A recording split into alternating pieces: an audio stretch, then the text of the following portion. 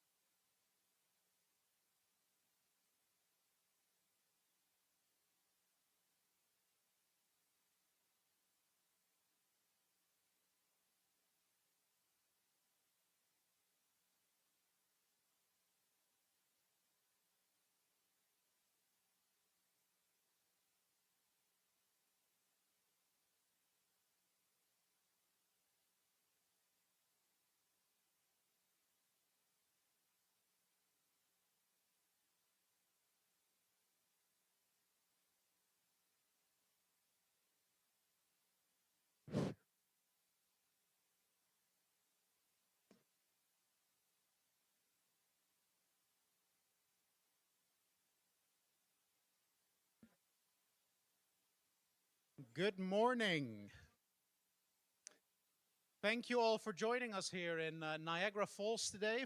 And for the live audience dialing in from all across the world, good day or evening. Some of the team members in Finland, it's going to be already a little bit later in Finland. For the other Europeans, I guess it's a nice after work activity to dial in. And for all of you, it's just post breakfast, so you've got a full day ahead. On this note, I'm going to ask our country director for Canada, Alex, to introduce us to where are we today before we kick off the rest of today's conference. Alex. Thanks, Egbert. It is with great pleasure that we open the conference. And thanks to all who made the trek physically, and thanks for all who are joining us online. We are thrilled to have you with us today, and we look forward to some great interaction, sharing, and all things culture. Well, you know who we are. We're good. Before we get into the kind of the meat of the conference, we wanted to make an acknowledgement. So the Culture Factor Group and the Culture Factor Canada acknowledge that the lands on which we gather are the traditional territory of the Haudenosaunee and Anishinaabe peoples, many of whom continue to live and work here today. This territory is covered by the Upper Canada Treaties and is part of the lands protected by the Bowl and One Spoon Wampum Belt. Today, this gathering place is home to many First Nation, Métis, and Inuit peoples, and reminds us that our excellent standard of living is directly linked to the resources and friendship of Indigenous peoples. I would also add to that, I see a few people wearing poppies in the audience. I would also reach out and give respect to the fact that today is Indigenous Veterans Day in Canada. So to give thanks and appreciation for all the Indigenous peoples who sacrifice so much so that we can continue with the tremendous standard of living that we have today. So thank you.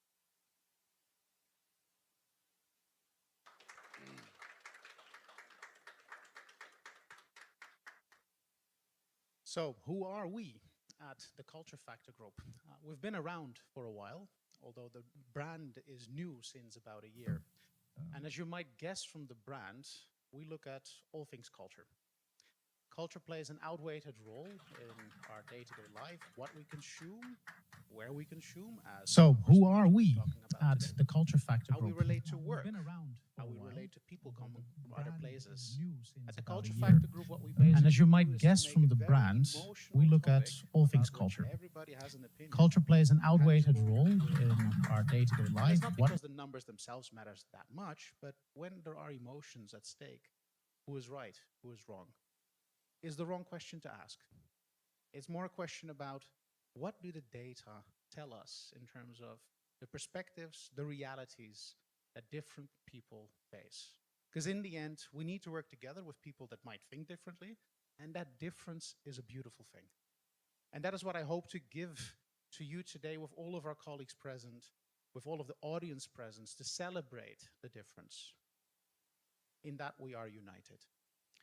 On that note, moving forward, we have been asked by some of our speakers to make an official note that if there's any official members of the media, press corps present, online or on site, that before any quotations can be made in official media to please request approval.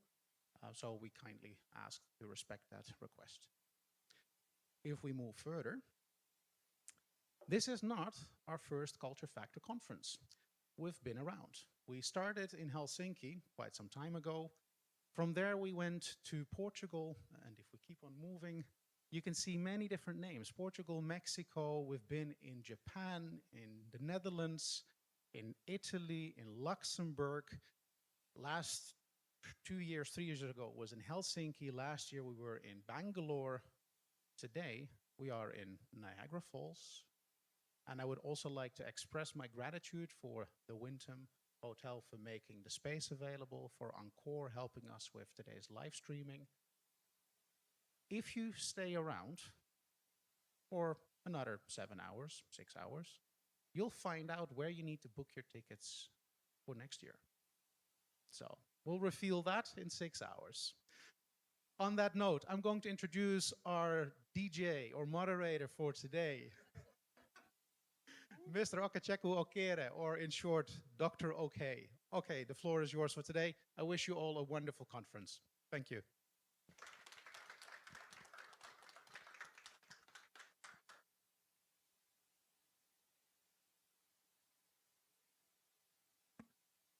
All right. So he called me a DJ, so I'm going to do what DJs do. Let's make some noise in the house. Yeah, welcome everybody. Welcome to Niagara Falls. We have an amazing schedule planned out today. We're going to kick off very soon, welcoming someone who's special and waiting for us online. Purnima Bidesi, please give her a round of applause. She's going to come up very soon. And she will be talking about organizational movement, defining and shaping culture for performance. And right after Purnima Bidesi, and if we could help as well to put the pictures of our presenters on the screen so that we can acknowledge them and celebrate them. And of course, when they come up to make their presentations, whether they will be online or face-to-face, please give them a big welcome. After Purnima Bidesi, we're going to have a session on culture and vision. And we'll be welcoming here, she's right here, talking about culture and vision, a journey of adaptation, Gina Couture from OnLogic.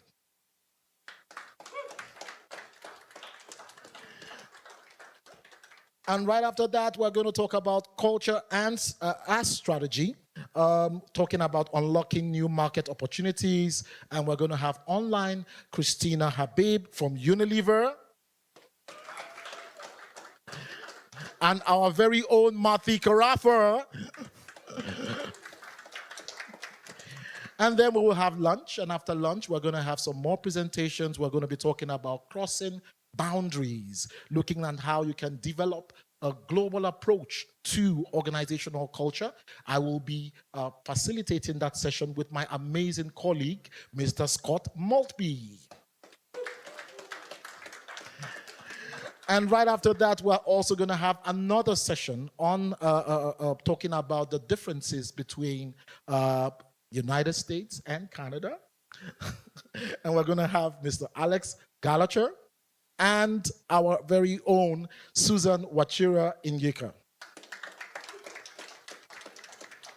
So that's just a preview of some of the things that will be happening today. We have a few other presentations that will be happening, but we are very mindful of the time. We want to have a great time, and we want to make sure that everyone will participate effectively today.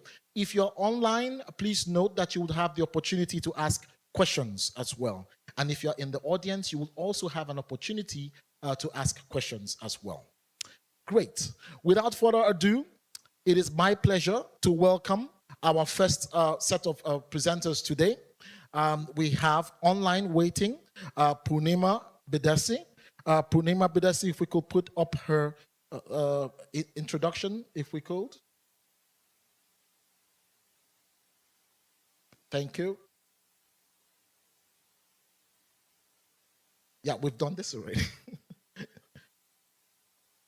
Thank you very much. So Purnima, we have her. She's coming joining us online. Purnima is with Airbus. She is an expert and a very experienced resource. She is in charge of culture change and organizational development at Airbus, and we're so honored to have her join us all the way online.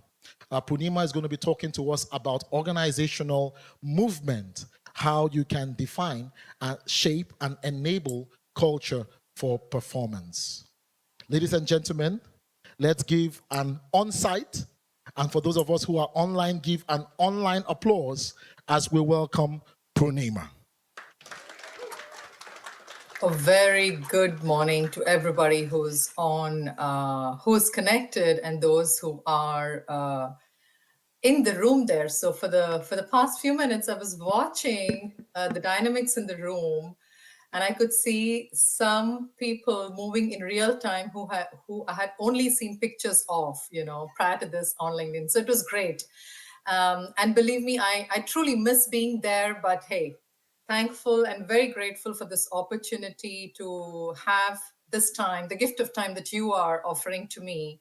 And I do feel very responsible and grateful at the same time, because I want to share with you a story that I hope is meaningful to you as much as it has been for me over the last 1 year. Hi, is there a way I can take control of the slides?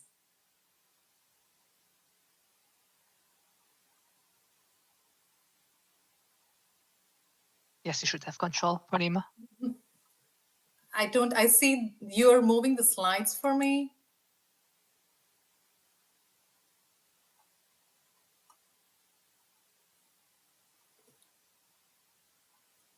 That's fine. Let's just go on with this. Let's value the participant time. So what do I have on offer? And like I said, I've designed this presentation keeping all of you in view. You could be from business, you could be from human resources, you could be an aspiring consultant in the area of organization culture. You could be an internal consultant, like I would describe my role to be, right? I hope it's designed in a way that it delivers meaning and value to all of you. But if you are not getting enough, of course, we have a question and answer session at the end of it, and feel free to ask all the questions that you have.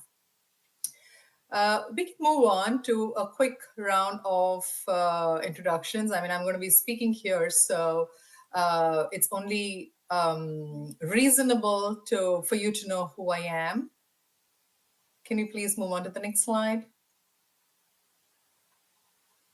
Thank you. Yes. So it wasn't until one of my coaches pointed out to me that I live culture change. And that actually made me think and reflect on what made him say that. And that's how I built my story. The last 15 months, I've been in Mobile in Alabama, and I moved, that was because of my move to United States. Prior to that, I spent 6 years in the beautiful country of France, in Toulouse in the south of France, still working with this great company, Airbus. And prior to that, I was in my home country in India for 4 years, still working for Airbus. And I worked for several organizations prior to that, but all being in India. And if you know a little bit about how diverse the country is, you would actually recognize that there is a vast difference between how we are brought up in the north and the south of India. So I've also had some bit of that. I'm a North Indian, brought up in the south, married into a South Indian culture. So I really think that this is the best opportunity for me to bring into life, what I've actually lived all my life. I think that even tells you a little bit that I love diversity, I love change and complexity. I thrive on those, and I identify primarily being an Indian and being a parent. I have two beautiful children, aged 16 and 12. They take all my time, all my effort, but they're also the richest source for my learning and the person that I evolved to be. I've been very fortunate to have a great professional exposure, and I call it rich because it's never kept me the person that I've been before. I've had the opportunity to work with Airbus for 11 years. I've worked with other companies like Oracle, LG Electronics. I've been a consultant myself, selling development solutions to different organizations. And most of my experience has been in the area of development and organization development, top talent identification, coaching. So development is really at the heart of everything that I do. I also value well-being as really important, and everything that I've learned from yoga, meditation. I'm also an Indian classical dancer. I think that's what I consider as my highest education, because I really value it, and it allows me to stay energetic and on the top of my well-being from time to time. Happy to move on to the next slide. Just a little bit about this big, great company I work for, Airbus. I'm humbled and proud to be working for this organization. You will probably find a lot more about Airbus on airbus.com and in the news than just this little slide, but not to miss highlighting, we are over 150,000 people. You'd see the number of locations, 180 plus locations, 150 plus nationalities. I mean, it's been a tremendous journey being with Airbus and moving to different roles, different countries, just soaking in everything wonderful that this company does.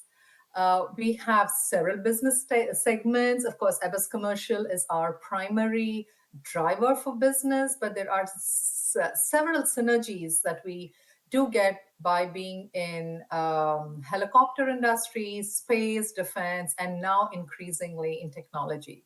And our purpose is not just to lead, but to pioneer aerospace that is sustainable for a world that is safe, which is important, as we see what's happening around us, and also united, bringing people together, bringing businesses together, bringing great objectives and ideas together. So that's something that we live and work towards.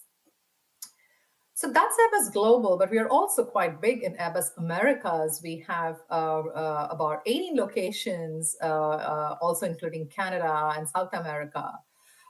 We are growing. The demand for the aircrafts is only increasing. So it's interesting that we see also this growth in the mobile manufacturing side, which is where I am situated. You can click on the next one. So we are in a phase of growth, and what an exciting time to be a part of growth and expansion. As a site, we are 9 years old. We've already delivered 500 aircrafts, and the latest one was in June, which was our 500th aircraft we delivered for Delta. And I think this was really a ready ground to ask the question about culture. And Airbus is not devoid of culture references globally, which you would see on the next slide. Like several of the organizations, we do have some key references. Two of them are our Airbus values. So the Airbus values in this fashion has been available to us since the year 2016. Over 55,000 of Airbus employees were involved in actually getting this output. And I think this is characteristic of Airbus as a organization culture. I think every voice is important. How people think, experience, and share what values we share across the globe is critical and important. We do have several checks on practice of values that we run across the globe every 2 years. We get the feedback, we process it, and we take specific actions on how these values are being practiced. We also have several recognition systems on actually the practice and demonstration of the values. The other key reference we have is a leadership model, which actually builds on values. It details really the behaviors that we expect in 3 critical areas for an individual. The second one being when we interact with team, which is really relating to people. And third one is relating to all the behaviors that we demonstrate for the business, right? But we have to ask a question whether these global references are adequate. If you are placed in we all have certain local dynamics which impact and affect our work practices and our experiences in our workplace.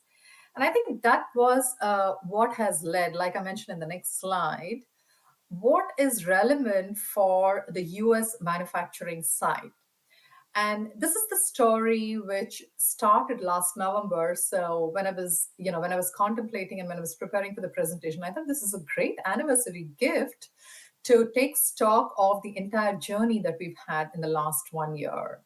This story has about 1,800 people as characters, but the prime characters are the senior leadership team, which is about 17 people, and of course the top leader, who has been a very strong driver for this entire culture transformation.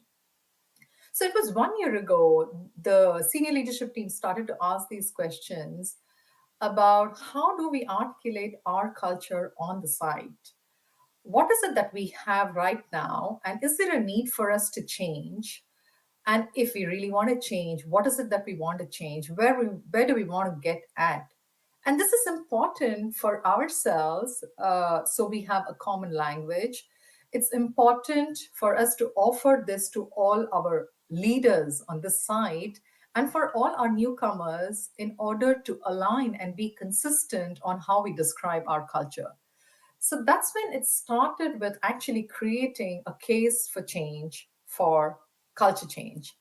We went through a very interesting process with the senior leadership team where we responded to these 4 questions. Why do we really need to change? What will this change look like? What benefit will we as an organization get if we make this change? And lastly, how do we make this change? And I think that question of how do we make this change kind of fell on my shoulders because I was responsible for culture and OD for the site. And this was the time when we were also getting several offers on why we need to change, why we need to operate differently than what we were operating. And we had a great proposal from one of the big 5 consulting firms. And I remember the day the head of the site called me and he said, "What do you think about the offer?" And I told him, "Well, I have something to offer, and you tell me what you think about it." And that was the time I shared with him as a freshly certified professional on the multi-focus model which the culture factor offers, and I was able to compare the two frameworks. But I had done a lot of homework myself before I took this certification, and I was able to actually supplement about what this particular framework offered and how it could be a great solution to what he and the senior leadership team were looking at.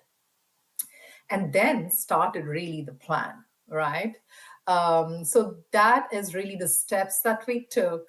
And it's a very basic operational step, which is what I represent, right? We are a manufacturing setup, we are an assembly line setup, and it really matters to us how everything that we do is linked to operations and performance. So it did start with the case for change, like I said, but it also meant that if I had to be an internal consultant to the senior leadership team and the entire organization, I needed to be very clear about the expertise that I'm bringing to this organization. Yeah. I think what really helped me is the pilot that I had just completed with the HR team, which is my team, and I sit in the human resources team.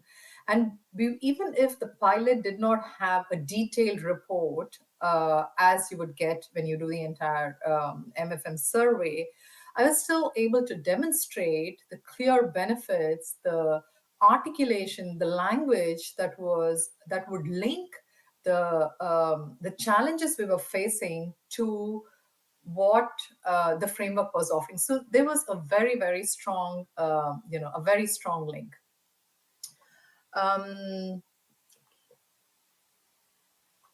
So it was easy to get the sponsor buy-in, but the challenge was, thrown to me, and the leader told me, okay, so now I'm going to give you a couple of hours, you get the senior leadership buy-in. So it was very interesting to be a part of this workshop, which was actually on strategy. And the senior leadership team, because it was November, they were already outlining what the 2024 plan looks like, and what kind of challenges would they actually like to, to pin down for 2024. So I had the great chance to ask them to pick some of those challenges, and I gave them the multi-focus model, and Culture Factor has a great tool that can help you play around, the 6 dimensions of the MFM. And I asked them to create a link between the challenge that they were experiencing or the ambition that they had, and to link it to one of those 6 dimensions. So they did a little exercise as individuals and then in small groups. And what was fascinating, and it was even a reveal for me as a new consultant, that when they took a specific challenge, they all pointed it to exactly one dimension. So, so that was, I didn't have to do any more selling. They found a very strong link between what we want to achieve and how the model was, was offering information and analysis on that. So the next step was clearly to launch the survey and to really drumbeat to onboard communications, to work with several functional representatives who could actually be the spokespeople for us. And of course, the senior leadership team were clearly our sponsors. So they were talking about it. We had a 3-week window to run the survey out for 1,800 people. And at the end of it, with all the follow-up and drumbeat, we had about 65% response rate. So that was great, So all the analysis that we have is really very well represented by the population that we have.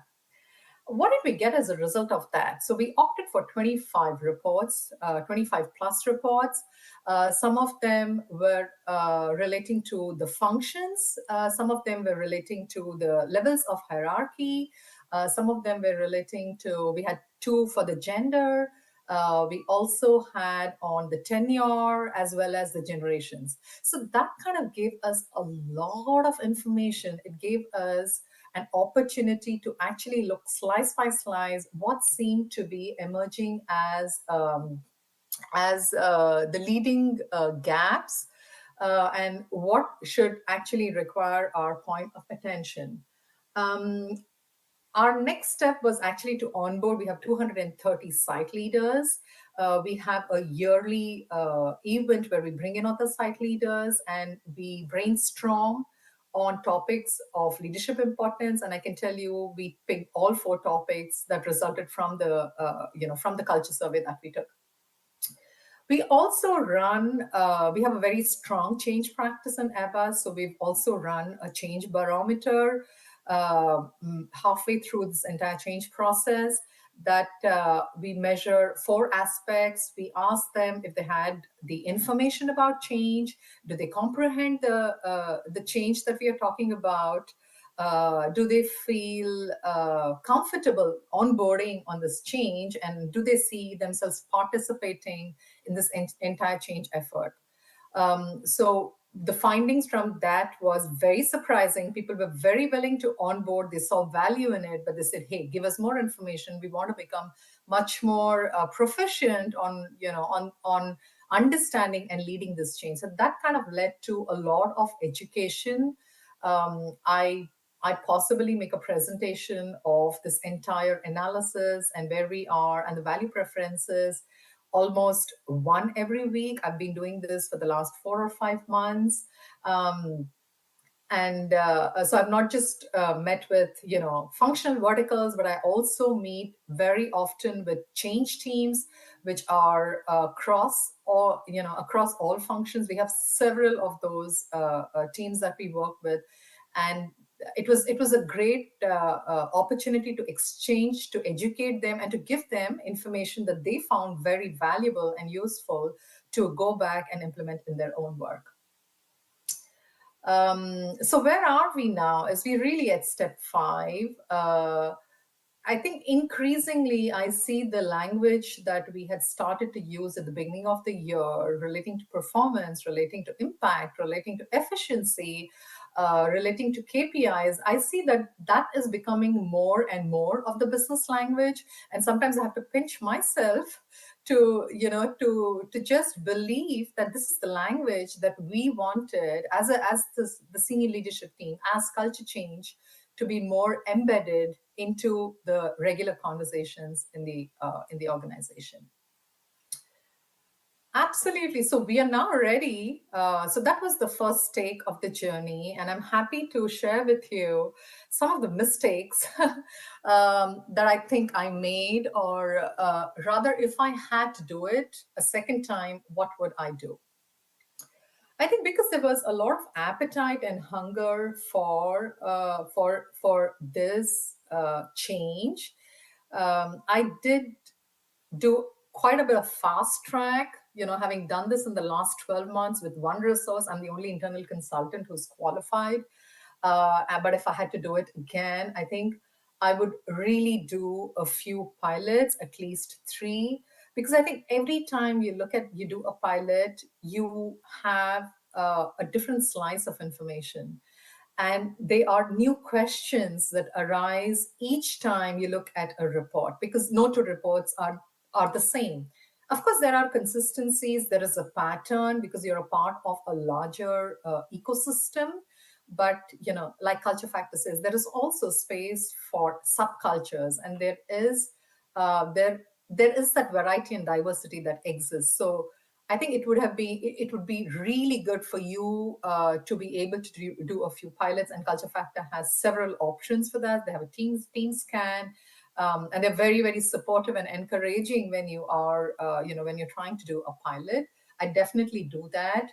I also felt that having a wider buy-in, not just at the senior leadership team level, but also the next level management level, would have actually given more energy, and I would possibly be able to do this faster and deeper, and I'd really spend time on creating more buy-in at that level. I realized that if you're launching a survey, and for the size that I'm talking about, 1,800 people, did take a lot of effort in making it work. With the IT team and the HRIS team. For me, they were the two best friends, I say, because they need to be on board. They need to be able to respond to you, to give you data, to send it back to the culture factor group so that you're able to get the report slices in the way you want, right? Depending on your organization structure, where would you like to put people? So that kind of took, I would say, a little bit of stress and also a lot of work.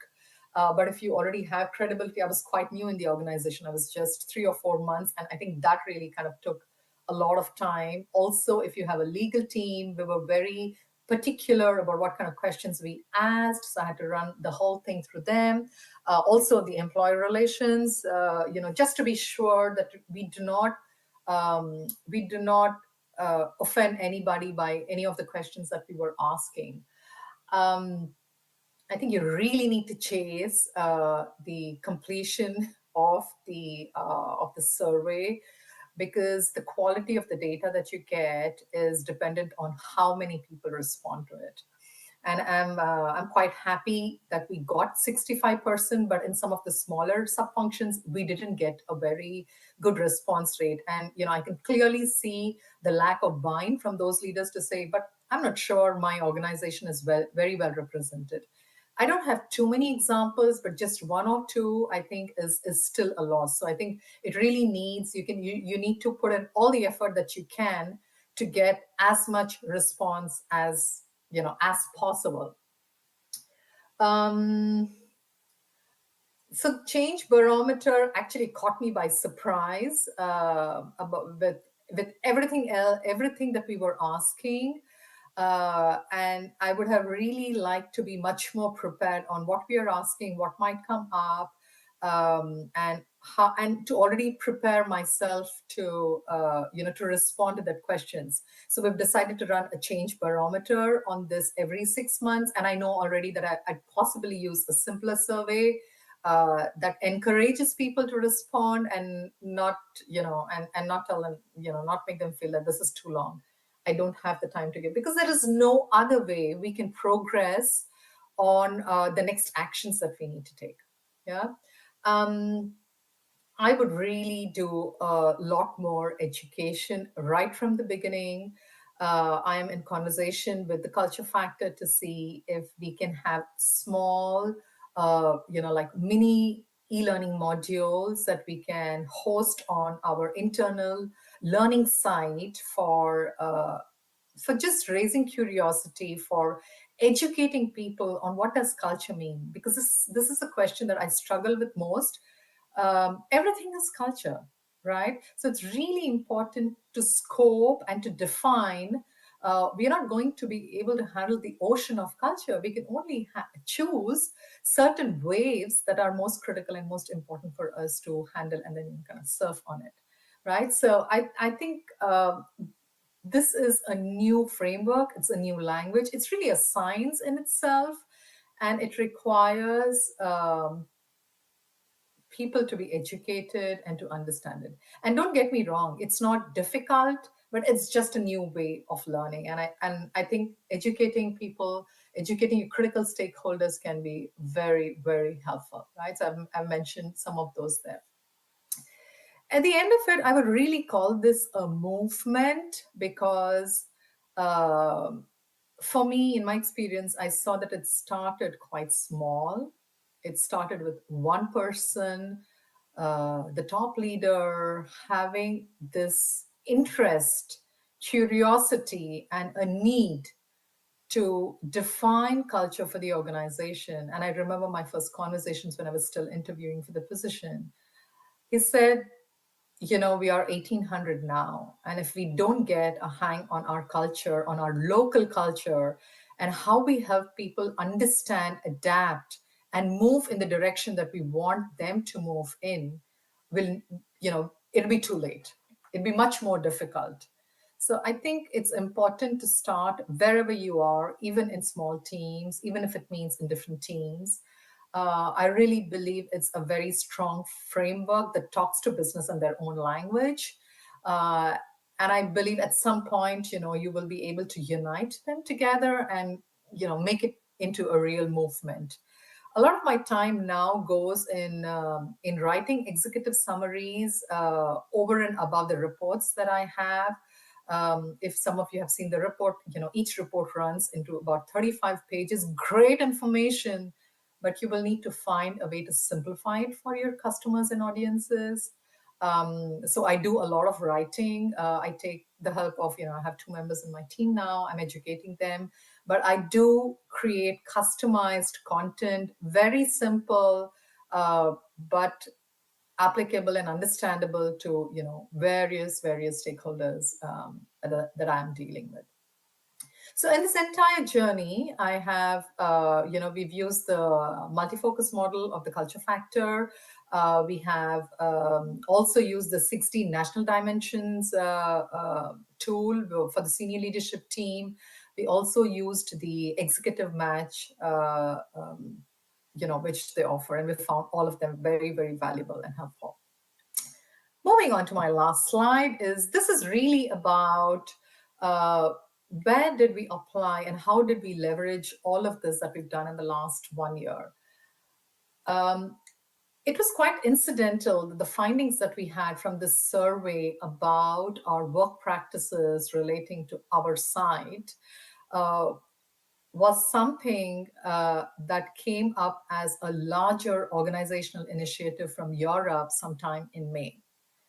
And that kind of made us believe, and it reinstated our confidence that the everything that we found here seems to be a challenge or an opportunity for other setups like ours, across the world. So it was very, very interesting, and I share this and make presentations to people at various levels, even to the CHRO, to the operations senior leadership, and with pride, we are able to tell them we found this ahead of the business curve.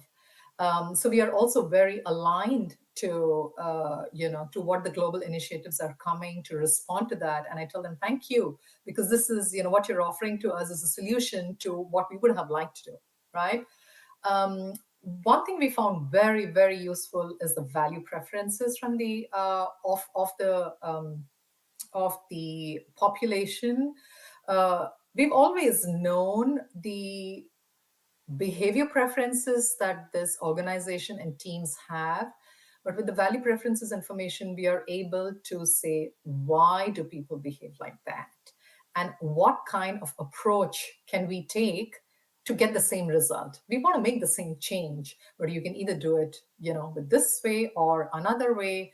And we are able to precise and say, all right, this is the kind of approach that we need to take. We use the language from time to time in the written communication.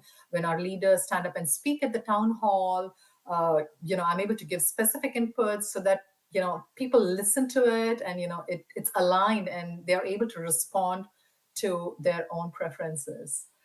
Culture has really become mainstream in business. I can tell you, in over 25 years of my experience, I've been in human resources development, leadership development. I've never felt so close to business language. I've never felt so integrated with business performance and talking the same language with them. So I think it really gives you a lot of credibility and the right amount of power to sit there at the table and to discuss strategy and business. I think that's a great, great leverage. But it's not to stop with what the reports give you as gaps. It's as I talk to more and more management teams, I'm able to uncover and discover other slices of challenges that they might face and potential for improvement. And I find it interesting and magical to be able to bring it back to those 6 dimensions that we talk about, work practices in the MFM model. So for me, in this entire journey of 1 year, I've found a very tangible tool, a very tangible framework with an array of tools that can be used at different levels of need, you know, to actually make this a true movement. I think it's a great opportunity, and I would encourage you to try, even in small pockets, like I said. And I'd be very eager to support you if some of you are in that journey. I've received several LinkedIn requests over the past few days. I'm very happy to invest my time as long as you know, we have a meaningful topic and meaningful conversation. So I think that's where I'm gonna stop my presentation, and I'm happy to take any questions that you might have.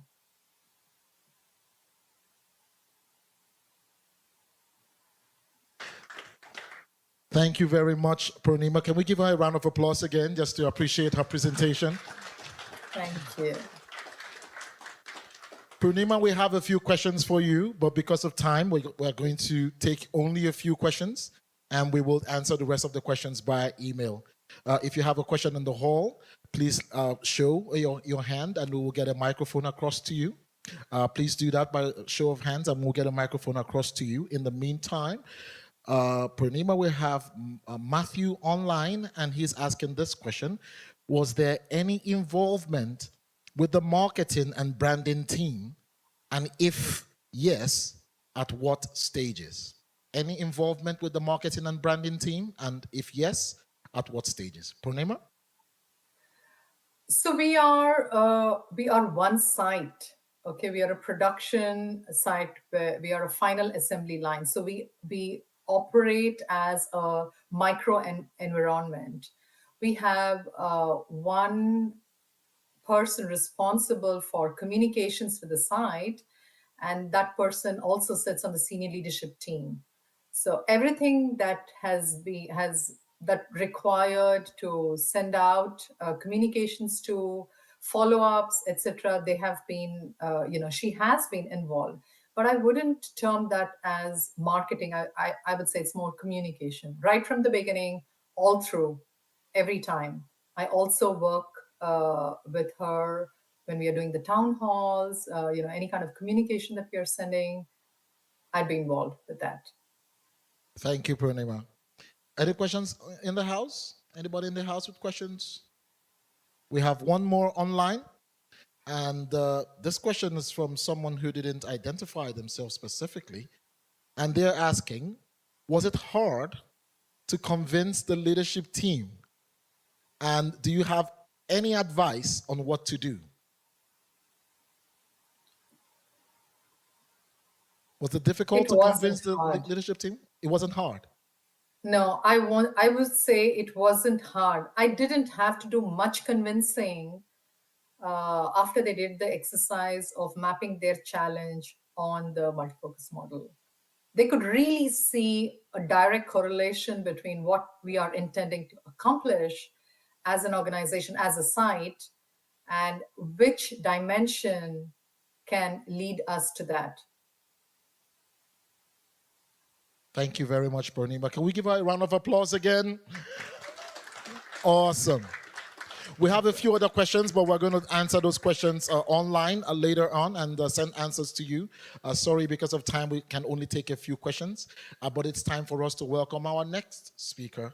Our next speaker has been focusing on supporting leaders to adapt in order to foster an inclusive and innovative culture without changing who they are.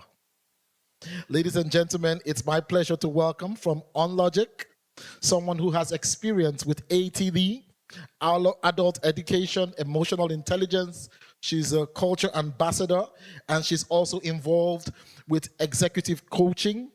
From OnLogic, please help us welcome with a rousing welcome, Gina Couture.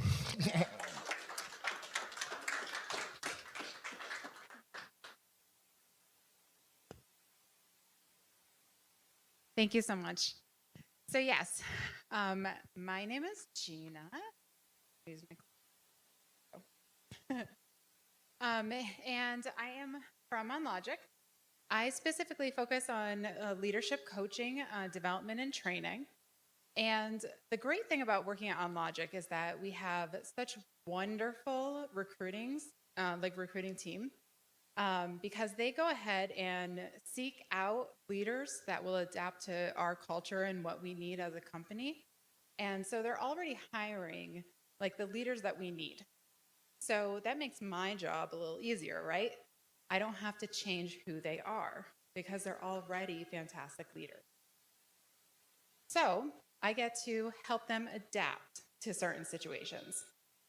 And so this is a presentation about how our journey has been since we started with the Culture Factor group and what we've learned and how we have worked with our leaders and our teams to go ahead and adapt. Because we don't want to change who they are, right? We want to help them adapt to the situation, the team member, the customer, and let them find their own voice. So with that, who thinks my name is pronounced couture? Not many of you. Who thinks my name is pronounced couture? You're all correct. So my ancestors on my in-law side come from Normandy, France. And when they were over there, my last name from my in-law side was pronounced couture. They came to Canada. It was still pronounced couture. Guess what happened when they came to America? Couture. So in Vermont, which is where I'm from, little tiny Vermont, that's where they came into and they settled. And they came in with couture. But because of the culture, a lot of people were pronouncing their name couture. Now, they could have adapted to the situation, as frustrating as it could be, and educate people on how to pronounce their name. But instead, they got exhausted and they gave up. And ever since then, we've been known as the Coutures. I mean, I don't know about you, but I would like to sound a little fancier and be like couture. But here we are. They changed who they were when they could have adapted. So, with that thought in mind, we're going to go on a journey. I know you're going to get a lot of information today. And so what I want to do is I want to start by saying one thing that you should take away from my presentation. So I'm going to give you a lot of things. But if you can remember one thing, I'm going to tell you what that one thing is. Also, I'm going to say, what is OnLogic? Who is OnLogic? I know some people have heard of us. A lot of people haven't. So I will make sure to go ahead and go through that. And then we'll go on our beginning of our cultural awareness journey. We are still early on in it, which creates so many opportunities. And oh my gosh, I'm just eating it up. Egbert knows that I could talk about this forever and ever. And also, what did that mean for adapting our leaders? So, that one thing to take away. Start your culture awareness journey early. We're a mid-sized company. We're about 270. So we could have started earlier, but I feel like we're still small enough that we're making so many new things, and this is a great time to go ahead and start this journey. So we do it correct the first time. Or we're early on enough that we could actually make corrections without losing too much. For instance, because we adapted as leaders, we have saved so many valuable team members. We are having respectful conversations in our cultures. Also, we've become more effective and efficient because our communications are much smoother. I mean, think about all of those emails that you get from different cultures and you think that they're angry at you, or you're like, oh my gosh, get to the point. Well, if you understand each other's cultures, those conversations go a lot smoother and there's a lot less questions or feelings. Also, you can save a lot of time and money. Because if you think about it, like all of the process that you create, all of the resources that you create, now we're going to have to go back and redo those. But it's worth it. People are worth it. So, what is OnLogic? Well, you know what? We make it possible with our computers. We create and sell advanced, powerful, small computers, and they're going to thrive where other computers would fail. So if you think about high heat, right? Melting iron in a warehouse, cold temperatures like the Arctic, I kid you not, we're in the Arctic. Also, we help protect our computers against strong vibrations and also dust. So if you think about those chip factories, right? The chip factories with all the cheese that's, they sprinkle on the chips and it's all getting in the air, a lot of computers would fail. But that's where we thrive. So we make it possible. We also make it possible with our customers because we're going to configure all of our computers to what they specifically need. So even our computers can adapt. So now let's talk about who is OnLogic. So we have locations in the United States. So Vermont is where our headquarters is. We also have North Carolina in the United States. We are in Netherlands, we have an office there, and we have offices in Taiwan and Malaysia. I'm sure for anybody who has already started their cultural awareness journey, you can just imagine the differences that we're seeing across all those different offices. So Vermont is about 200 people total. We got about 45 in Netherlands and 25 in the Asian cultures. Okay. Also, we have marketing, operations, HR, finance. We have all of the different departments in the U.S. We have sales in the U.S. too. We have sales in Netherlands. We have another production area in Netherlands, and we also have HR and finance. And then in the Asian cultures, we have engineers and procurement. I let you know that because that plays a part too.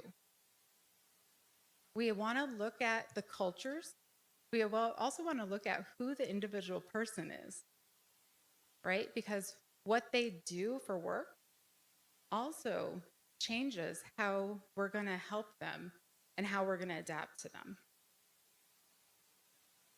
We have core values. We stand by them, such as being open. I'm being open with you about our journey. What we learned, what we did well, what we didn't do well, and what we're trying to do to make it better. We are fair. We want to make sure that everyone feels welcome. We're also independent. We're going to define our own destiny. We're going to go ahead and think like an owner. We're going to get stuff done. And we're also innovative, constantly keeping up with things. We want to make sure that we're always ahead of the curve and we're always innovating. So these core values were actually created by the founders. So Lisa is from the United States, and we have Roland, who is from the Netherlands. So they came together, and they put together this company on these values. And they made a commitment and said, I'm not going to make any changes or decisions without making sure that they align with those values. If they don't align with even one of those values, they're not going to do it. That's pretty powerful. And even till this day, that's true. With that, behaviors happen. We expect people to be leaders. We expect every single person to think like an owner. If this is your business, what would you do right now? We also want you to speak up. Everyone has a voice at OnLogic. And our favorite, don't be a jerk. That's the one that always gets people. You're like, wow, that's pretty powerful. Well, that's who we are. We're pretty frank. We actually believe in that so much that if you go on our website, it's out there for our customers to see, right? And I can promise you these values actually go beyond our walls. We expect all of this from our customers, from our partners. We want to make sure that we're fostering a community with everyone where we're not going to be jerks together. Now let's talk about the journey. The journey begins with our inclusivity team. So we went ahead and built this team knowing that we needed representatives from the different cultures. So we have the team that is made up from different representatives of the different offices. And they go ahead and give the perspective of how things feel and how we could be more diverse in our hiring and how we can make more things more comfortable and making sure that everyone feels the same. The great thing is that they recognize that, yeah, we're experts in how it feels in our culture, and we have an idea, like, you know, what each other is going through. But we also recognize that we're not the experts. We're a team that's going to help deliver the expert message, but we're not the experts. So that's where the Culture Factor group came in.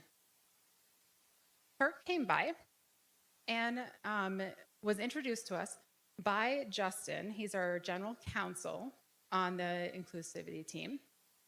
And he took, he went ahead and learned about the Hofstede dimensions, the 6 dimensions, while he was over in the EU. And he thought it was so powerful that he wanted to bring it to us.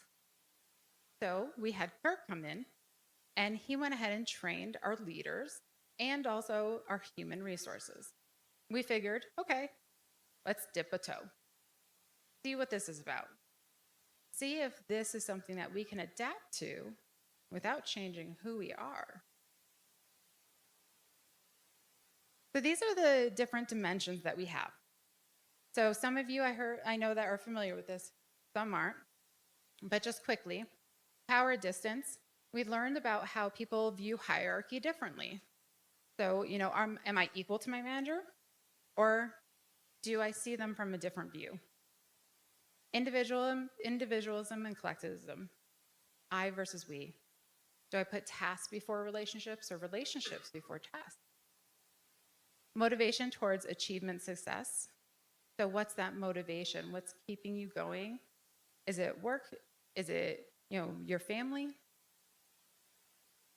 Also your recognition. Uncertainty avoidance.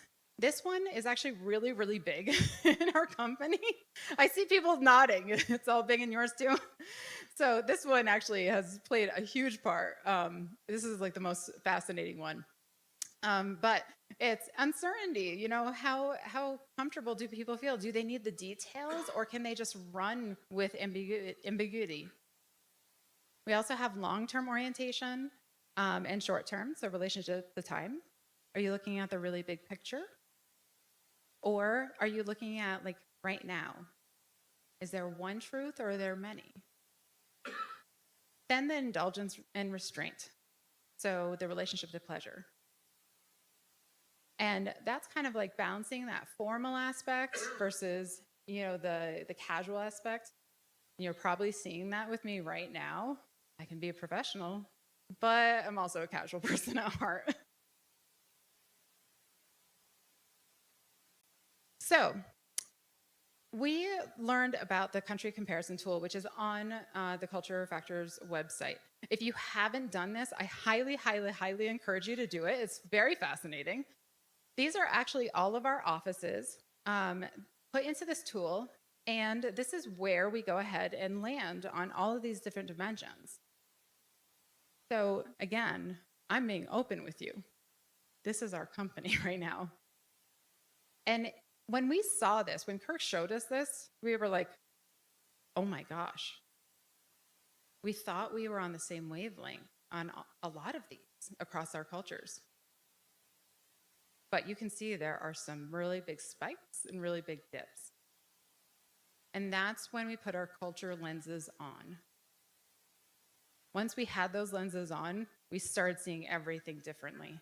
We thought we were doing a good job, and we were in some respects, but we also realized, wow, there is so many opportunities here to improve. But then we bring it back to our company culture. So Roland and Lisa built this company on those core values. And we're going to stick to that. We're going to say, okay, hey, does this align with our core values? Oh, I think it does. All of them, right? So we're not going to change who we are. We're just going to adapt.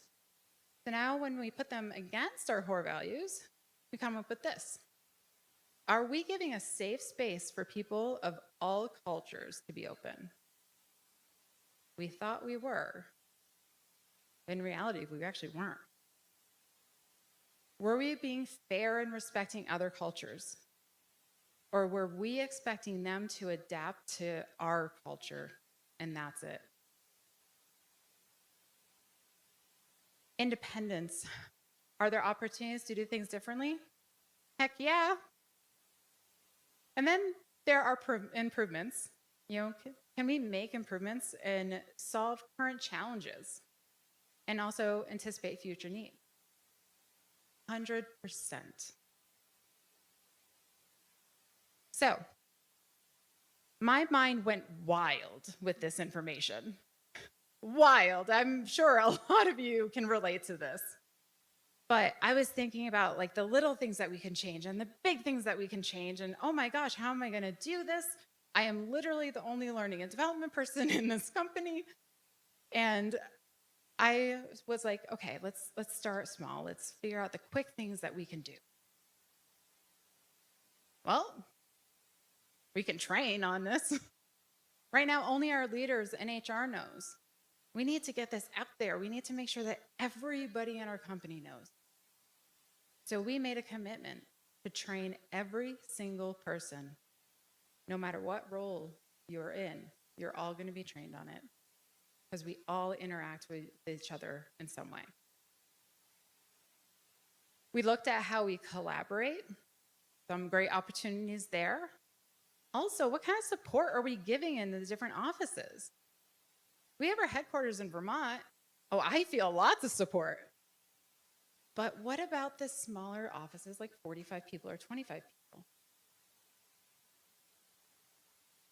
Crucial conversations, performance reviews, emails, one-on-ones, lots of opportunities there. Then we looked at the way we structured our meetings, how we were making decisions, you know, how we were doing training, mentoring, coaching. And then the processes and also the resources. Now, that's a lot. But they make sense, right? There's a lot more things we could do. There's bigger things we could do. But we focused on these first to create that foundation for bigger things. So, myself and participants from all over our offices got together and did the trainer program with Egbert. And he was so kind and answered all of our questions. Well, I still have some more, by the way. But we went ahead and said, you know, we're going to be culture ambassadors. We're going to work together, and we're going to be a team.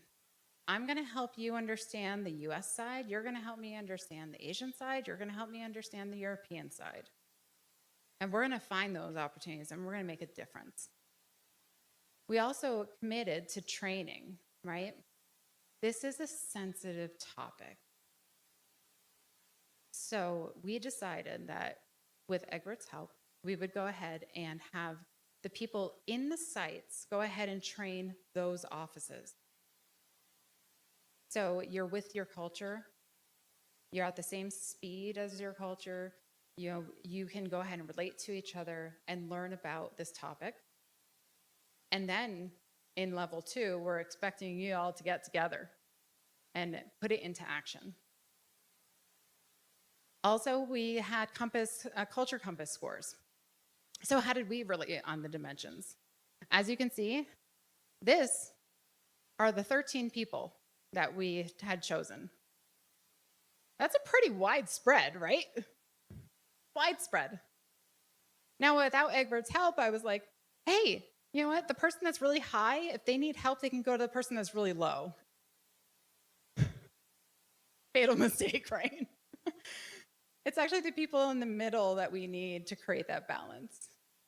I can get perspectives from everybody, right? But I'm also going to look for people in the middle for that balance of that dimension. And so that was also powerful learning. Another thing that we're doing is not only just training, the whole company, we're going even more in depth. We're going to do the CEO program with our global management team. That is our speak for the top leaders. So CEO, right? The VPs, general counsel, all of them are going to go through this program. And this program is going to go through, the different, levels of the trainings, the different levels of the dimensions, but at the same time, it's going to be from a strategic standpoint because they are the leaders of our company. People follow them. If I'm a team member and I don't see my VP of HR taking it so seriously that she's going to go ahead and do something like this and spend a lot of time in this area, then I'm not going to pay attention to it. It's not worth it because it's not worth her time.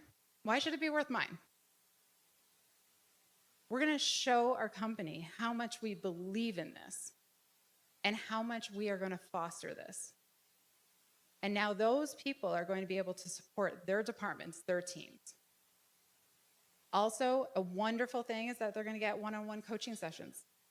And that is so imperative to the top level management because the way that a VP of engineering is going to use this is going to be wildly different compared to the CEO or the general counsel who's going out into new cultures as we're expanding. I mentioned collaboration. So when we went ahead and trained our leaders, it was incredible because we brought up a topic that they all could relate on. We have managers that have team members from all different offices.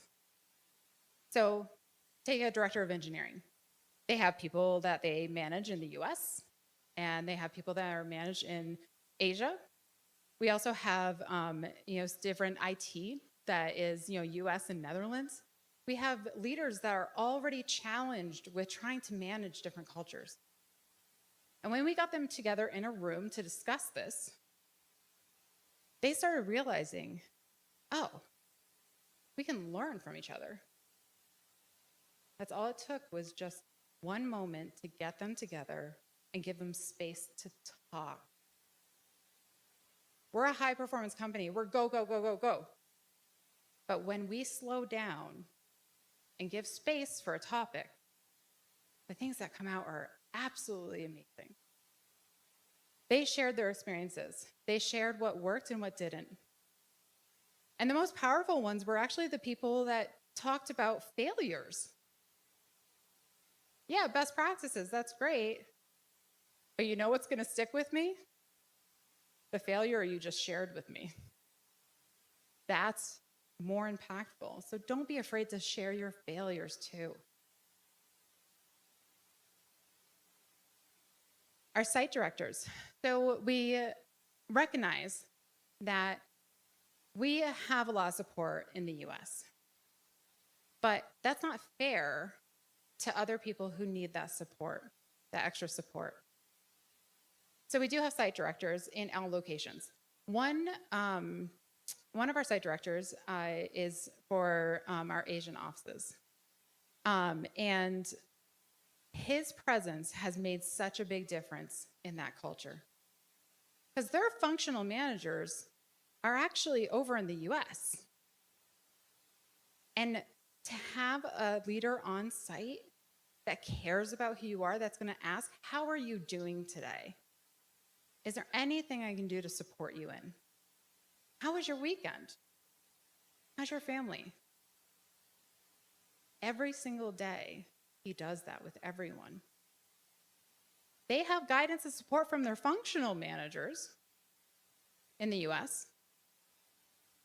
So they still have that, that hierarchy there, but adjusting to the culture that they are, having somebody there just that cares about who they are, because they put relationships first before tasks, that has made a huge difference.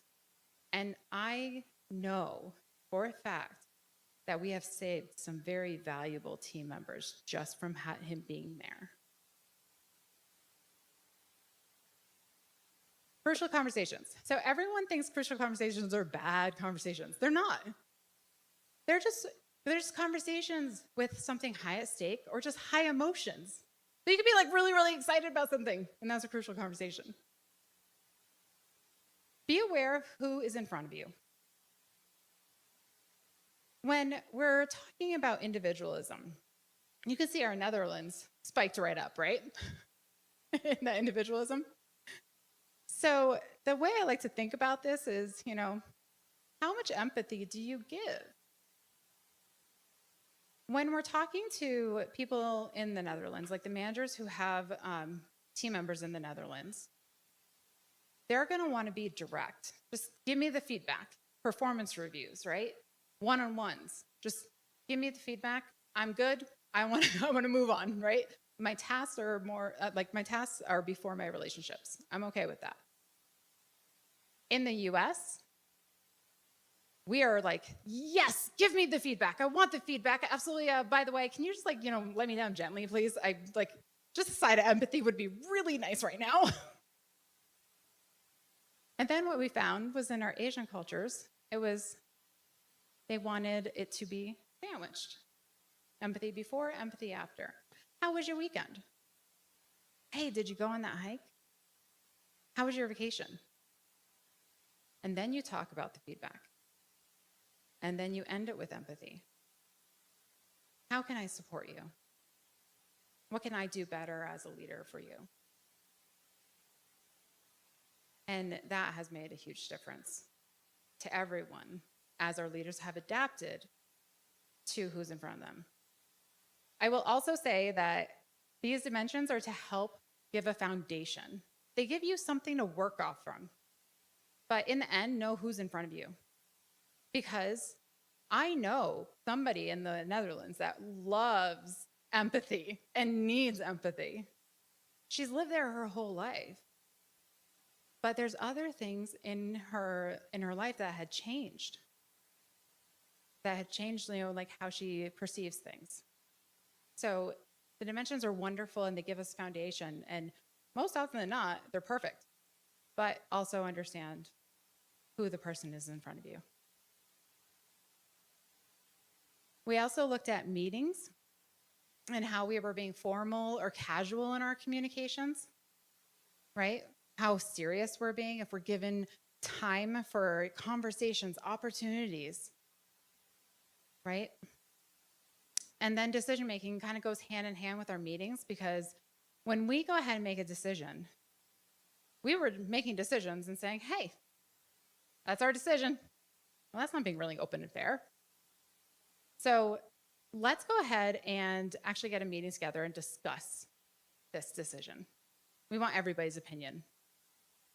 So for the people that have high uncertainty avoidance, we were giving them the information ahead of time so they can actually go ahead and read about it, get comfortable with it, and it made them feel more safe going into that meeting to make that decision. They came in And then we went ahead and did a high overview because we have people on the other side of the other side that want things that are really quick and just give me the high overview. So there we go. We adapted to them. We also adapted by making sure that we allowed time for decisions in that meeting. But one thing we were missing, giving time for people that wanted to walk away from that meeting and think about it, converse with their manager on one-on-one, converse with their team, converse with the expert on that decision, because their anxiety is really high. They want that information before they make a decision. And also, they don't really feel comfortable speaking up in big groups. That's our Asian culture. We were leaving them out. So with these changes, we actually hear their voice now. Also, trainings, right? All of these things I'm telling you with the meetings and decision-making and everything, those are things that I am now incorporating into my trainings, my mentoring, my coaching. I'm adapting to who's in front of me. And a wonderful thing is that if you pull people's compass reporting ahead of time of that training, it's amazing how impactful that can be. We actually did that when we were doing Taiwan and Malaysia training on level 1 dimensions. We had the site director go ahead and give the training because, again, that's somebody that's familiar with the culture. It's a safe space. And he pulled the compass reporting and tailored the training to them. They told me that was the best training they've ever had. They've never felt more accepted, more open. That's really powerful. And I heard that it was like so many questions and so much talking that it actually went overtime. And usually in our meetings, our big meetings across the different cultures, usually they're quiet because it wasn't a comfortable setting for them. But this one was. Also, make sure that you're looking at, your process, your resources, right? So make sure that you're adapting to what's needed. When I create different resources, I go ahead and have different people from different cultures look at it. We're also having the same thing with processes and having that representative tell us, hey, is this going to help you? Is this going to be like, a long-term solution? Or is this going to, does this need to adapt like a little quicker than that? Also, do you want a whole bunch of information or do you want just, give me the high overview? This is where innovation comes in. And it could be so simple. We actually had a situation where we were putting together a resource on compensation, how to speak to our people about compensation, because we're actually open salaried. Very different conversations across the culture, by the way.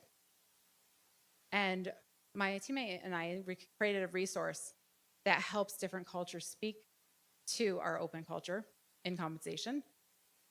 And when I was presenting it to Taiwan, they wanted all the information. They wanted examples, tell me what to say, and I provided that for them. Then when I brought it over to the US and Netherlands, they're just like, whoa, this is way too much information, I can't. No, one pager, just one pager. Oh, well, how can I do this? I don't want to create multiple things for one thing, right? That's inefficient. That's not effective. And if you don't update all of them at the same time, then you're giving different information. Oh, wait, that's right. Google Docs actually collapses. That's pretty easy. So I literally collapsed the different sections and said, read more. Now it's a one-pager. And now Taiwan is very happy. It's as easy as that. So kind of wrapping up, this journey is never going to end. That compensation doc, I'm going to have to come back to it. And that's okay because it's worth it. I want to make sure that everyone feels included, respected. Because if we go ahead and help them, they're going to be more engaged, they're going to work harder, and we're going to be a much more successful business. But only if we go back and make sure over time, revisiting those, because our journey is never going to end. Cultures change, people change. And we need to remember that on our journey. So, that's a lot of things we adapted, right? Did we change who we are? In fact, we're probably more so. We're more open, we're more fair, we're more independent, we're more innovative. We never changed who we were. We just adapted to the people in this situation. So, we are still the most enthusiastic company. We are still the most thoughtful. We are still patient, optimistic. We're introverts, extroverts. We're quirky. We're quiet. We're loud. But in the end, we're still couture. Thank you. Oh, let's give it up again for Gina Couture. Gina, we have a few questions for you. And if you have questions in the house, please raise your hand so that we can identify. We have one question over here and one question over there. Could we please pass the mics to them? And while we're getting the mics ready, we have a question via email. Have you seen early results on what is now provided in your company? That's one. And was it hard to convince your leaders that this was worth their time? So the wonderful thing is that we have, when we're hiring our leaders, we have a very intensive interview process. And so one of those things that we look for is, are they the ability to adapt? So are they actually the leaders, do they align with our core values, but are they willing to adapt to what is needed? And we actually have a manager assessment that puts you through this whole rigmarole to make sure that you can adapt. Because of that, it wasn't very hard to actually get them to believe that this was really real. And also, our global management team members do talk with the different cultures. So when they saw those graphs, they actually were just like, oh my gosh, that, I see it. So thankfully, we had some great leaders that were absolutely on board with this. The results, the most immediate results were actually team members that wanted to leave the company. There's tens of people that actually wanted to leave the company because they didn't feel heard, respected, valued. And so once we started making these adjustments, we actually ended up saving them. And now they feel supported, and they decide to stay. And also, I'm noticing that people actually are training faster because my communication with them is smoother. So those are the immediate results that we've been seeing. Thank you very much. Thank you very much. We have a question in the house. Yes. Hi. So John McGraw from Hyaku Coaching. Nice to meet you. Nice to meet you. And thanks for the presentation. It was great to see the view of how you managed to basically adapt while also not losing yourself in the process. And I wanted to zero in on one of those values. Don't be a jerk. I'm curious. And I'm curious, when that was initially introduced, if you had a different definition in terms of going through this process, if that's kind of changed about how you basically explain it, for example, for onboarding, those kinds of situations, about what exactly that means. That's a fantastic question. Don't be a jerk has so many more meanings now that we have our cultural lenses on. So originally, don't be a jerk was actually in our communication to one another in the essence of watch your tone, respect other people's decisions, be open to other people's thoughts, and make sure that you're being fair. So it was actually more in the essence of, your traditional understanding of what a jerk is, right? And it seemed so simple. It was like, yeah, just don't be a jerk. Like, easy. But then now going through this journey, you're absolutely right. Now, don't be a jerk means don't write that email, don't like that. Don't just tell them what you need. Ask how they're doing. Ask how that project went yesterday. Is there any more support I can give before you actually go into what you need? Because now they're not being a jerk, because now they understand the culture and they're putting it into action, they're living it. So now, don't be a jerk came up, quite a bit in our office, but now it comes up even more so. I'd be like, that was a jerk email. What are you doing? So there's a lot more things that have come up as far as being a jerk. Thank you, Gina. We have one more question in the house, but before we take the question in-house, I will read one more question. We have a question, I think, from Lynn. But before we take Lynn's question, we're going to take a question from Marina online. And Marina is asking you, Gina, she said, there, Gina, what did you take from this project personally? So what did you learn personally from this project? Egbert might remember this. I thought I was a we, collectivism. Apparently I'm not. I'm an I, I'm an individualism. And I argued with Egbert on it. I was like, but I care about people. I care about everybody. So I actually learned a lot about myself. So it was very interesting. But at the same time, I'm very much like an inclusive person. And one of the things I really like to do is make sure to get everybody's opinion and like, hey, let's go together on this bus. And I thought I was being respectful to all the cultures in that regard, because I was thinking, hey, everybody's involved. I want everybody's opinion. Then after learning this, I kind of was embarrassed because no one had the heart to tell me, hey, I want you to drive that bus. Like, just tell me where you're going. And so that was actually pretty eye-opening, because I thought I was living, an inclusive culture this whole time. And I wasn't. And there's a share of a failure. Thank you. And we have a question from Lynn. Gina, thank you so much. That was a really insightful presentation. I've learned a lot. Thank you. So I am Lynn Gallagher, pronounced Gallagher in North America, or my family members in the UK would describe it Gallagher. So you can relate. So I'm kind of conflicted on which how I should describe it.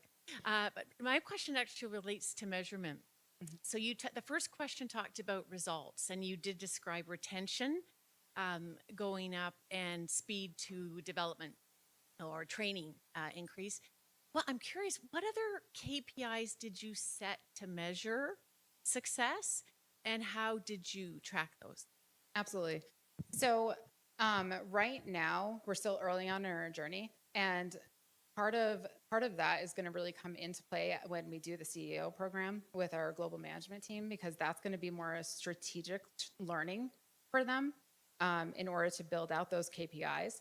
But as far as what I can give is, we do actually an engagement survey. Engagement surveys are extremely valuable, by the way. If you don't do it, please do it. But our engagement surveys have increased tremendously. We're talking like 70% in some offices to 90%. So just that alone has been absolutely incredible. And trainings, I have a new manager onboarding training, and with other cultures, it would take me about 2.5 hours, and it's actually planned for only 1.5 hours to onboard them. And now, because I'm actually adapting and understanding what they need, I'm actually bringing that closer to 1.5 hours. Yeah. Thank you. Absolutely. Thank you. Because of time, we won't take any more questions, but please, I would like everyone to please give Gina another round of applause. Thank you so much, Gina, for sharing. I appreciate it. Thank you so much. So Gina, of course, is with OnLogic, one of the three companies that are sharing their stories with us here today, OnLogic, Airbus, and then we're going to bring on the third company, Unilever. But I'll just do a quick introduction of the amazing people that will be sharing the stories about Unilever in a second. Combined, I believe they have about 70 years experience in connecting cultures and brands. Ladies and gentlemen, it is my pleasure to welcome to the stage Mr. Matthew Carafa.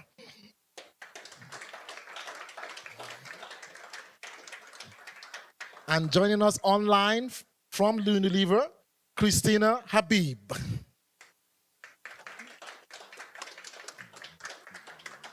Okay, Matthew, over to you. Well, in fact, I'm going to say thank you on behalf of both Christina and myself for being our audience for today.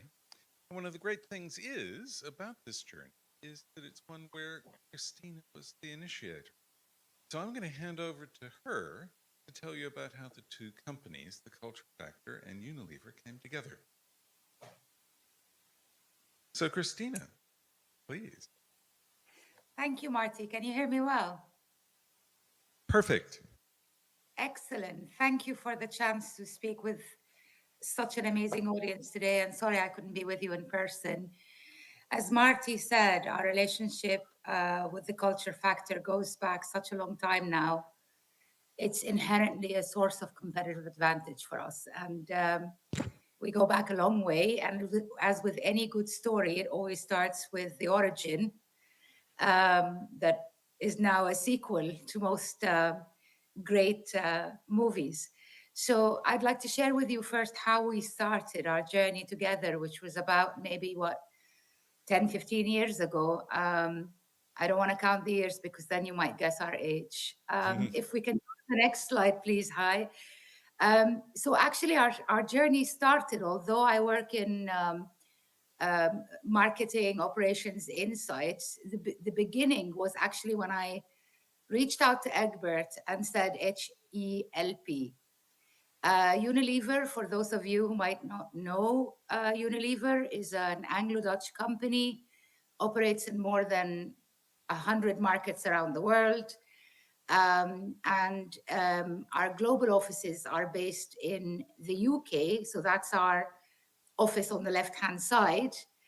And in one of those years, Unilever decided to put two of our business groups together and move them into the Netherlands to create a new global hub in the Netherlands.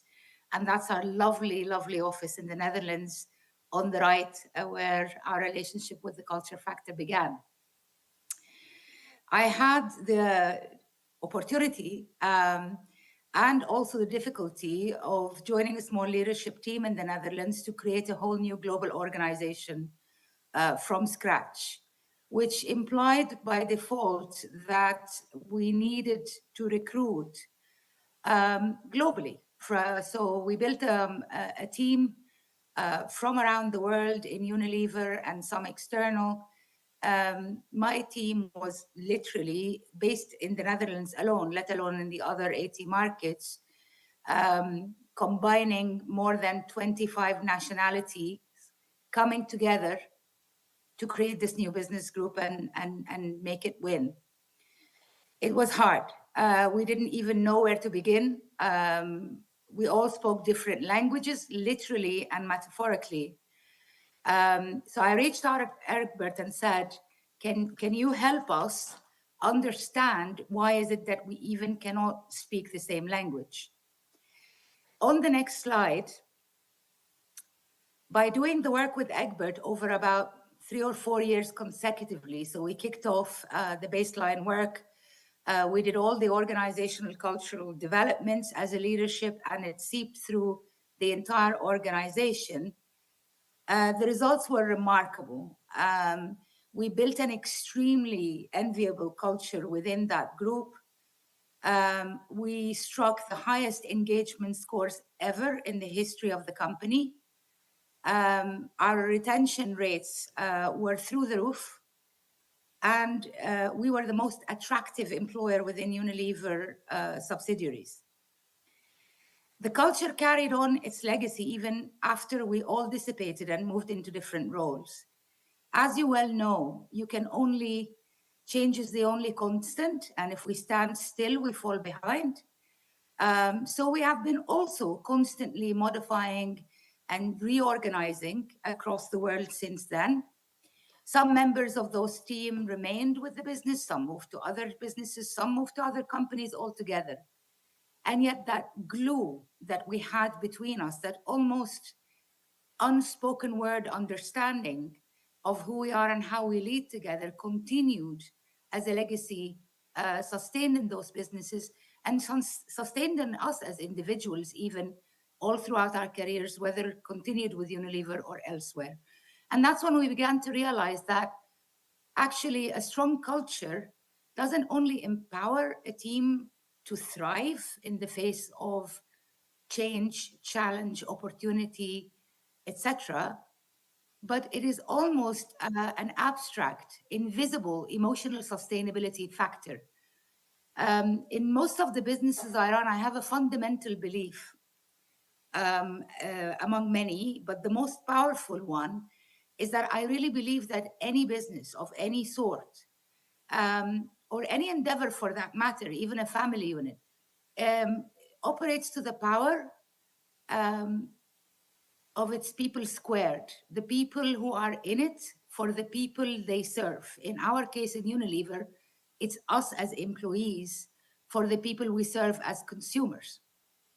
And so on the next slide, it triggered my curiosity actually to consider whether the same people, organizational dynamics and culture would carry through also into managing not only who we are and how we operate as business people, but can we serve our consumers better and even more competitively at times of crisis?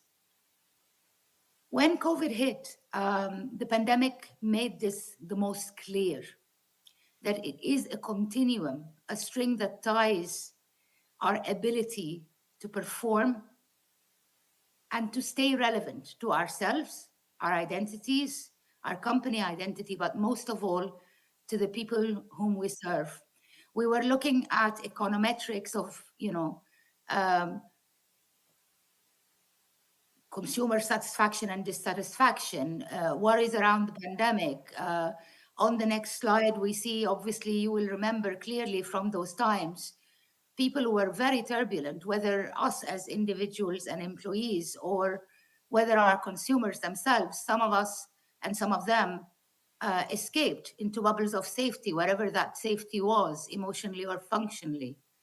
On the next slide, we found other groups of people for whom the pandemic was just a continuous, endless abyss of inconveniences and frustrations. Consumers themselves not knowing when it's going to end or how it's going to end, not feeling safe. And so staying indoors, buying things on convenience, availability, and price, mostly across all of the kinds of businesses that we run. We as a business were frustrated. Obviously, most businesses had issues with supply chain, with logistics. It was really, really a very hard time for humanity as a whole and for businesses at large. On the next slide, we also understood clearly, whether even by understanding the subculture of our organization dynamics among our younger generation of employees, we could clearly see a divide emerging already between how our younger generation, Gen Z employees, our own children even, were coping with the pandemic and their reaction to the pandemic and how it was making a seismic shift to their priorities in life. And we understood that it would also forge a new relationship with products, brands, and consumption in general coming out of the pandemic, once there was coming out of a pandemic. On the next slide, while it brought real hardship to many people, as generally speaking, a mass marketing consumer goods company that Unilever is, the mass marketer of daily necessities, as we call ourselves, we needed to understand people in this time better when they needed comfort the most, when we couldn't just operate on price and availability, because we also had a business to sustain, to be able to produce the products that people needed, all the way from personal care to food to hygiene.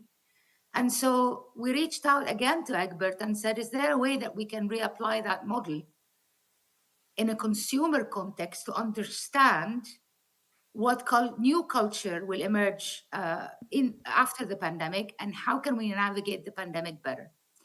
And this is when we met the famous Marty Carafa and his team, who have now become an extension of our own organization internally over the years. We applied a lot of the basic principles of the culture factor to our consumer understanding, and we arrived at a very curious new dimension emerging within COVID and after COVID, and we called it the era of hope, the dimension of hope. And maybe Marty can explain to us a little bit more, what is it that we meant by hope? Indeed, we can explain that, and it was a very simple thing to define. The culture factor asks people around the world, thousands of questions and get tens of thousands of responses. Inside that, we can isolate the questions that we ask, which have to do with optimism. Do you believe the future is going to be better or worse? And of course, in a pandemic, where you don't know what the future is going to be, that attitudinal difference is very, very important. It has a little to do with long-term orientation. Long-term oriented cultures tend to be less optimistic. They future trip a lot. Short-term oriented cultures tend to be optimistic. If today's okay, hey, that's great. So that's what we did. We looked and we said that we have our high hope people, and they're the ones who are on the left, and the what we'll call not hopeless, let's just say challenged people, and they're on the right. And of course, we looked at attitudes to money. Money is very important, and it's very linked to individualism. Money's personal to an individualist, and it's social to a collective culture. If you ask questions like, if you had a lot of money, what would you do with it? The people who make money personal say, I'd invest it in the stock market. The people who say money is social, start a business. We found that there were 4 groups. Those 4 quadrants were very, very meaningful. And I'm going to talk about the top left first. We called them cruisers, and that mainly consists of people who are high income, and our database, of course, qualifies them like that. People who are high income from much of the developed world. I'll say, living in the kind of culture that we might find ourselves here in Canada. And the high income people in all of those places, they thought money was personal and they wanted the reward very, very quickly. Then you start to say, well, as the pandemic went on, there's going to be a lot of people who are a bit skinned. We called them the cash strap, and we started looking at Gen Z as a separate group. And I'll point to the bottom left-hand corner, where we have Latin America, we have much of Asia and Southeast Asia, we have much of Africa, Nigeria, and China. In fact, when you look at Gen Y and Gen Z in China, so younger Chinese are much more, I'm going to say impulsive, another unfair word, but not averse to an immediate reward. And you'll see there that we call out the cash strapped and we call out Gen Z in that quadrant, but we don't do that for the top left. And that's because in our kinds of cultures, we're the kinds of cultures, one of the few cultures where the people with high incomes, the rich people, have different values from those who are skint, who have a lower income. Everywhere else in the world, people tend to share the values much more similarly. The bottom right is places like, for example, I will call it Tiger Asia, China, Castro, Vietnam, Turkey is a very interesting place. African Americans, interestingly enough, very, very, I know life is hard. Again, I speak from what I can only imagine, but the awareness that life can be hard, and you don't necessarily have the same optimism that you might otherwise acquire. And and other groups within the United States. Top right-hand corner, we call that the think harder. We have a lot of cash-strapped people there. We have a lot of Gen Z people there from our kind, I'm going to say our kind, cultures like ours. And it's often a cliche that the people who don't have a lot of income are less, are more spendthrift. And they're not careful, but that we found is absolutely not the case. That long-term orientation gives us a planning ahead.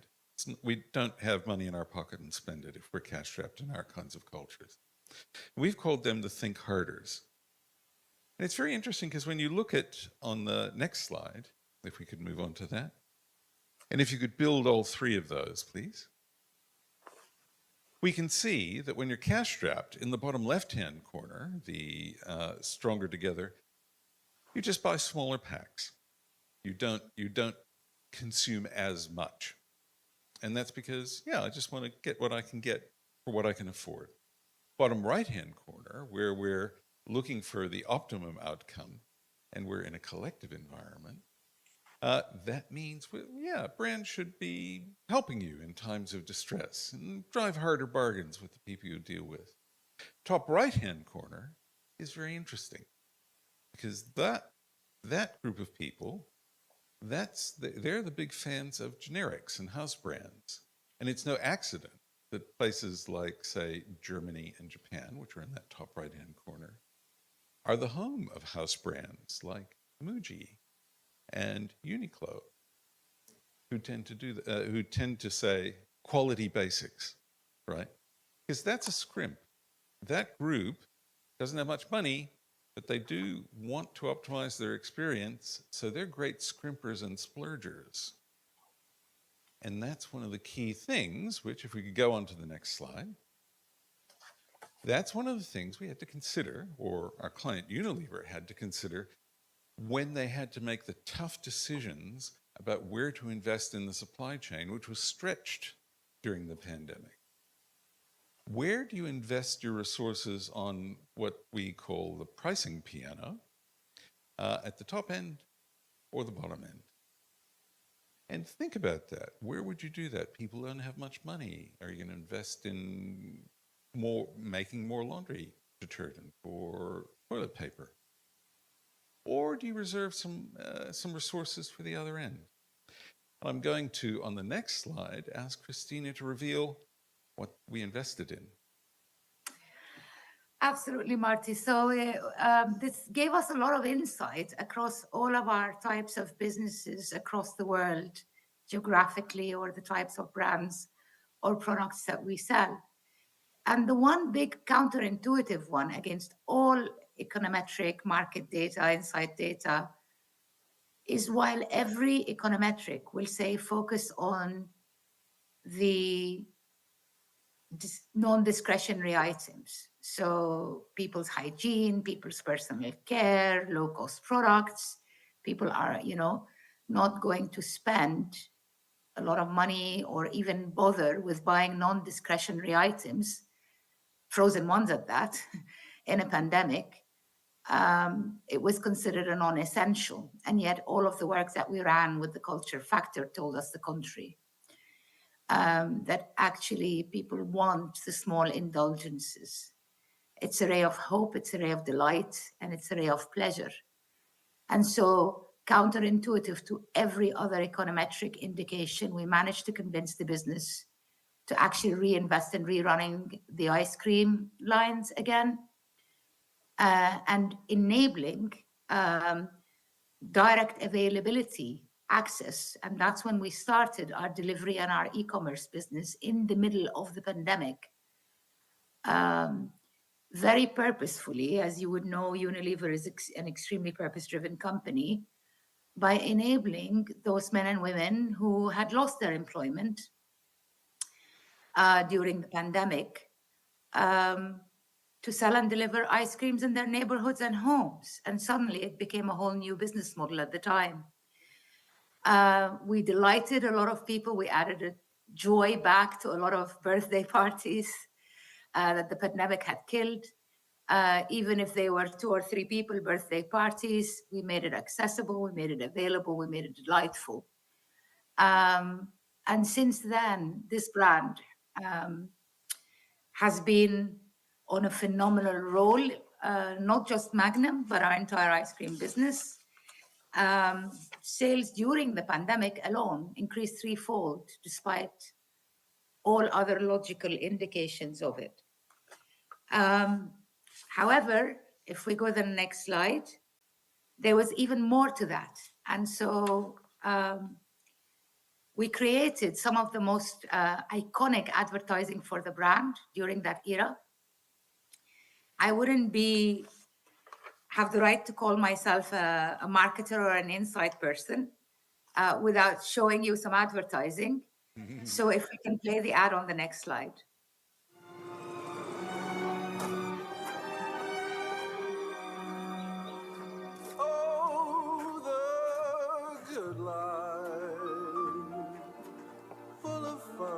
Seems to be the ideal.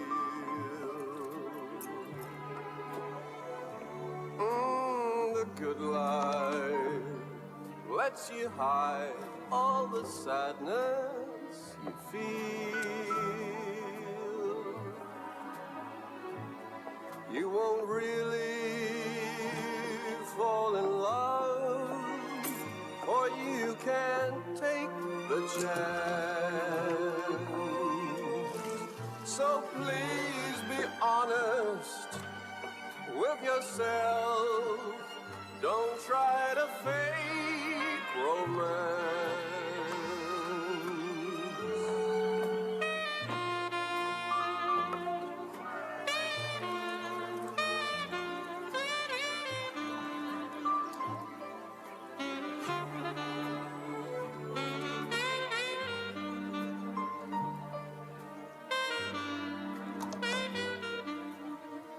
You can get old, or you can get classic. Velvety vanilla ice cream, cracking Magnum chocolate. Classic. Magnum, true to pleasure. And the Magnum Pleasure House continues to thrive and reign. And yet, despite all the awards and all the business impact success that this communication had, we had great difficulty understanding why there were a couple of markets around the world where, as resounding as this campaign and continuous campaigns for the following years built on Magnum being a pleasure, and what's a day without pleasure is a day lost. There were a couple of markets where, for whatever insights we have, whatever marketing prowess we had, we just couldn't make this communication work. And in came the culture factor again. Tell us how we made it work, Marty. Yes, well, we made it work by studying the numbers. If we look at the markets where Magnum is strongest, and this is in all kinds of brand equity, right? We note on the bottom right-hand corner that, of course, Magnum is strong in long-term optimizer markets, because that's what justified the investment in the first place. At the top of the chart, we see that cultures with abstract thinking, as opposed to preferring a literal emotional story, Magnum tended to be stronger there. And you could see, as an example here, that Magnum has a long history of advertising that uses magic realism. Also, if a culture happens to be nervous, anxious, They love Magnum, right? Think about it. You have your ice cream here, and it's beautiful, and it's contained, and it's, you know exactly what's going to be inside because the package has revealed a perfectly cut half moon out of the product to show you the inside. And you compare that to an ice cream cone where, like it's there and it could be dripping and it's messy and the cone could crumble and all. I mean, it's just chaos, right? So if you're anxious, you're going to want a Magnum, right?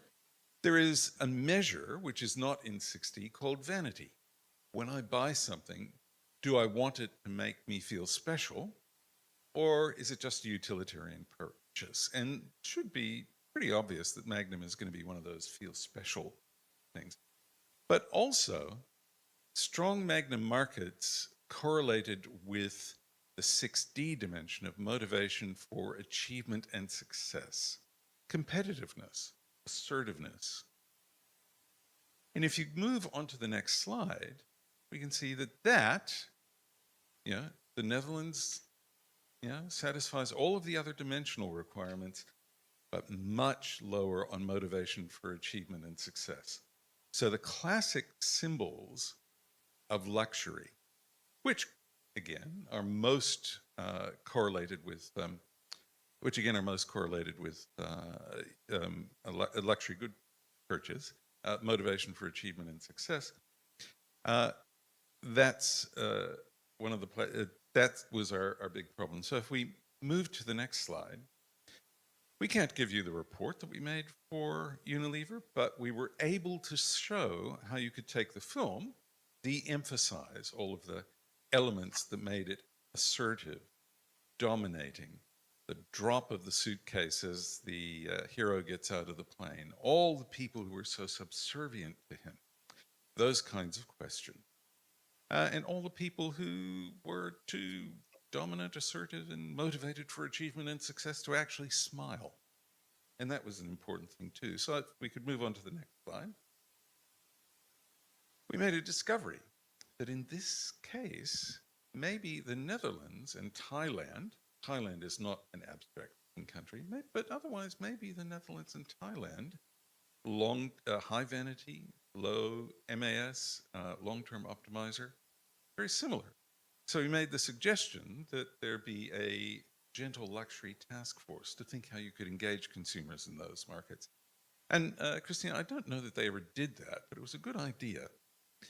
So if we move on to the next slide. They did actually, small scale, but it triggered a much bigger opportunity, right, Marty? We set up a whole new business group. And that business group is called Beauty and Wellbeing, where I operate today. It's Unilever's biggest business group and biggest growth driver at the moment. It combines all of our beauty products, our health and wellness products, and our prestige and luxury beauty products. And yet, as with every new opportunity, there's always a new source of competitive advantage in a highly competitive market with high cost to compete and high fragmentation. And so we reached out to the culture factor again and said, help. How do we compete better in such a cluttered and saturated market? We've got some great opportunities and some great challenges. And it's been a journey now of almost 3 years where we've consistently built double-digit growth and profitability and turned around market shares and significant gains in brand health and brand equity, thanks to the continuous partnership with the culture group on all aspects of what we anchored our business group to, which is on the next slide. Something that we coined together that has now become the positioning of the entire business. But before that, I think Marty wants to give us a little teaser. Yes, this would be a quiz, but we, in the interest of time, will give you the result. We often pose to a group who's being introduced to this concept the question, I trust this moisturizer to work because, And we say you have to choose very, very quickly because it's got a revolutionary new molecule, because it's got the sensation tells you it's working, or because women of great beauty use it. And that illustrates a number of different dimensions. The revolutionary new molecules come from uncertainty avoidant countries such as Germany. The sensation comes from indulgent countries, which tend to be more impulsive and want an immediate reward. And the women of great beauty, that tends to be agreed with in high power distant countries. And that leads us to the next slide. The nature of desire, which is Christina's challenge to us. Yes. Obviously, being a fickle woman myself, I find myself attracted to very beautiful things and then post-rationalizing why I bought them, even though I didn't need them or I couldn't afford them. Obviously, any of you in marketing or insights will know that how often we actually don't need much.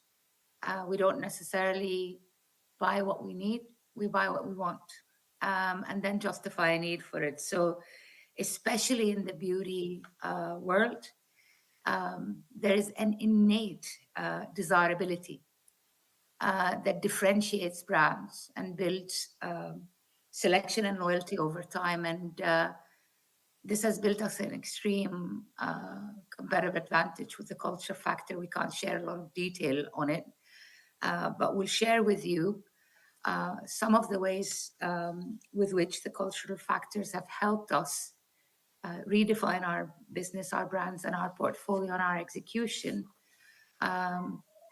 behind not just fulfilling demands or needs, but defining and meeting desires. On the next slide, it's a very simple depiction of what's going up here in our minds. And we know that the female brain works slightly different from the male brain as well. I guess that's the subject for another more comic presentation. Maybe, But Marty, tell us more what we learned about primal desire. Well, if we could build this slide, it's very, very simple. So many of us, and so many of us in the marketing community, think we can argue somebody into buying our product, right? Top of mind awareness. Do we have a unique positioning, a benefit that nobody else has? And what we do is we get trapped in the frontal lobes of our brain. It's not where we make decisions. If somebody is subjected to an injury that injures the part of their brain that deals with emotions, one of the things they can't do is walk in a supermarket and buy a packet of cereal. You spend like 3 hours reading the ingredients and comparing A with B. And it's tragic for those people who suffer that. But it does illustrate that when we talk about, yes, we have this new miracle ingredient, or we give you 10% more cornflakes or whatever, it's very much trapping us here, whereas we actually make our decisions in the back of the brain. And the back of the brain is important because mental availability of a product or of a brand comes from the long-term memory. And long-term memory is not something you just, put in and like putting a memory on the shelf. It's emotionally encoded. You associate it with the emotional context of what created the memory. And that's important. And that was the challenge that Christina gave to us on the next slide. So we set ourselves a mission, not to only just be of cultural relevance, but to build and rebuild brand iconicity in irresistible ways. And we deliberately call them irresistible because they're cultural, emotional factors. They're not only the logical and the rational of whether one moisturizer or one hair care product cleans or moisturizes 10 times or 15 times more. There is a lot more to that than meets the eye. And so we spent quite some quality time with Marty and the team decoding what that means for the positioning and the execution of each of our parts of our business, whether in brands, categories, segments, or countries. And so on the next slide, we simply built an entire new strategy for the business and weaved it across everything that we say or do and how we do it in our brand positioning and our brand communication and our brand execution, and even in identifying some new desire sectors that we can play in adjacencies and win with our business. And so it became a movement now for the business group not to just make and sell products that are well branded, but to anchor itself in a cultural vibrancy of meeting people's desires as and when and where they need them, and always at the price that they can afford, because we still remain true to ourselves that while we sell luxury and we sell premium, based on our previous cash-strapped and non-cash-strapped understanding that we have building learning over time, that desirability has different meanings and different implications to different people across the world and in different segments. On the next slide, it just shows the extent of both the depth and the breadth of the work that we've done with the culture group and Marty and the team, and without being able to share too much detail on the content or the output, obviously, because as you well appreciate, some of it is information I can't share publicly. But there have been some significant impact areas across board, both in our design and our execution, and we can clearly see them relating with our business results now. And on the next slide, I think we might have mapped some generational shifts in cultural values as well, Marty. Yes, that's right. What we'll do is we'll conclude. End of it. We'll Yeah. conclude with these slides, just in the interest of time. But one of the most important things people ask is, how's culture changing? And given the dimensions that we measure, we can see it very, very easily. So if we could have the next slide, 2 dimensions, long-term optimizers, we call them, short-term gratifiers, so that's LTO, high and low, and then individual and collective. In the vertical axis, that's where boomers are, right? Mainly on the left-hand side, which is about immediate gratification, and a lot, distributed fairly evenly over individualism and collectivism.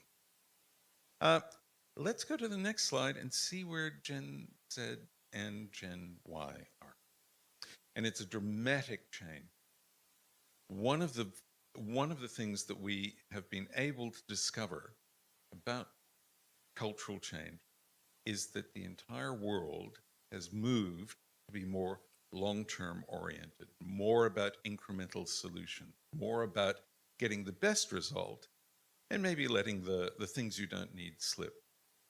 So it's a fundamental thing. And over the course of the pandemic, one of the things we know, certainly we have United States data on this, is that trend towards long-term orientation has become even stronger. It's caused us to think about the future, the pandemic.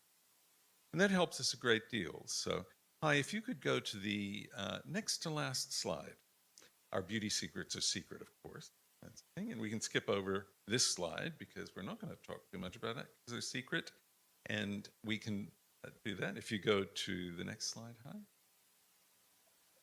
This is something I think Christina might want to do. If you build this slide, that would be helpful. Yes, so not only are we vibrant on the short term, but we're also working on how can we create a better future together, not just for our mutual businesses, but more importantly for our consumers with the types of products and brands that we sell. We serve over 5 billion people every day between the variety of products and services that we offer. And so we're constantly on the lookout for how can we improve ourselves as a business to be of better service to our consumers and customers. And so this is some of the future work we're doing with the Culture Group at the moment, but the impact has been resounding. This has been infiltrating across our entire business now. across all functions, all teams, not just marketing, but supply chain, finance, media, etc. And the overwhelming response on just how much clarity and simplicity this has brought to people in so many day-to-day business challenges that they couldn't face just with the basic information that we all have and we all buy. This was a very special quote from one of our team who was facing major challenge with turning around one of our important and difficult strategic cells. And she said, I can't even begin to tell you how this work has been referenced or coded voluntarily without any push in meetings with every team member. Sometimes we do these big strategic pieces of work that provide a lot of great value and insight, but we struggle how to put it into action. And so the work never goes anywhere. And the way the Culture Factor put this in a comprehensive report together with new insights that are very simple and easy to understand because they're human, we relate to them. It really brought the story to life, and it made it easy for all of our teams to execute in and restore a declining, important, not just for us, but for our consumers' brand, back to double-digit growth. So now it is just ingrained in who we are and in everything that we do. And we are forever grateful to you. Thank you. Oh, thank you, Christina. We are grateful to you. And I have the pleasure of making an announcement. This is a word from our sponsor. In 2025, we will introduce into our culture portal framework a consumer compass so that marketing teams can understand how their values and culture, which they employ to make judgments, of course, we're all human, differs from their target market. And there are many stories about how useful that's been. So that's the announcement. And I'm assuming, Oki, that we have no questions because we said everything, right? So please.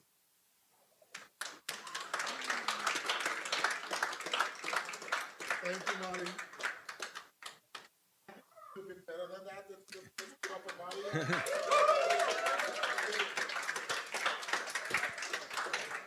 Okay. So it's lunchtime. We're going to go out for lunch right now. We actually don't have any questions, except if there's anyone in the hall that has a question. No questions in the hall.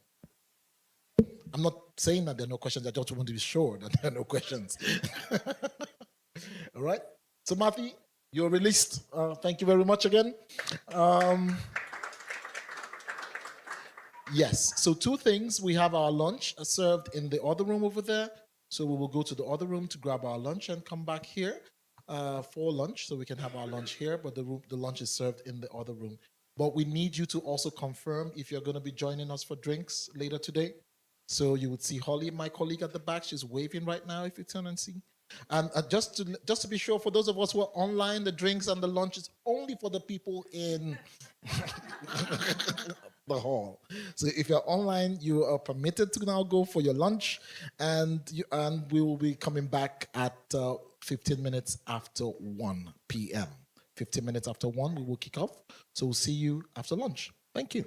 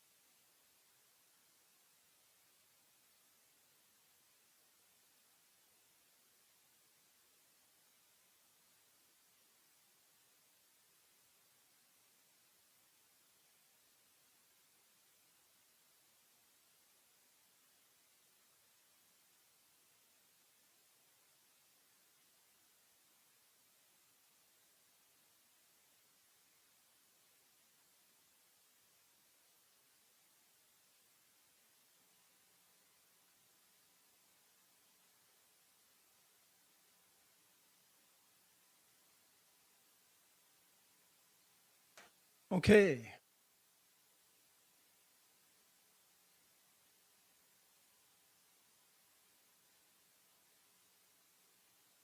Welcome back.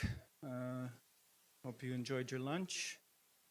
I know those of you online, wherever your time zone is, I hope you enjoyed your dinner or breakfast or nap if it's during the night for you. We have a substitute MC or DJ. So the music's going to slow down. Not the house music of Dr. O'Carey, the old-time rock and roll of the older gentleman. Yeah. So our first question to you. If you're there, and we'll see if you can get in there, if you're not yet there. So let's get in there. You can scan the QR code to get in. Yeah, I see some people are there already. We have 1, 2, 3, 4. Give us a thumbs up if you're there already. Yay, yeah. Okay, 11 people. And if you're online, please, this is not just for the people here. If you're online, please feel free to jump in. The Mentimeter will work for you as well if you're online. So we have the first question for you. And I think so far we have just a few people online that are there. Are organizational cultures the same in each country? Are all Japanese companies the same? Are all Nigerian companies the same? Canadian companies the same?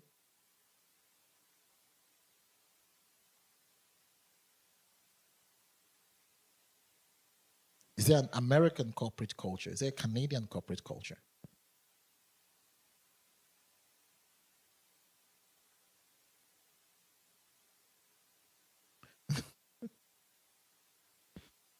So we're just going to give this about a minute. Scott, you give them a minute, or how much longer? It's a minute, okay? So far we have about 22 respondents. So we'll just give a few more seconds. If you're online and you can hear us, please feel free to dive in and add your opinion as well. And we'll be closing this out to the next slide. Now, a question for you. We have national culture and we have okay, people are here. Okay, yeah. Okay, people are here. Okay, yeah. It's the lag. So we notice there's about a 10-second lag or so with this online. Thank you for that honest answer. I don't know. You still cannot. If you could refresh. If you could refresh, yeah. Oh, good. By better understanding it? You're done? You still can't go. So if you can't go, then maybe you want to refresh your phone, most likely. Most likely it's an internet connection issue. Because we see quite a number of people have already sent in there. I don't know. By better understanding it, understand national culture in contrast to organizational culture. Looking through the lens of differences, create awareness about culture, helping people understand each other. Not sure, by aligning them, understand the difference between groups of people by county, country, or area. Look through the lens of differences, appeal to different national cultures' motivations. I guess organizational culture represents some part of the national culture as the staff work in the organization shapes the culture at some degree. Incorporate unique circumstances in the local market organization. Great, can. Talking about a can or? Linking national culture's values to the outcomes benefits of organizational culture change.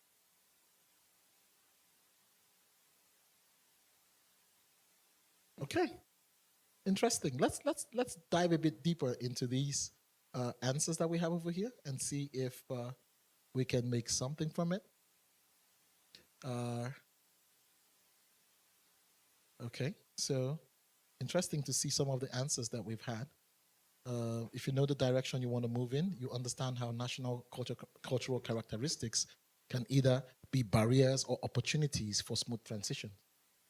Quite interesting to see that. And just amazing to see all the interesting perspectives being shared here.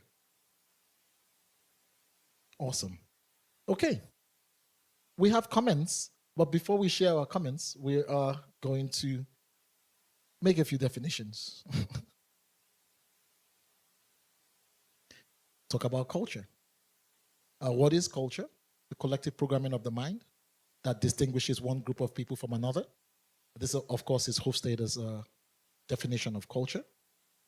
And we will also look at organizational culture itself, how the members of an organization relate to each other, their work, and the outside world compared to other organizations. So with these foundations in mind, let's examine this issue of culture change across nations. The question we asked you is, we asked if organizational cultures are the same in each country. Do you have an American corporate culture? Do you have a Canadian corporate culture? To answer that question, we will need to do some analysis. And we would have to, first of all, differentiate between organizational cultures and national cultures, and the approach to measuring organizational cultures and national cultures. Organizational cultures are measured on 6 dimensions, each dimension on a scale of 0 to 100. National culture, on the other hand, also measured on 6 dimensions, but 6 different dimensions from the organizational culture dimensions. For organizational culture, the 6 dimensions are organizational effectiveness, customer orientation, control, focus, approachability, and management philosophy. And all of these, in case you do not know, if you go to our website, you can find it in there. You can find them in there. National culture, on the other hand, like I said, we measure again on 6 dimensions, but it's important to understand that there are 6 different dimensions from the organizational culture dimensions. Again, each dimension on the scale of 0 to 100. And what are those national culture dimensions? Power distance, which you would hear the people who are wearing this badge refer to as PDI. And then individualism and collectivism and success, MAS, used to be known as something else. Uncertainty avoidance, UAI. Long-term orientation, LTO. Indulgence versus restraint, IVR. These 6 dimensions are completely different, and they usually do not have direct correlations with the 6 dimensions of organizational culture.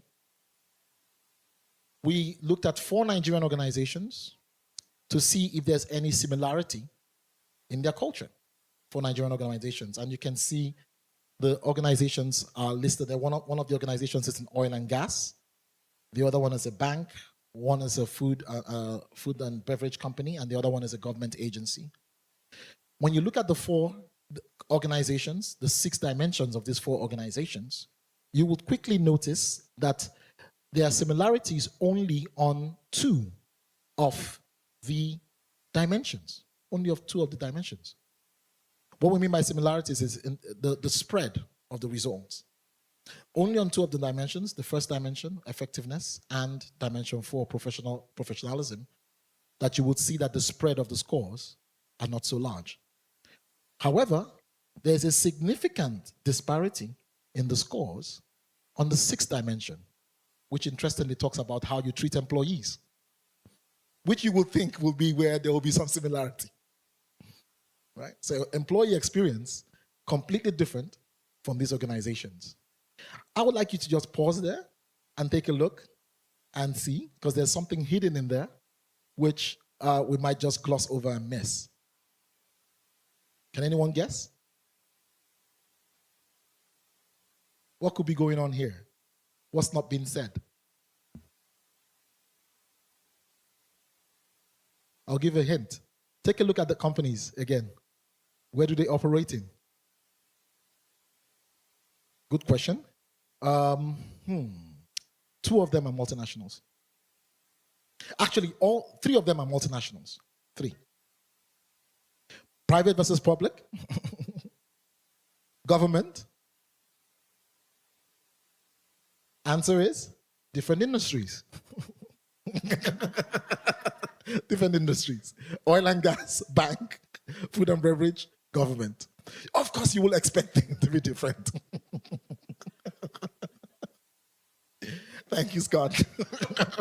Now everyone is going to be suspicious now with the next one. Do you want to talk about this? Okay, so now Scott helped us pull this data together. This is the Japanese subsidiary of a French company. Japanese subsidiary of a French company. Again, take a look at the data. And we basically measured, of course, we have measurements for the French culture and measurements for the Japanese culture, France in blue, Japan in red. And the Japanese company, the Japanese subsidiary of the French company, it's a French company but with subsidiary in Japan, we measured the national culture of that company. So if that company was a country, what will the national culture look like? And where did we see similarities? Similarities with Japan on only one of the dimensions, on PDI. And then similarities with France on three, is it three? Yeah, three of the dimensions. Three of the dimensions. What does that mean practically? Which country does this subsidiary resemble more? Do they resemble Japan more or France? France. The staff of the company are mostly Japanese. But if you work in Japan or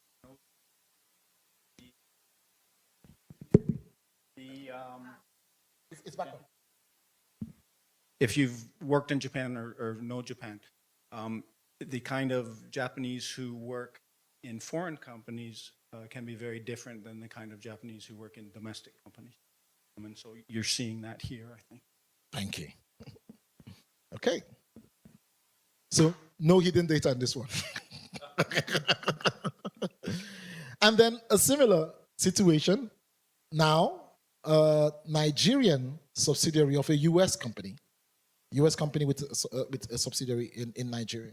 Again, same comparison, USA in red, Nigeria in green. And what do we see in terms of the similarities between the US and Nigeria? The company resembles Nigeria on 4 of those dimensions and resembles the US on 2 of those dimensions. And you probably will notice that on one of those dimensions, the US and Nigeria are not too far away from each other. Right? Okay, so let's bring all of this together and answer your question. Simple answer to your question about organizations resembling each other in a country is that's not true. They are not similar. Organizational cultures are different and they can't be pinned to a particular country. What informs the culture of the organization goes beyond the national culture. Within an organization, several other issues count. So this might be a good time for us to talk about the differences between national culture and organizational culture. Again, we talked about them being 2 phenomena. Despite being 2 different phenomena, they interact a lot. And if you're not aware of how national culture and organizational culture interact, you're going to have a problem managing people. National culture, when we talk about national culture, we focus more on what we refer to as cultural values that explain why we feel in a certain way. Right? Organizational culture, on the other hand, will define our expected behavior at work. Still talking a bit more about them, national culture, we would say, compared to organizational culture, is relatively stable over the years. This doesn't mean that national cultures do not change. They do change, but the change tends to be a lot slower than organizational cultures. Organizational cultures, on the other hand, compared to national cultures, are a lot more flexible. Organizational cultures can be easily shaped, or easier to be shaped, if I would say, because organizations, unlike nations, have strategies, have objectives, and are usually not democratic. Okay. So what do we recommend? When you want to change the culture of an organization, you need to be aware of two important things. Look at the best practices that can enable that organization to thrive. Those best practices have to be aligned with the organization's strategy, the big S word. And then when they're aligned to the organization's strategy, don't just dump the best practices hook, line, and sinker into the context of the organization. You need to also look at the national culture of that organization exists in, especially when you are implementing the changes that you want to make. Best practices with what is locally acceptable. You combine these carefully, and then you can find what we refer to as the success enabling zone. And in doing this, you will use national culture to drive change within the organization. Any kind of culture change you want to drive will depend on social control. Social control essentially refers to rewards and sanctions. So you reward people immediately, you reward them consistently, you reward them substantially, and you make it clear. And people will basically replicate the actions that you have rewarded them for. If you want to stop a particular type of behavior, you will sanction them. And you will sanction them immediately, you will sanction them substantially, and sanction them consistently as well. Our model, the culture factors model on organizational culture, which we refer to as the multi-focus model, it shows us what to change in an organization. For instance, we want to make our employees more punctual. Our multi-focus model will show you as an organization that punctuality would contribute to your strategy and you need to change it. But how do we go about making that change? You can leverage the national culture to make that organizational culture change easier. You can leverage a national culture. So I'm going to give an example using power distance to actualizing punctuality in an organization. If you've read the book by Hoste, The Cultures and Organizations, you will remember there's a page that talked about Machiavelli and the fox leader and the lion leader. Anybody remembers that? Okay. Fox leader would operate much better in a low PDI, low power distance situation. What do we mean by that? When you're in a low power distance situation, you need to negotiate change a lot more. Whereas in a high power distance situation, where you would have what we refer to as a lion leader, you can actually order change a lot easier, right? So how do you make it happen? How do you make people become more punctual in a low PDI situation? You have a lot of consultations, focus groups, town hall meetings, nominate a committee. Committee will sit. Committee will consist of people from different cadres, different units, different departments. They'll compile the feedback that they've got. They present their report, create a project plan, encourage people, sell the idea to everyone. In a high PDI environment, what do? The boss directs everybody to start being punctual, sends an email, or if it's a town hall, it's basically an announcement. And then and what you see is that the boss will reward people and also demonstrate with their behavior that you have to be punctual. Right. So when you want to make culture change happen in multinationals or foreign subsidiaries, if you're operating across cultures, just to help us bring it to a close, you need data. You will use the multi-focus model on organizational culture to define the kind of culture that you want to see. And then you will leverage national culture to ensure that that change happens. Understand the national culture and use it. And some ideas, do you want to hire staff that have similar value preferences? Staff that score the same on our culture compass, for instance? Or do you want to have a different approach across different subsidiaries? Or do you want to combine them both? Whatever you want to do to make change happen, be sure to ensure that you do it with data. Don't do it without data. And that's the end of our story today.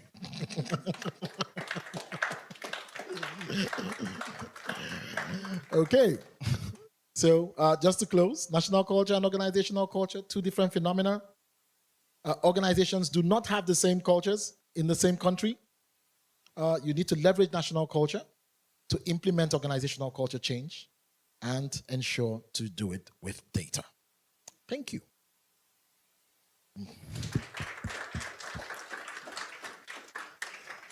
And there's a few questions online. We'll also ask in the hall. Okay. Do you have examples of companies that have reached the success enabling zone? Companies that have reached, yes, I do. We do. Not. We do have examples of companies, quite a number of them actually. I wouldn't want to name the companies in particular because we don't have the permission to name them specifically. But there is a bank in the Middle East that did that successfully using our tools and our model. And then one of the organizations that we actually showed on the screen, one of those organizations as well, the American subsidiary. Within 6 months of using our tools, they were able to unlock particularly IVR. So it's a Nigerian organization. Nigeria scores reasonably high on indulgence. So if you want to party, you know who to hang out with afterwards. And they were able to unlock that, to use IVR tremendously, to reward people to have parties every Friday. Practically every Friday, and they were able to raise the morale of the staff, in that way. So that's just an example. Question from the hall? Oh, okay, over there. Yeah. Hi there. Thank you so much for your presentation. We work with a large retailer, American-owned, Canadian subsidiary. Okay. I'm curious what your thoughts are. Canada is a high immigration country, particularly over the last couple of years. The growth with new Canadians has been exponential. So when you talk about an org culture, we have an American-Canadian dynamic. So save that for exciting. Yeah. And now when you think about the national culture, and I think what we're up against is we've got multiple dominant country norms that are now, I'll use the wrong word, assimilating into sort of a Canadian norm. I'm just curious if you can talk a little bit more about that conundrum. Okay. I wouldn't want to steal, because the next presentation actually is going to look at a comparison between the US and Canada. And I'm just going to skirt around this so that I don't steal from their presentation, so that it will still be fresh for you. But again, it's the same approach in a sense. There are noticeable differences between Canada and the US, culturally speaking. And you would have to ensure that you look at things like particularly MAS, that's motivation towards achievement and success. MAS and LTO, if I remember as well. Those are two key areas that you want to see. Where do these differences exist, and how you can tap into that. I'm not going to talk about this specifically because, lucky for you, the next presentation is going to do that. So you'll see that. Yeah.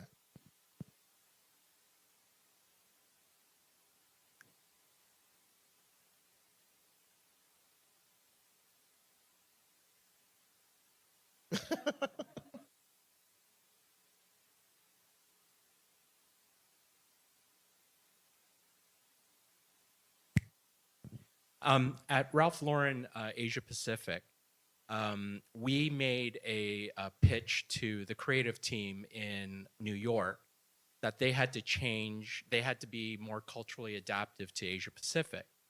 One example was you have to make golf wear for winter weather. And the creative team in New York sort of scratched their head and said, well, why would we do that?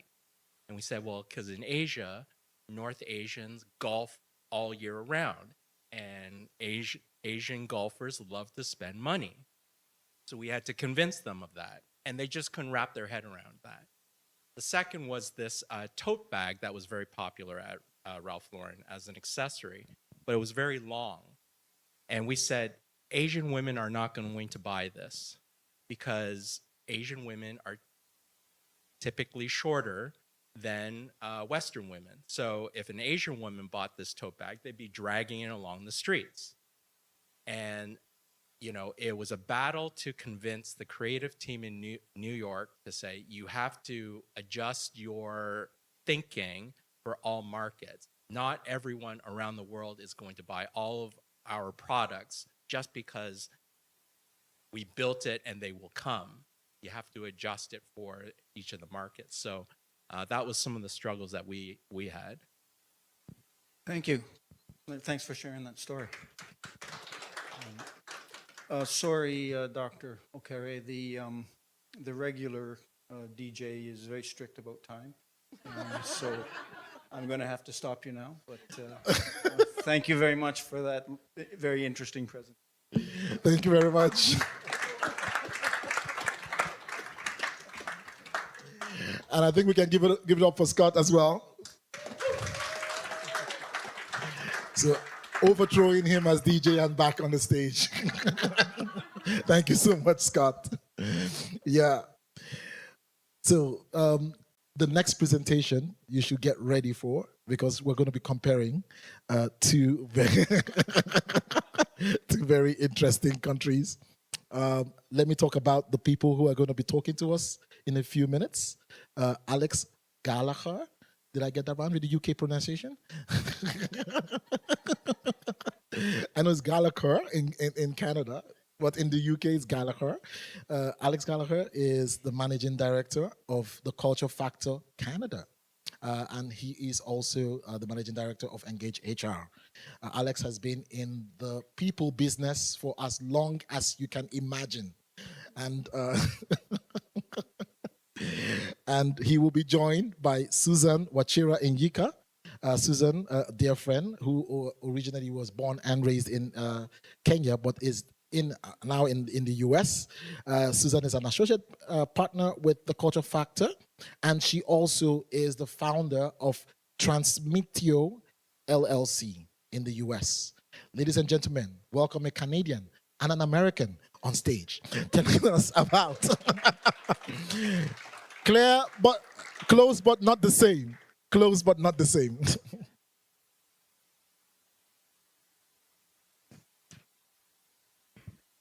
Thank you.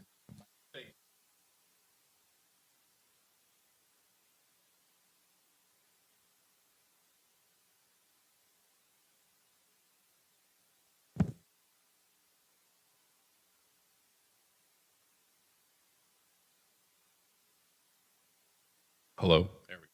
Hello, hello. All right. Well, thank you, Dr. O'Carey. Pleasure to be back up here, especially with such an esteemed colleague. Yeah, close but not the same. Canada, US. We had to do this because here we are within, I don't know, like 500 meters of a US border and in Niagara Falls, right? So it's just like we had to go here. So you've seen about us, that's okay. You can skip that.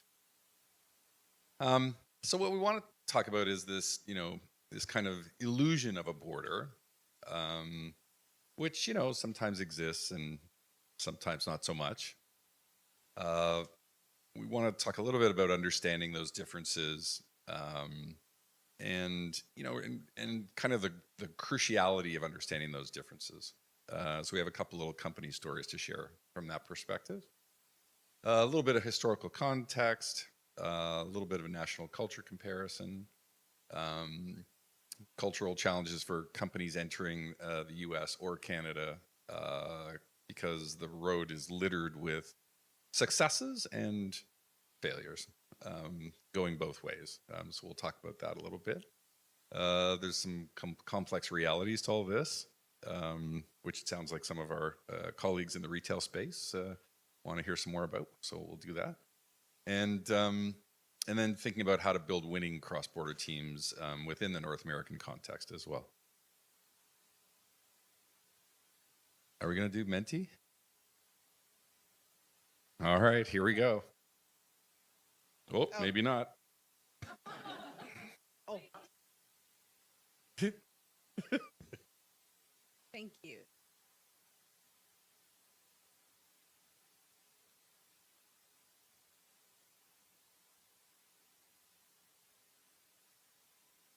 Okay, so hop in.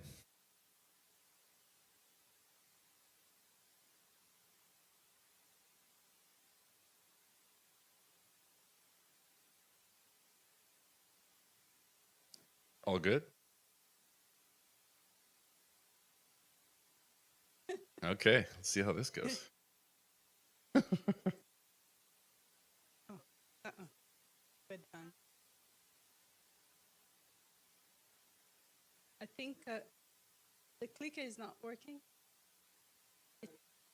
Thank you. We've got to have our doctor back here.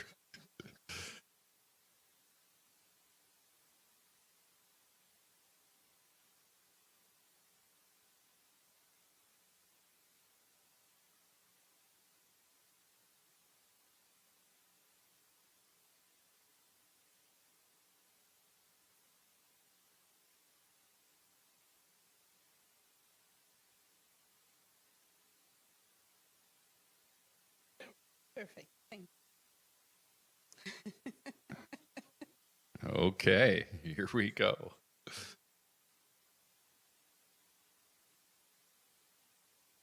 Has the question advanced on your end? Okay.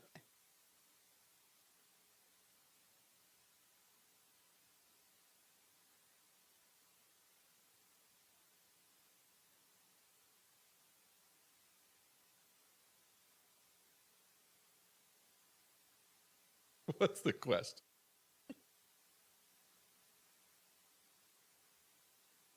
Oh, there we go. Okay. Which country is more individualistic? The US or Canada? Egbert, you don't get to vote on this one. Sorry,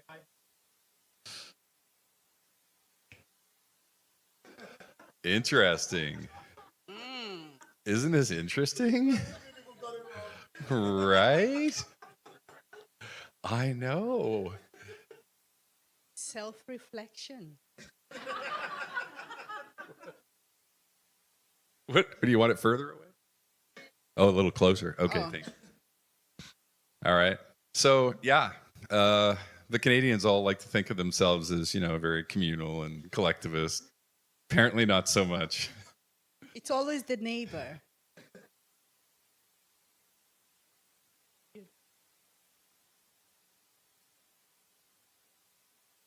Oh, we've got a leaderboard. Look at this. Okay. Valeria out in front. Nicely done. All right, let's keep going. It's okay.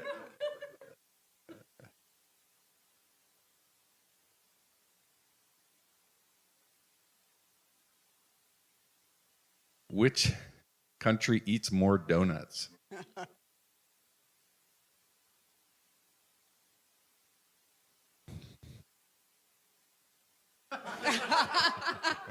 Let's go per capita.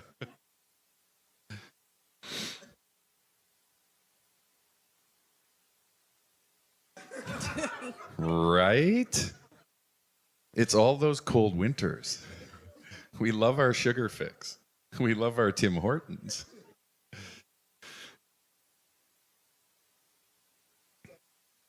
Oh, who do we have?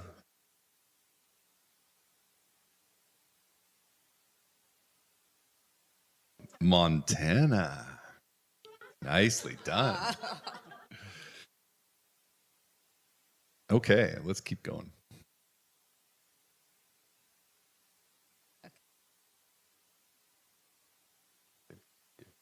Is it wait? One. Yeah, I have. Oops, that was me. Okay.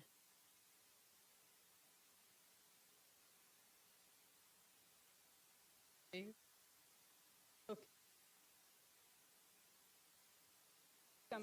Coming. All right. The inventors of the telephone and basketball are from. There's got to be some US stuff in here soon.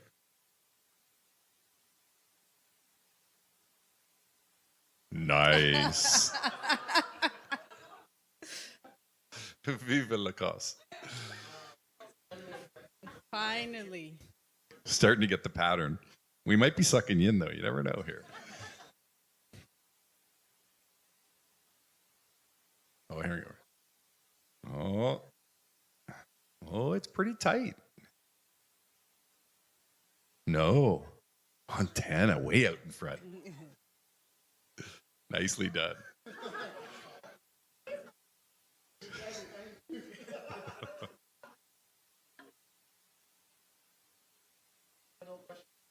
Yeah, the last question. Somebody's got to try and catch Montana here. Okay. In which of these countries is English not an official language?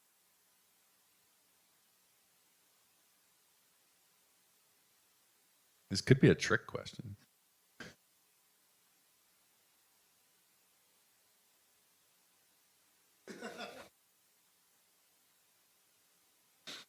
All right.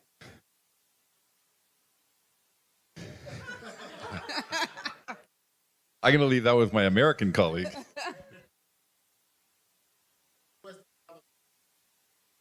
We speak English, but it's not really officially declared that it should be the language. I know. Okay. I think you'd get that. Here we go. Drum roll.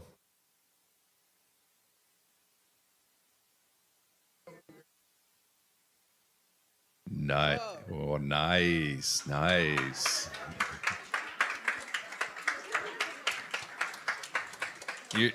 Your prize is a cocktail around 4:15.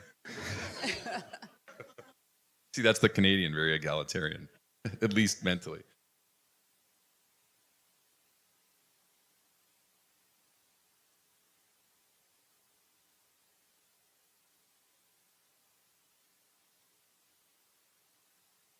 Nope. Okay. Doctor, could we have your assistance? Thank you.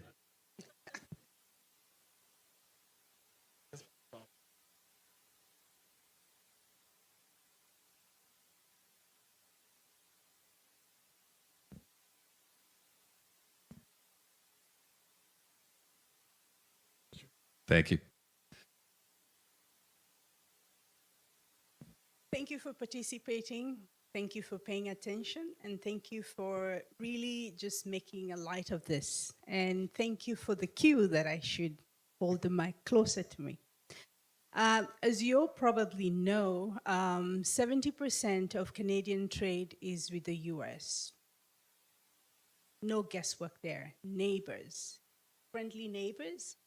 And there are many, many mergers and acquisitions between the two countries. Also not a surprise. And many businesses operate seamlessly across the border. And NAFTA, but since 2020, has a new name, the US, Mexico, and Canada Agreement, was really brought together so that the three countries, I know today we're just talking about Canada and the US, but the three countries, the people, will all do better at the end of the day. Not just their businesses, but all the people will be lifted. That's the agreement. And to set a baseline for our discussion today, we thought from a business perspective, we should just start with what you think, what you probably know. And then we will get into the details of it. And a little bit about how we started and really how we prepared for today's session, because it's always, I think, juicy to know not just the polished version that we're sharing, but the laughter we had and said, what can we tell Canadians or people joining from around the world? Something about one of the richest countries in the world. probably you've Googled what we're going to tell you, but we're going to try and insert the culture knowledge that we know, that we are, if I may say, experts in, just so that you can, when you look or when you think or when you travel to any of these countries, you will have appreciation, but you will also look at it from a different lens. But we did have fun. Terrific fun.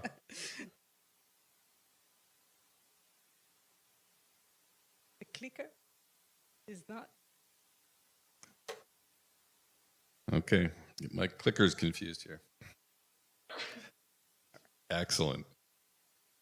So, Canada and the US, this is a complex relationship, right? It just is. You know, they are two different countries, obviously.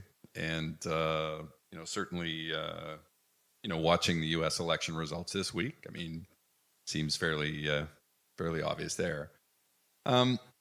In some respects, though, Canada, I think, feels like another state, right?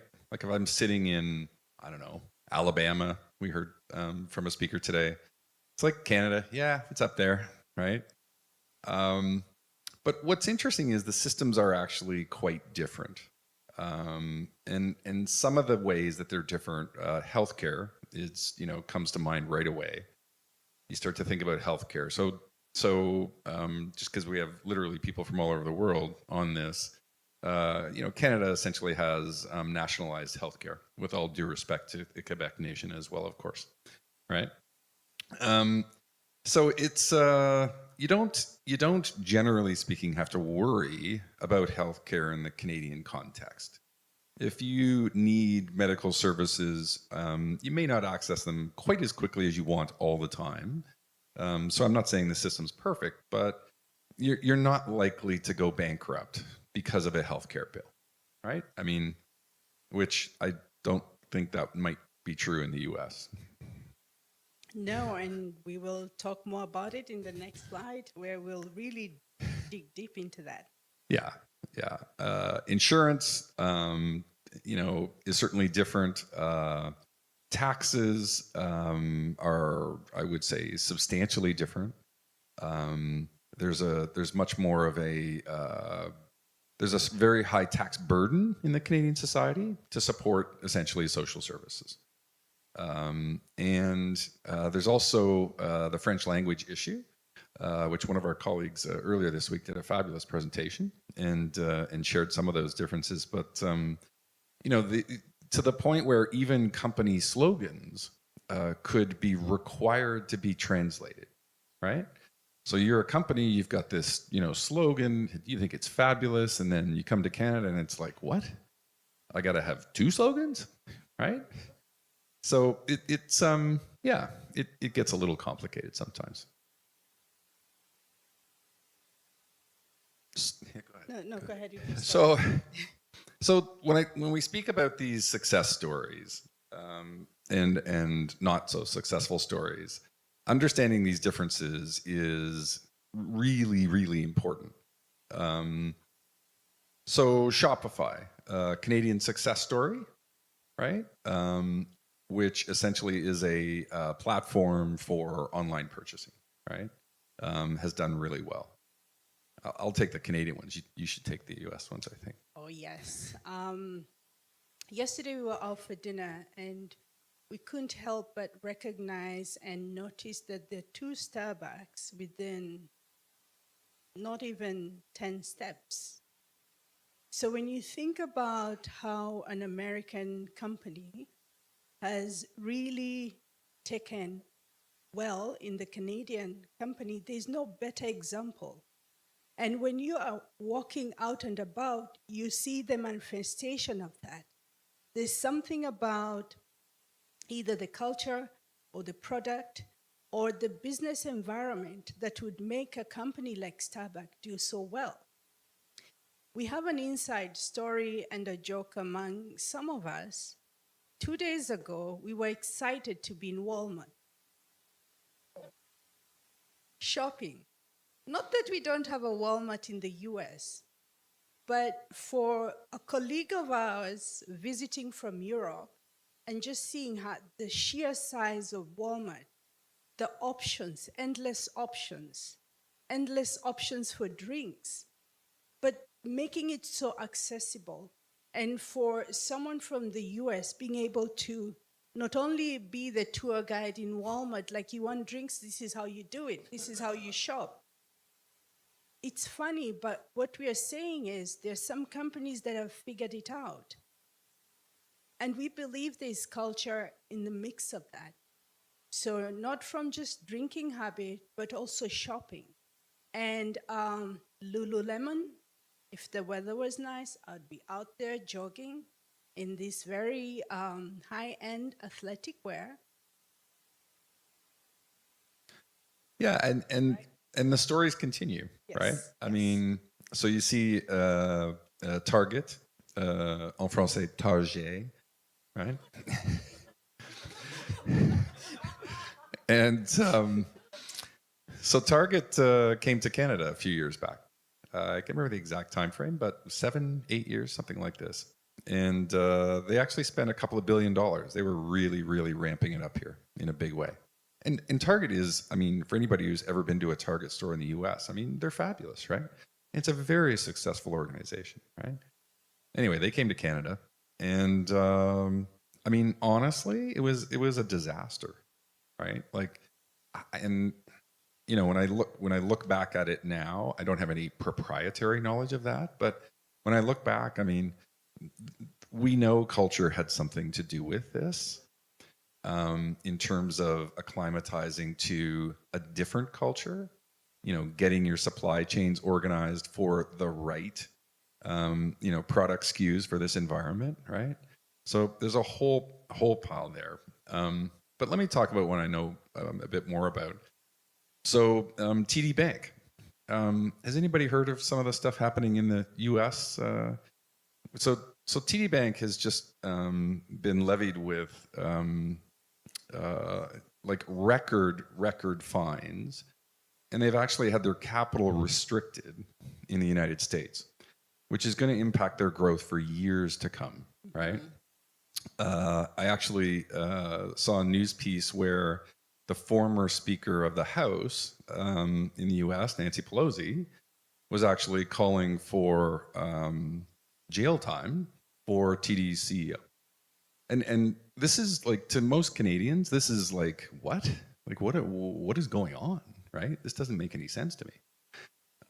I think that at the core of this, what you've got is, you know, an internal culture problem that is begging for fixing, right? And it's not to say that there aren't other things there. There certainly are. There were, you know, focused criminals trying to take advantage of certain setups and all the rest of it.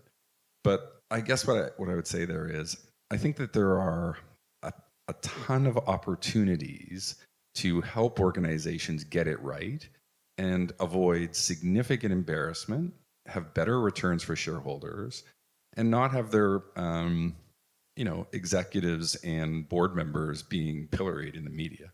So anyway, so when we talk about these cross-border things, I mean, it's you know, some of it's good-natured fun, but some of it's deadly serious business, right? And I think we got to be, you know, a little more attentive to some of these things.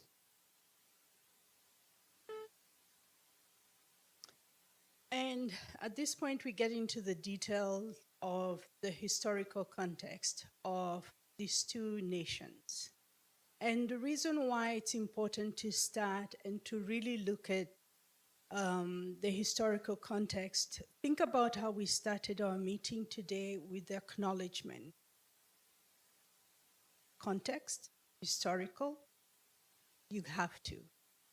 And speaking about the US, it's really not lost on me as a Kenyan American standing here today, sharing about the US. I'm an immigrant, but I can talk about the US. I'm a culture consultant. So being able to acknowledge that, and when you look at American history, acknowledging that a lot of their culture was influenced by the British colonization. But their story did not end there. Over the 248 years since independence, they have also nurtured their own culture. And we've been looking at culture from the lens of the dimensions of 0 to 100, but really to understand the American culture as it relates to immigration. But today, I would say look at the spread from the melting pot methodology or metaphor to the salad bowl, as it relates to new people coming in to a predominant culture, and do they have the space to be who they are, to maintain their difference and their diversity? Or is the expectation to melt in and to become one? I'm trying to use simple language. Or is the space of the national culture allowing, using the salad metaphor, that you can coexist in that plate, but if I want to eat the tomato from the salad, that I can pick it out, but be able to know from an emotional standpoint that I'm still enjoying that Caesar salad. Simple. You will walk away with this. The next time you eat salad, you'll think Susan. But the idea is really, when you're thinking about culture, and to the question that was asked earlier, we have all these immigrants coming in. I was one of those who went to America. I've been there 20 years. I have my accent after 20 years, and I'm proud of that. I've been able to do business. I've been able to be understood, but I've had people take time to ask and say, oh, what did you mean? Just because, and sometimes we joke about it.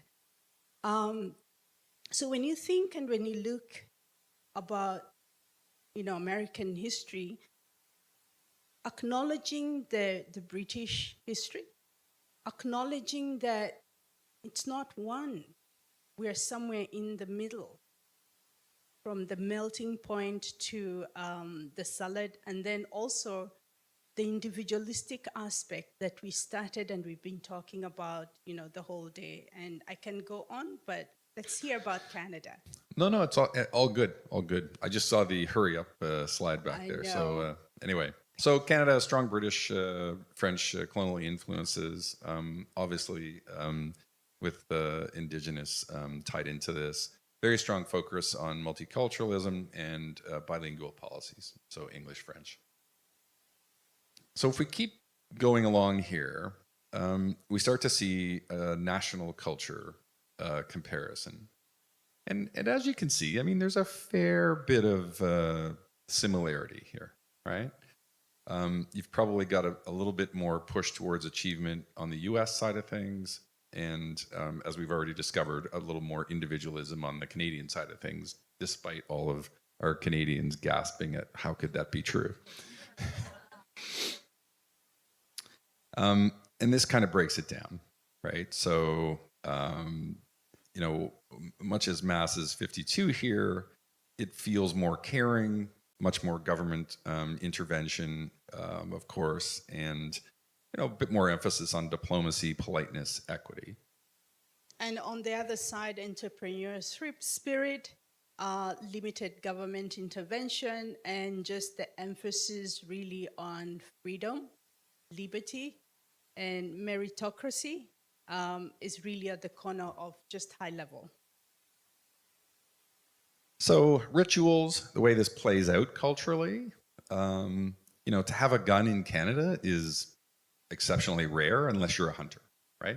And it is hunting season, so I do know a few people out hunting right now. But it is very rare. Immigration is emphasized, despite the fact that the federal government has pulled back a little bit. I think they're really just correcting for probably haven't overdone it relative to housing stock and some other issues. Significant efforts towards Indigenous reconciliation, which is very much a work in progress, and we are nowhere near the end of it. Ice hockey. I mean, I don't really have to say too much more. Gun ownership in the US is almost expected and respected, very common. Immigration continues to be a challenge, but also divisive. Discussions of it, and it's less obvious towards Indigenous reconciliation as compared to Canada. And the national sport, American football, Super Bowl, as you all know, really, in a nutshell, summarizes the US national pastime. So, cultural challenges that you're likely to run into. Yeah, go ahead. No, go ahead. So, huge market expectations, right? You go into the US, it's the world's largest market. Big brands, right? Go big or go home. Efficiency and speed, get it done. Regulatory complexities, federal versus state provincial laws, knowing workarounds, local knowledge for sure. Widespread cultural diversity, we've talked about that a little bit, but this can also change significantly, even at a municipal or city level. And then communication challenges. So low context communication, eye contact, direct and tends to be pretty expressive. Yeah, and in a normal setting, if we were not in a hurry, we would have really analyzed this deeply using our 6D just to show how it's related to our framework.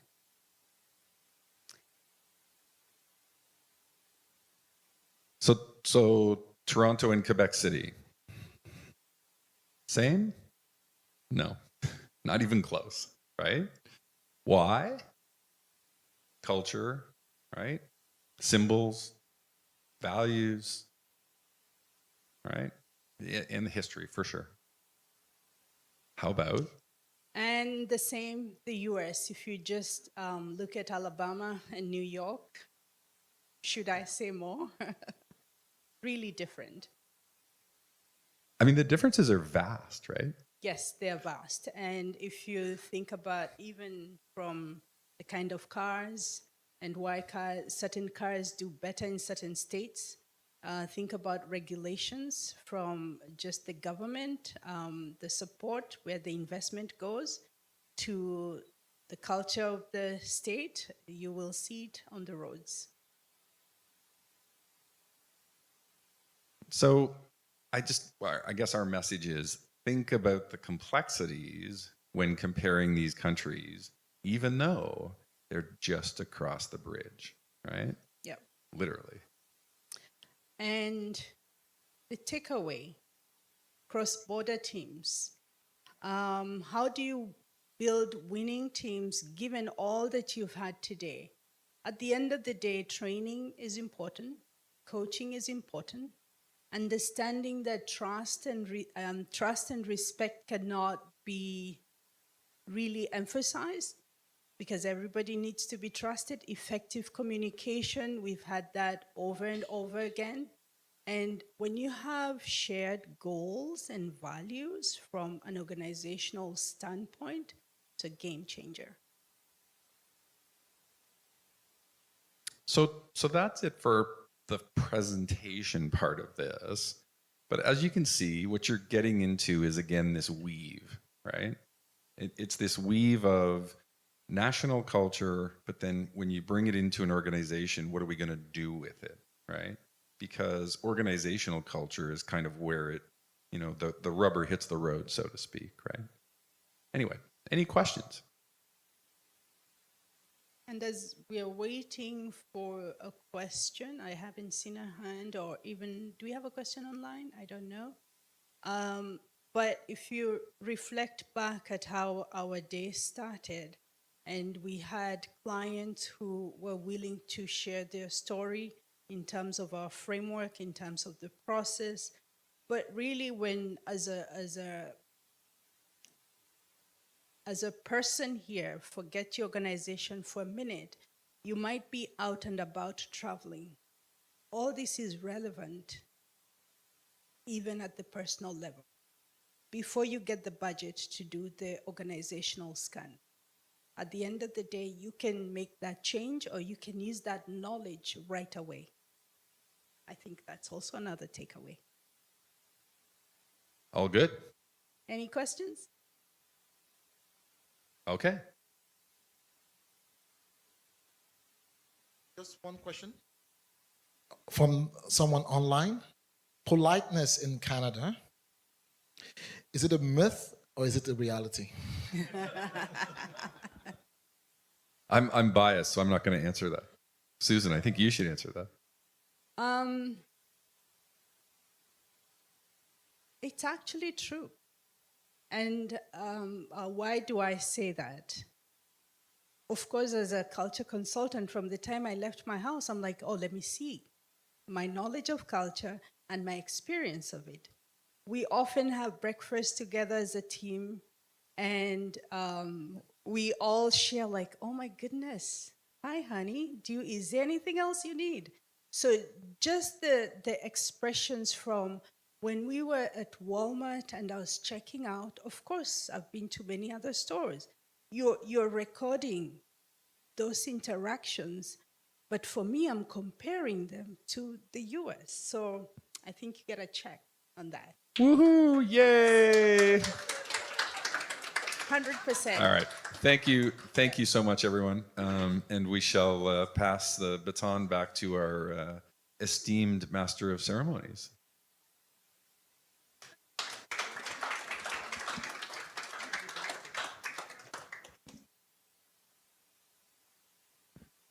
Thank you very much. Let's give them a round of applause again, if we can. Great. So now we're going to switch things up a little bit. We're going to have a panel discussion. So we're going to have a break. Sorry. How did I miss that? Yeah, I was overtaken by Canadian politeness. So we're going to have a coffee break, and we will be back at 2:45 p.m. Yes, we'll be back at 2:45 p.m. So we'll take a quick coffee break. Of course, you have coffee right behind you. You can look for the Starbucks I see. I was hoping there was Tim Hortons somewhere so that we can compare which one's better between American coffee and Canadian coffee. I know the answer to that, and if you want to hear, you can ask me. 2:45, and we're back. 2:45.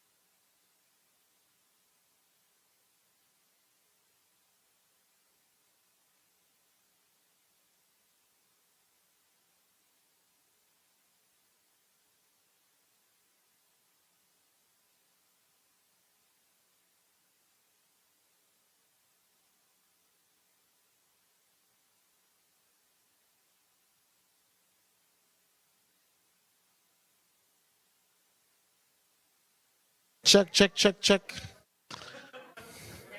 Ladies and gentlemen, yes, our coffee time is up. I guarantee you are going to have a lot of time to network afterwards. And if you haven't signed up for the drinks right now, then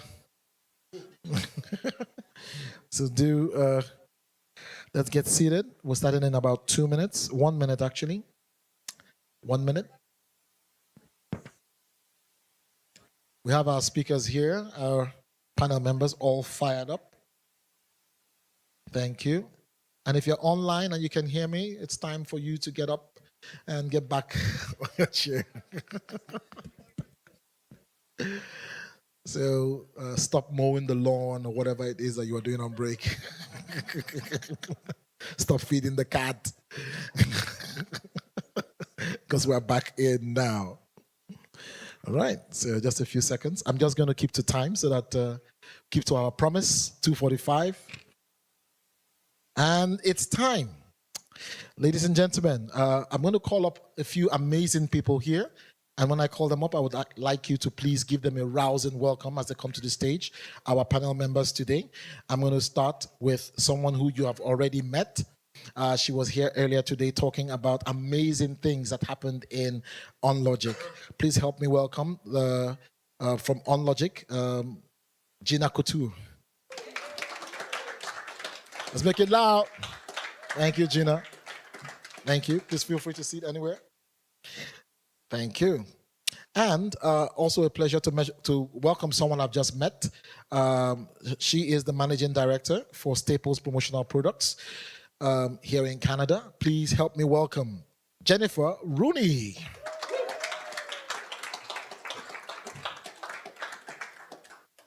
And to join these amazing ladies on the stage, it's my pleasure to welcome a dear colleague of ours. First time meeting him here in Canada. He was amazing on day one when we had our internal conference. A dear friend all the way from Montreal. Did I get that correctly? Montreal. I wanted to do it the French way. Montreal. Benoit Mauric. From the Culture Factor. And I hope it would not be a surprise to you that to host this panel, which will be talking about redefining corporate culture in the age of AI and global connectivity, such an amazing topic that they will be talking about. I will not be hosting this panel. Yeah. Instead, I'm going to introduce an amazing serial entrepreneur who started out as an engineer and basically has been involved in different types of businesses successfully. The author of a book called Negotiate Like a Local, which if you don't have, you should get really, really soon. Please help me welcome all the way from Luxembourg, by the way of Belgium, Mr. Mark Jacobs. Over to you, sir. Thank you, sir.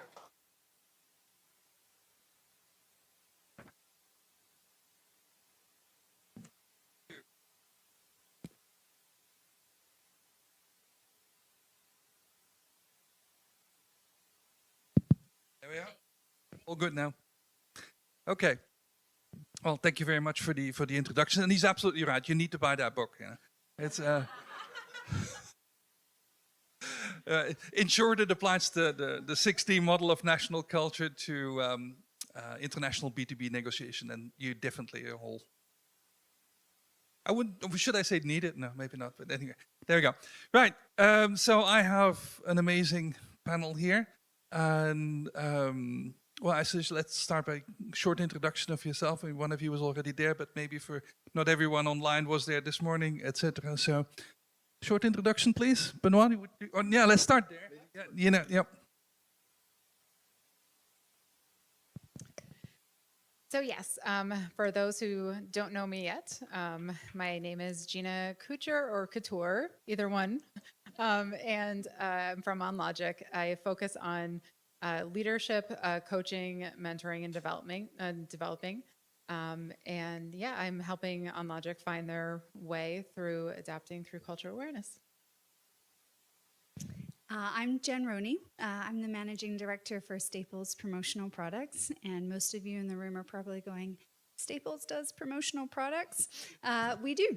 And so we're all about building brand love through tangible merchandise solutions and rewards and recognition programs for brands, both enabling their internal culture, but also their engagement strategies with their customers and consumers. I'm Benoît Malric from Montreal. Un petit bonjour à tous ceux qui parlent français qui sont en ligne avec nous.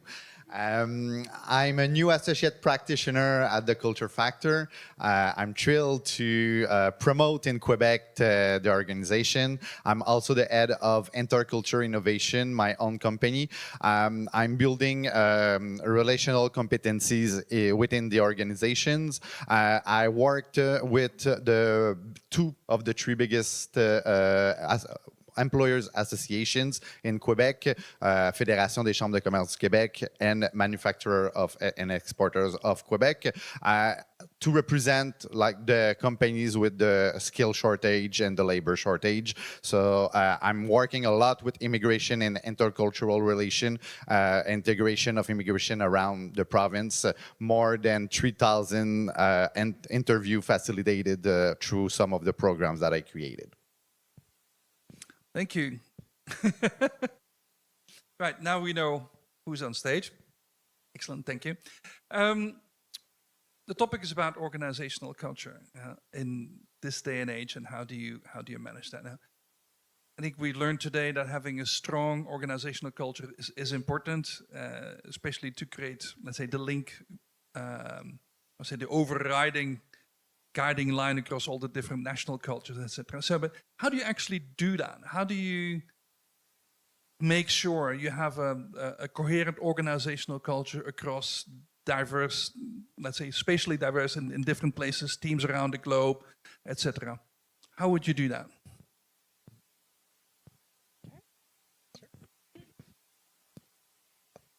Can you hear me? Okay, great. So I think it's, first of all, very important to make sure that you're bringing in the right people. And what I mean by that is people that are aware of what your culture is. So our recruiting team will say right on the first call, that phone screen, exactly who we are. And so then that way there's that baseline of they're aware of who we expect in our culture, like what kind of culture we are. So it allows them the option if they want to come in and be a part of our culture. So I think that there's, unfortunately, a lot of companies probably that many of you have witnessed where they say they're one organizational culture, and then you get in there and it's not what they said, right? So we're very open in order to be fair for them. And then I think it's also very important to have the leaders follow up on that. So when you're bringing a person on, making sure that you're talking about culture consistently in every single one-on-one that you have, having a part of your performance review to keep it alive. You can put it in the company meeting, but you have to live and breathe it. So every single conversation, every time you see somebody living the culture, point it out. So it's something that you have to consistently nurture. I think that's a great point. And when you think about, and we've talked about it today, and what I'm assuming, I don't want to speak for you, but you're getting to there as well as consistency and clarity around organizational values, what we stand for, what it means to be a part of the organization. And so one thing we look at with our customers, and we're actually embarking on for ourselves as well, is the employee experience, which begins before they even come in the door. It's your employer branding. It's how you're actually seeking out talent, being intentional around diversity. So everything from the recruiting process to the onboarding process. What does that mean? What does that look like? How are you, endearing people to your organizational culture? Have you picked someone that's the right fit for your organizational culture? And that can include having misfits, people that are going to challenge and add to the culture. But then all the way along, how are you nurturing that? And if you look at global organizations, having a map for that employee experience, but then allowing where it makes sense, the individual regions to be able to draw on the pieces that locally we should be leaning into and considering and giving them empowerment and structure over, so that you're listening and having a two-way engagement around culture, kind of regardless of where you are worldwide. And Jennifer, there's one word you said, actually it's two words, making sense of the organization, making sense of the group where we are, making sense of the technology, making sense of the vision of the company, the strategies. There's a lot of making sense in our organization right now. I remember I read a book from Carl Weick, Making Sense of New Technology. And in his book, he was telling us that the 20th century was about productivity, performance. We had one best way, and this is the only way that we will build our company. He said in the 21st century, there's a shift to reliability. Sorry for my English. Reliability, it's important in every aspect of our works. We all experience a software that was not working as we wanted to work, and how frustrated we become. But since we have more technology in our organization, more technology on a process, the AI that will come, I think we need to make sense of how everyone in the organization is able to adapt to those technologies, and not just adapt to the technology, but adapt to the relation with one another through the technology, because this is a distributed organization that we are aiming for. Since COVID, we learned that we can work from home, we can work from everywhere around the world, but the technology is always what brings people together. And if we don't make sense of the technology, we will not make sense of the organization. So to tie your 2 points together then, so is it fair to say as well that as you think about, okay, technology is going to fundamentally, and is already like, and has been for all, changing the way we work. And you had mentioned, Gina, how important it is to make sure you're hiring people with a view to aligning with what the organizational values and needs are, is what I'm seeing a lot of organizations needing to hire for in that is resiliency, adaptability, agility, and the ability to move with the change versus having to, and it's hard. Like it's hard. Like, how are you identifying, hey, the level of resiliency an employee is going to have, how adaptable they're going to be in various kind of situations, and their ability to kind of keep pace with rapid change. Yeah, you're absolutely right. It can be very hard, right, during interviews when you're trying to find out if they actually can adapt, because some people can just say they can. So what's interesting is that we consistently play around with our interview questions, and to keep tabs of who comes in, like what's the date of retention, was that a wanted leave, was that unwanted leave, and could we have filtered out the wanted leaves through the interview process. And so we have certain situations where we might do role plays, because it's not normal to have role plays in all of the interviews. Also, we might ask a different question that's not a standard question across like companies. So we kind of throw them off guard a little bit by not being the standard.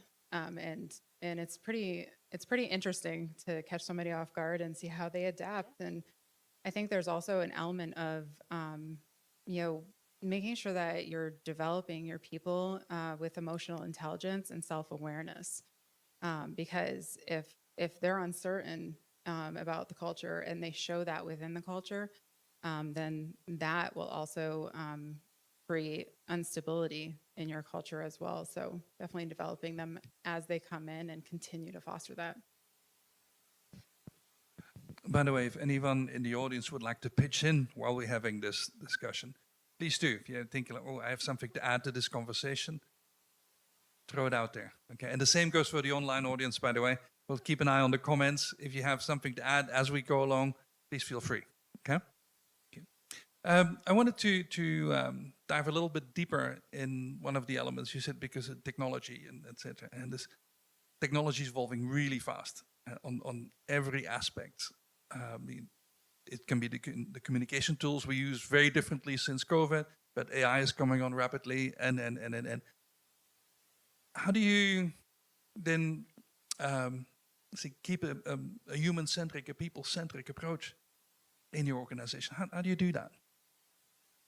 It's so an important question that leaders have to ask themselves and their teams, because I'm doing my master on that subject, and when we have asynchronous relations, we lack information richness. And to make sense of the organization and technology and the relation, we need information richness.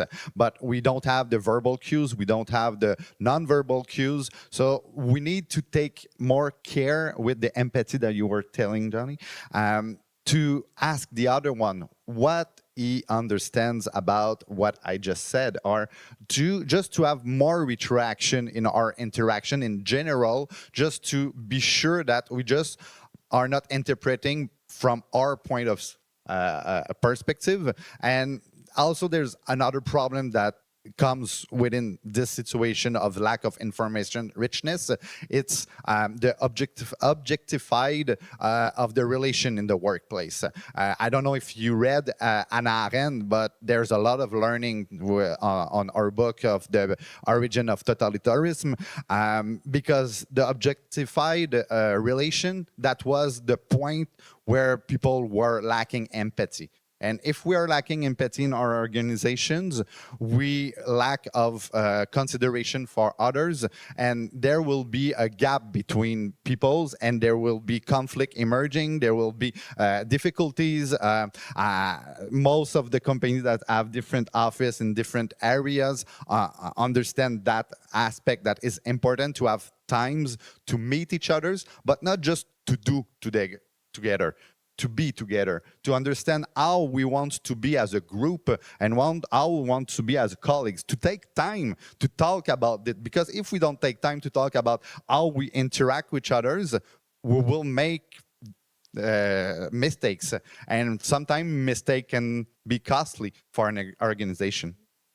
And what I'm seeing in organizations kind of more acutely than I have in the past is almost a thirst for technology to come in and to enable, because especially in the environment where we're in, where it's like, are we in a recession? Are we not? And who knows what's coming in 2025 with some changes south of the border.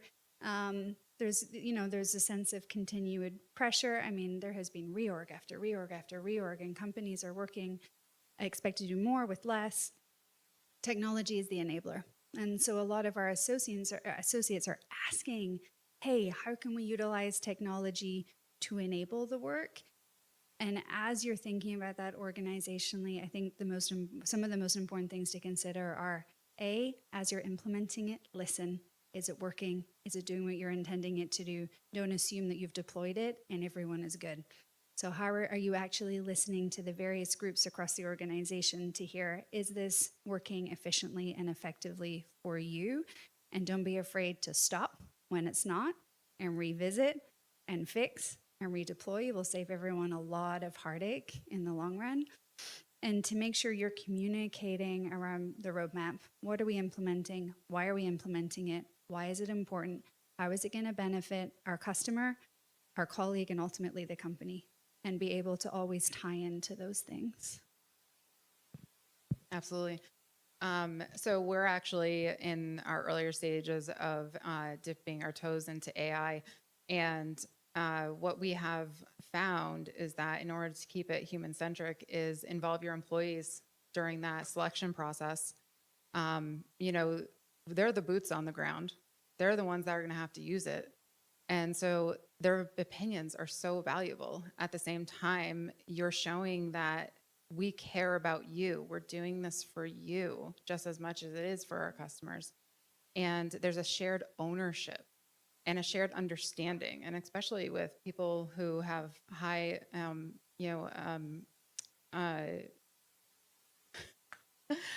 always like blank. uncertainty avoidance, right? This can actually give them that comfort and being able to see it before it's actually deployed into the company. And so it's really important to bring them along for the ride and give them the why ahead of time, during, and after. People do get very scared when AI comes along because it sounds like, oh, you're going to lay us off. You're going to replace me. And if you give them the why that we're actually helping you, we're helping you to do a better job, we're trying to make your job easier. If you can make it really relatable, then it keeps that human element as you progress into technology and innovation. I hear what you're saying about the UAI and the why. Yeah, there's an extremely strong correlation between a high UAI score of certain countries and regions and the need to understand the why if you want to bring people on board. If you don't really focus on answering that why question, you won't get there. And there's a very strong cultural link to national culture there. Huge one. Right. Moving on to another question. A little bit different. What role does diversity, equity, inclusion play in your organization? And how do you deal with that? I mean, I think it's an imperative. I think it's an organizational must. I think ultimately, if you are not living diversity, equity, and inclusion, you're not going to get very far. Associates, everyone, every single person has to feel that they can bring their whole selves to work. And it is really hard to do that if you don't feel seen, if you don't feel represented, and if you don't see yourself in kind of upper levels of the organization. It's representation is powerful, full stop. And I was listening to a podcast by Adam Grant recently, who was actually talking about this concept of organizational fit, but also of organizational misfits, and how important that is in that organizations need to continue to bring in people that will add to the culture and bring a diverse perspective. And he was interviewing someone who I think said it so beautifully, which was that the more diverse your organization is, the more points of inspiration. And I just love that. I love that stuff too. Yeah. And it makes me think about the shift that we are living right now in our organization, that maybe from some decades, but a shift from homogeneous organization to heterogeneous organization. It's sure in homogeneous organization, we go fast. It's easier because we understand each other, because we think alike, we have more common points.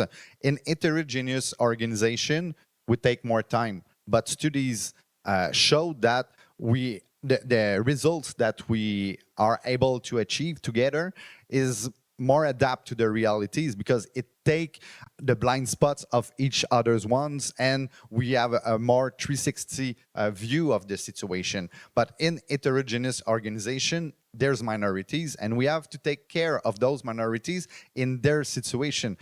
All the market is moving to a personalization relation, but we have to think about it in our organization, how we personalize the organization. But at the same time, we don't need to do too much personalization, because we need to keep the organization as a whole. We need to feel people engage with the organization and to build their relations. And that way, we need also that the organization tell the workers that they have a part to do and a responsibility to adapt to the organization.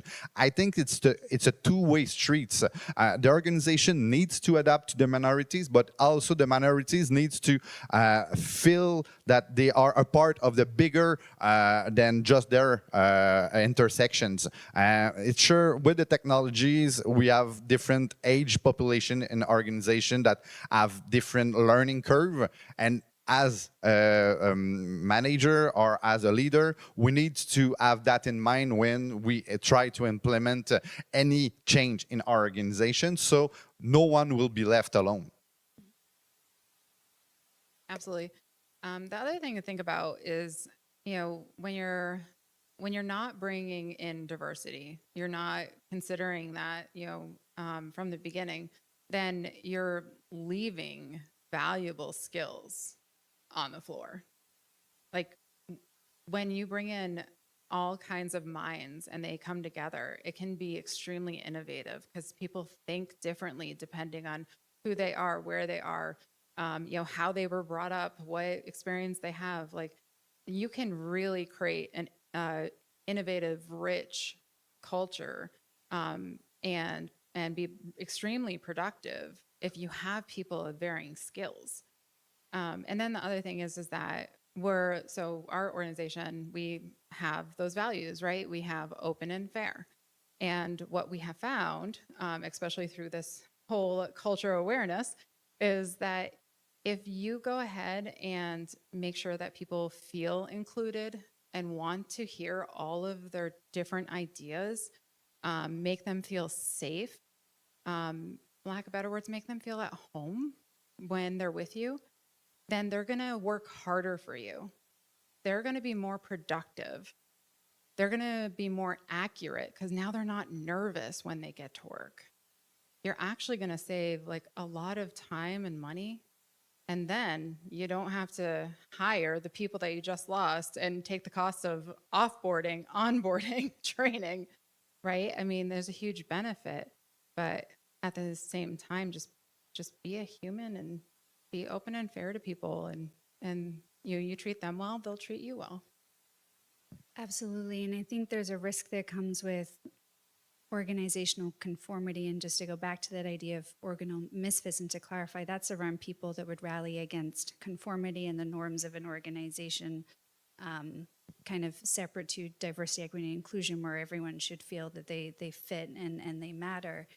When it comes to organizational conformity and thinking about it, if someone feels like they have to conform and cannot bring their whole selves to work, it's going to create a friction that leads to more offboarding, as Gina mentioned.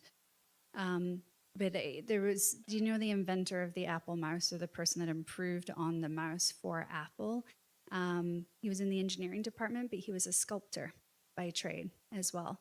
And so looking as well at diversity of skill set that can help to drive innovation in a different way is also really important. So not just assuming that just because someone doesn't have a background in skill set X, that they're not going to be successful in that role is a big miss. Like, you have an opportunity to drive innovation by looking for skill sets that are going to be harmonious with and alongside what you're looking for, and this idea of really actually digging into what when you talk about what's of interest to you personally, that's also going to tell you stuff too, right? Like, often we focus on the career experience, but the personal experience can be just as powerful in telling you what you need to think about. And then just to add on, when it comes to diversity, equity, and inclusion programs, one thing we did that was really powerful was associate-led business resource groups and associate-led groups around DEI that really help to own and drive what that feels like for the organization,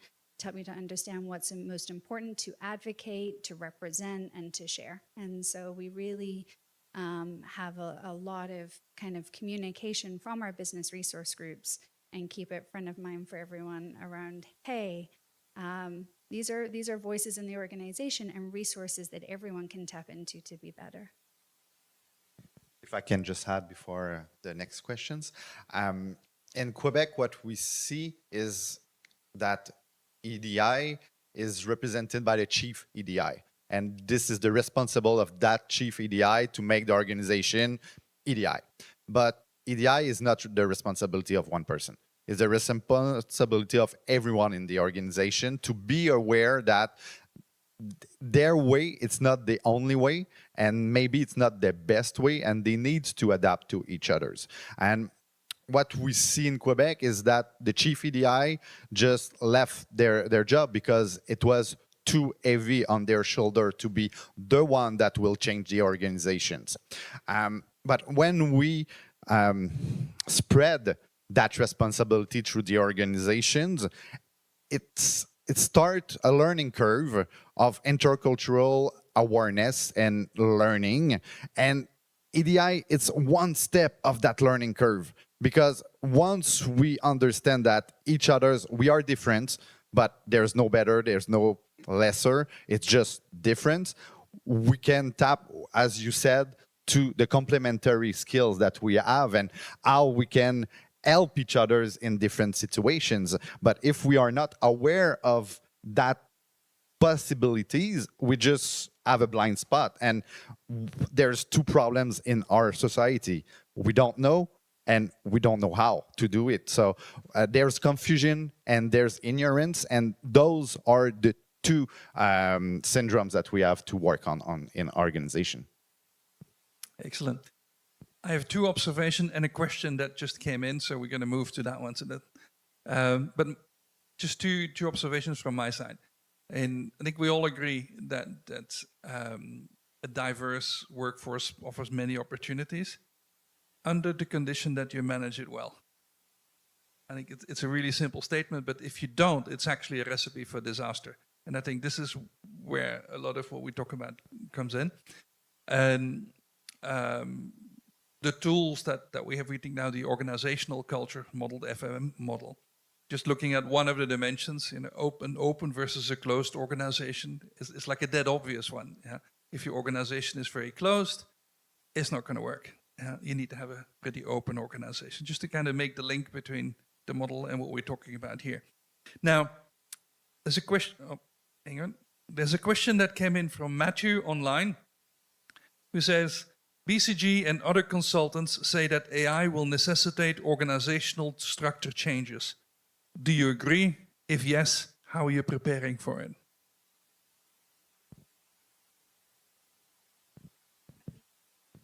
Ooh, tough one. I mean, I think fundamentally any new technology is going to require structure to evolve, right? I think that as you're introducing new tools, new ways of working, roles are going to evolve. But I think that's just an organization living and breathing.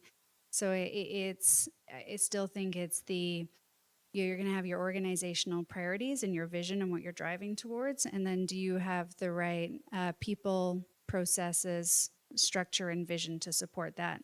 And then as you're introducing technology as an enabler, I mean, organizations are going to continue to evolve roles, post new roles, not backfill roles when someone leaves, because you're reinvesting over here, and then which is pretty organic in terms of how an organization will evolve. And sometimes you're going to be really intentional around, we are bringing in this technology potentially, to replace X number of jobs, but fundamentally we're also going to have to structure people that are using the technology and able to leverage it. So I think just kind of organizations continuing to stay close to your vision and the needs of the business, but having a strong transformation agent and agency within the organization to help enable that change, and a strong kind of change management and transformational process. So we actually just started our AI division, and there is organizational change that is happening. One of the things that I was really proud of our company was that we looked in our company for people who were hungry for innovation, to help support the company, do something new. And we looked across the company in all departments. We didn't just think, oh, it has to come from the areas that are just technology based, so finding those skill sets, across the whole company and bringing them into that organizational change can be pretty powerful, because it shows that you are willing to develop your people, that you grow your people. And also you've got some amazing people that already know your organization. They already know your struggles and what you're trying to achieve. And so that organizational structure can be very seamless if you look around your organization for that. And then the other thing I would say is that making sure that you look at change management. You have to let people know that the change is coming. I know sometimes you can't, but please try. and as early as possible.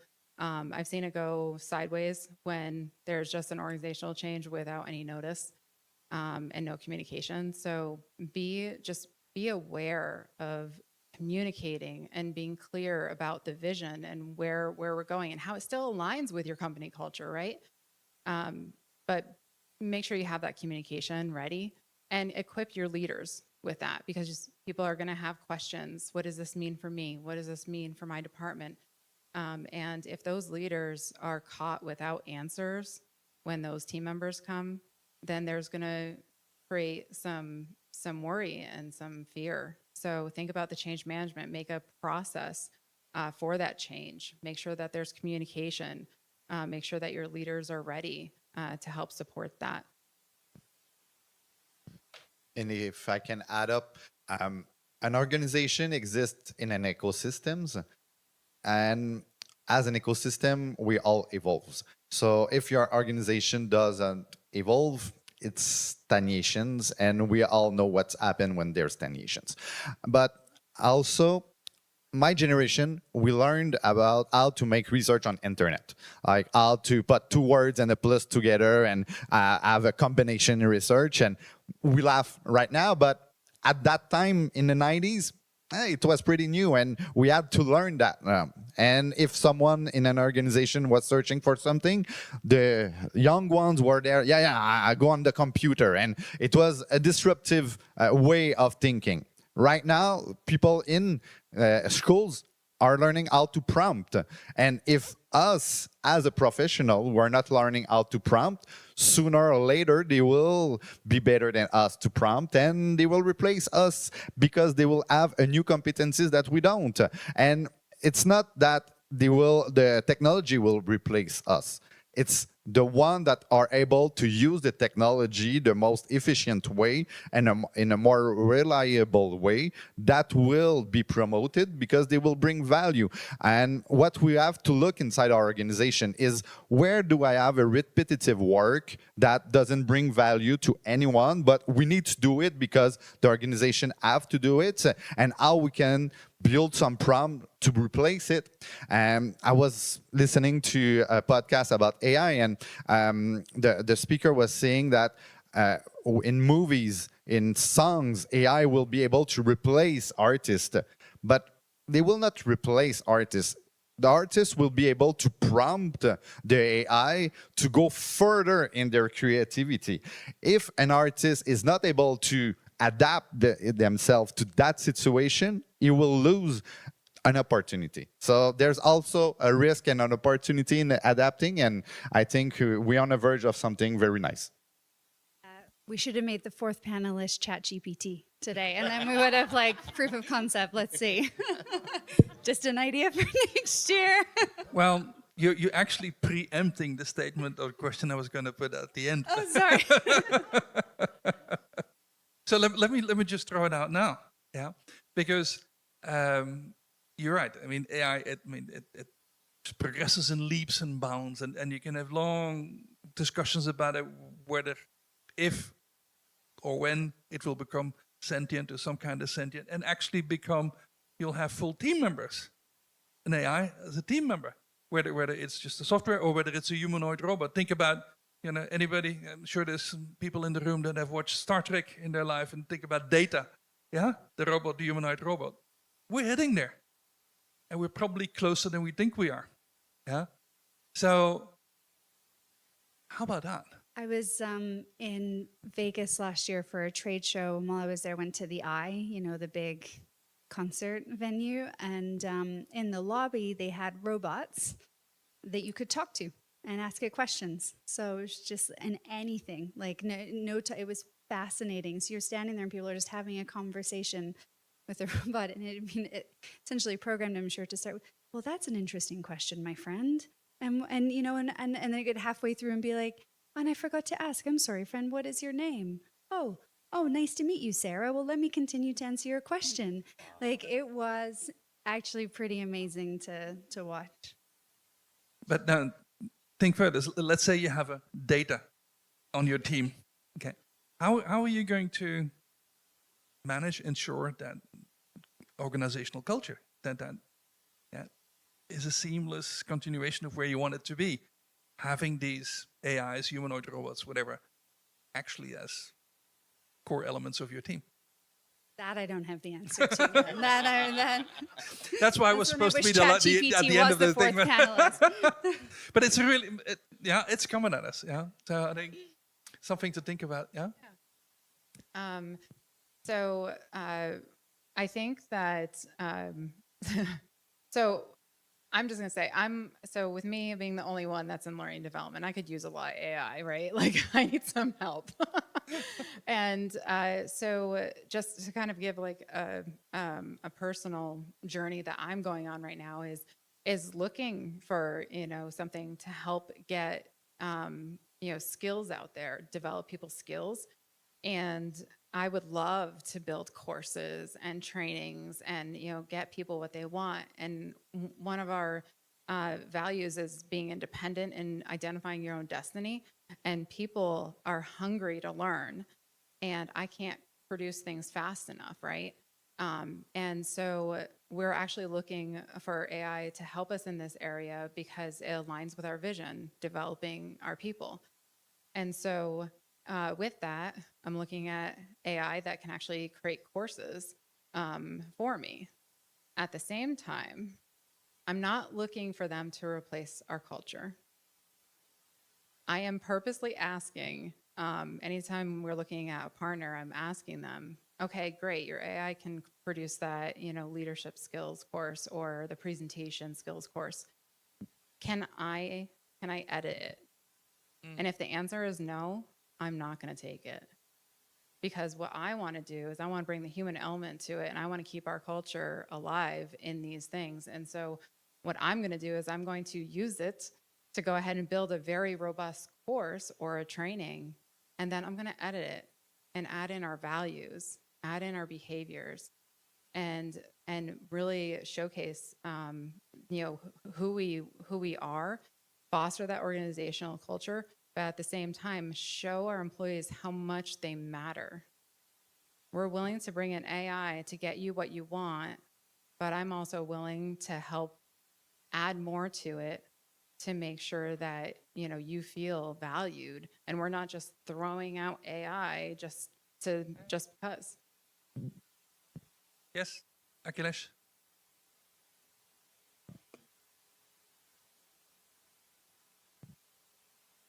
Voice wasn't as loud as Alex's, but I was audible. Right. I just thought let me just introduce a little bit of disruption in this whole thinking process, because I don't think we have the luxury of looking at AI anymore just as a tool. It's an agent, right? Now, moment you talk about AI as an agent, it's going to decide things for yourself. So whether you like it or not, you definitely need to think of your trust, your ethics in a completely different manner. So your culture is going to change. Whether you like it or not, your culture is going to change. And I heard there was a question from someone in online about how are you going to restructure, reorganize? It's got to be done, because your roles and responsibilities are going to change.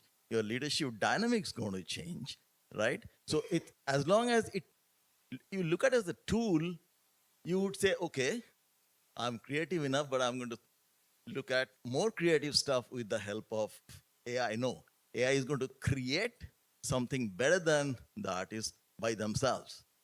So if you think that way, you need to have a way to look at a change culture, whether you want to accept it or not. So therefore, I think we need to be far more careful in terms of looking at keeping our trust, ethics, the way we look at today. It's going to change.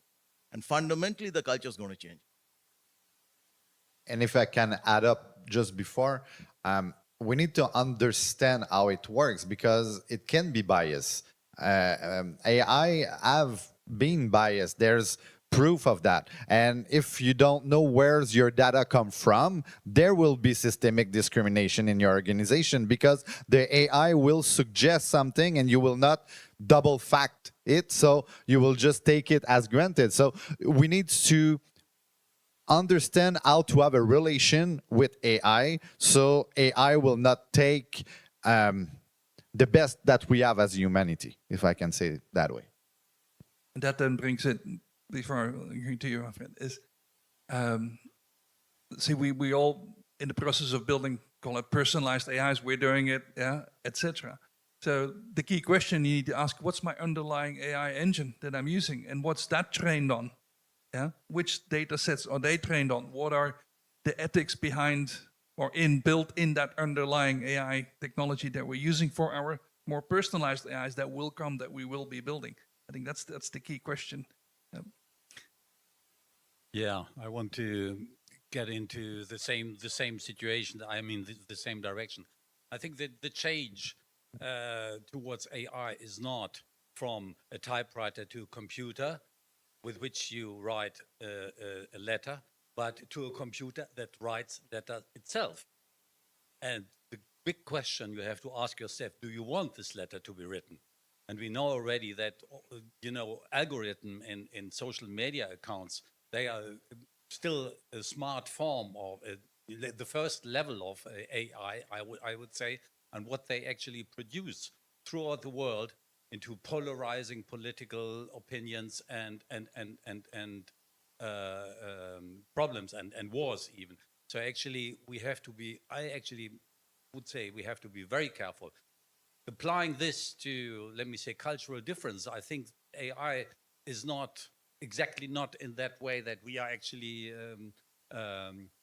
honoring differences, cultural differences. They would do exactly the same. They would be, okay, if they broke loose, they would say, okay, all the people that don't fit in the company, throw them out. Finish palaver. This would be the most eventually the most economic solutions for the way they are living. So actually, I would just say, let us be careful about it.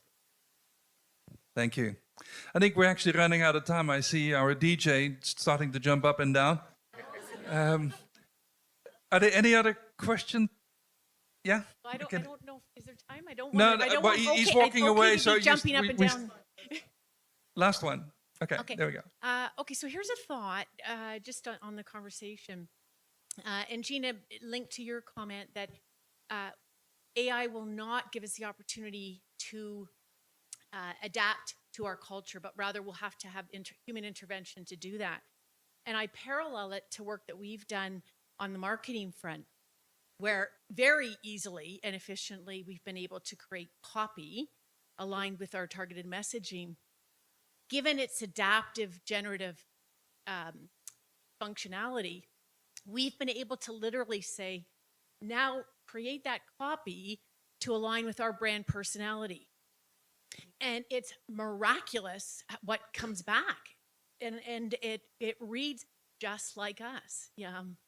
And so, Gina, to your point, and maybe back to the comment made, I think the reality is we can leverage AI to align with our culture by simply directing it to do so with inputs that suggest, okay, take this learning module and make it open, fair, and make sure it's not a jerk, right? Right? And so I think we're going to be. Point is, I think we're going to be able to push the technology without compromising culture, but actually using it to enable and it completely align with our culture and not replace it. Yeah, you're absolutely right. So with us looking at learning management systems, they do have like AI in there. Some of them are not as sophisticated as that, ironically. You have to spend a lot of money to be able to have it be customized and say, okay, take that, add this, take that, add this. And the challenge that we have is we have proprietary information that we want to get in there. And so we need the security of like a learning management system that they can provide for us. But at the same time, we don't have all of the money in the world to get a really nice one that always does that. We are looking at some, and I'm doing some hard negotiations for that. But as of right now, yeah, I want to make sure that I can still edit it, even after the fact, even if it's just like little tweaks here and there. And it's just making sure that it can be customizable. But yes, I love that, and I think it does a really good job. You can get some ones that are really impressive. At the same time, it's always good to just make sure you read through the copy and understood you in the way you meant it. Because, you know, if it misreads, don't be a jerk, and it starts going off, like, I don't want that. So, if I may just summarize it, because we still have one more question, but essentially what you're saying is you just treat the AI like human beings. Like, this is our corporate culture. We want you to conform to that. End of story. Is the simple way of saying it. Yeah. Yeah. But Achilles doesn't agree. But anyway, can we have a last question over there, and then I think we wrap it up. I don't think this is a question. It's more comment, because it's fascinating discussion that is very interesting to me. There is no one person in this room that we need convince in the importance of cultural intelligence or cultural competence development. But with regards to this and intervention of humans in development of all of this, and I totally agree with you, we need to look at this not as a tool, but as an agent, and think about ethics of design. I will finish this with the quote. There are things that we know that we know. There are things that we know that we don't know. And there are things that we don't know that we don't know.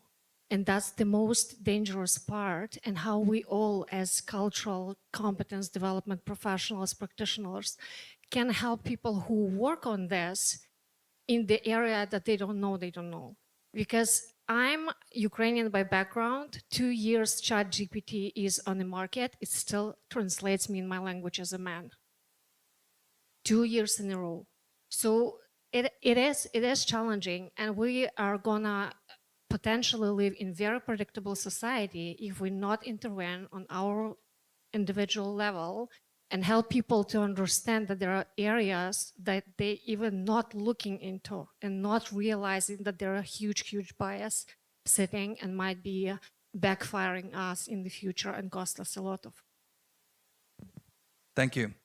I think with that, we close this way over time panel discussion, but I think it was interesting. Thank you very much. Thank you very much to the panel members. You were amazing. Thank you.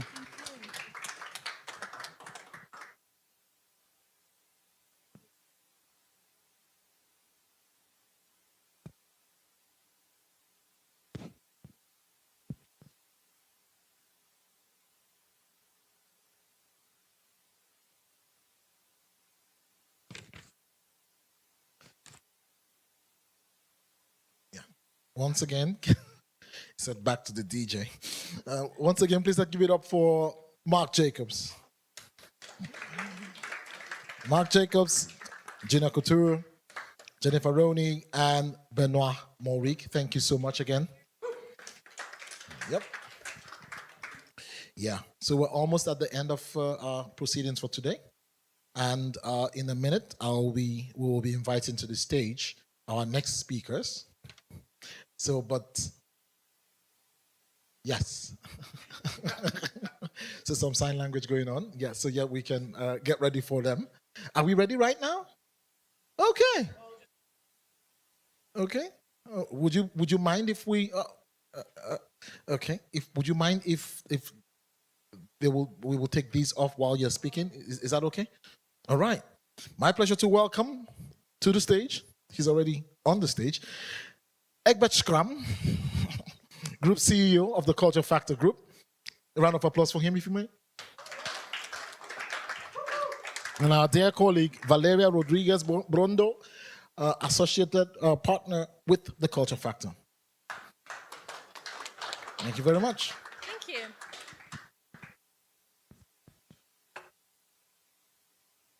All set. Good afternoon.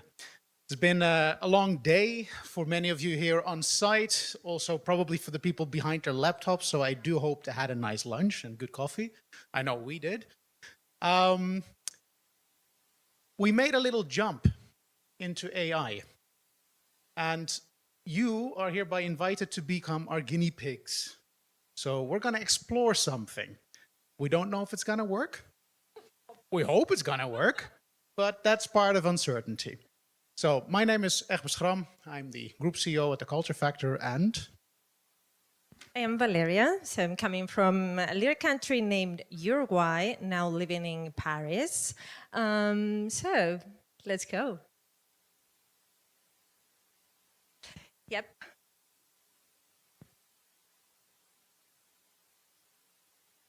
Oh, that's good. It's working.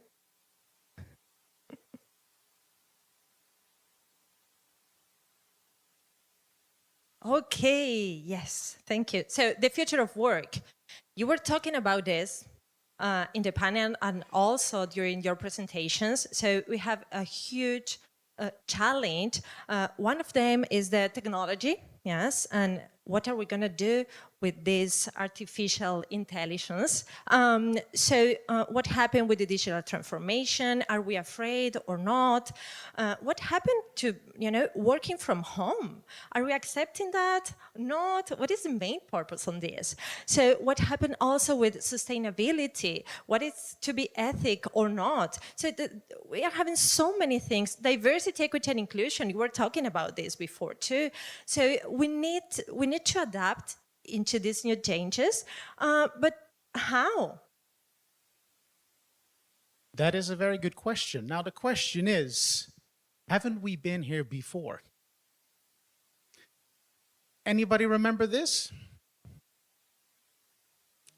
Are we still here? So what is there to worry? Life has always been vulnerable. Life has always been uncertain. Life has definitely always been complex, and it's always been ambiguous. So are we sometimes creating issues just for the sake of creating issues? This is something that we're going to reflect on, because it is one word, VUCA. We have one answer for VUCA, and we call that ROCKI, Real-Time Organizational Culture Index. No? It's not ROCKI? No, it's not, no. Sorry. What is it? No, can you please do it again? Oh, there we have, it's rosy for me. I don't know what you think, but actually it's rosy, it's not rocky. Is the future rocky or rosy? What is it gonna be? Tell me more. We have one answer, but we have rosy. Two perspectives. Go ahead. That is, so basically, we were talking today about, okay, we have different changes, we have different organizational cultures, but this is so rational. We were talking also about data, and this is very important because we love to do it, but at the end of the day, we are all individuals, and we have different feelings. So look at that, okay, these are our cultural profiles. So we have Egbert, we have Valeria. And can you see our biggest gap here? Anyone? Where is it? Mass. Yes, I'm 0 on that. So very consensual, very quality of life. And look at Egbert. Yes. Yes, Rocky. He likes Rocky, and I prefer Rosie. Come on. Okay? And you didn't see him yesterday in the casino, by the way. Okay, this is for the bar afterwards, sorry. It did go well. Beginner's luck, I'd say. Okay. So basically, what we need to do is, of course, we need to talk about culture, organizational culture, we need to measure, but at the end of the day, we have people inside, and we need to know their emotions. So, here we have our global research report that show us different demands that organizations have. So one of them is the leadership style and how they adapt. And you were talking about this, Gina, today. So how to adapt our leadership styles according to our people. So this is one of the main things that we need to take into account. And then we have also this, the work-life balance, okay? What are we gonna do with this? This is one of the main demands. It's very different also across cultures, okay? What does it mean, okay? What does it mean for us? But there's more. One of the things that we need to make sure within any organization is clarify expectations. We spoke about it. Gina gave nice examples. Bonima gave nice examples. Christina gave nice examples. If we know what we know and we are clear about it, then we don't need to assume. The problem in multicultural environments, whether we are across borders or within the same company, within the same country, is not that we're different. It's that we assume we are the same. So clarifying expectations is half the work done. Another thing is create clarity. What are the roles? Who takes decisions? How do we take decisions? When do we take decisions? When do we complain about decisions? I mean, I'm Dutch. We keep complaining because we don't like decisions. We like the process of making decisions. So this report, you can find it on our website. Over 600 organizations participated in the data round. Read it. It's all you need to know to start building a more prepared organizational culture. Now, we were talking before, and yesterday I went with Alex to the casino to play some roulette. These were not my lucky numbers. Anybody know what these numbers represent? These numbers represent the difference between leadership and management. You cannot lead more than 5 to 8 people because you will not have the mental bandwidth to offer them the emotional connection that we all need. Yet, what has work from home taught us? Your team can be 15 people, 20 people. You don't need to meet, just have online meetings. So we see a need for more emotional connection, yet the practice is we allow less and less time for it. So, Rocky or Rosie? Rosie. Another thing we humans tend to forget, we talk about artificial intelligence, but we don't even understand the power of our own collective intelligence. For example, lessons in how to align practices and emotions. Just go back a couple of centuries, millennia. The oldest organizational structure in humankind still operates by the same principles. 5 to 8 people per squad, because that's the way to connect emotions and practices. Yet, we keep forgetting to look back. History has a lot to teach us. So, let's hope it's going to work, because I'm high on insert avoidance. So please go to Menti. I don't know if you want to put the QR code that we had. It's going to be easier.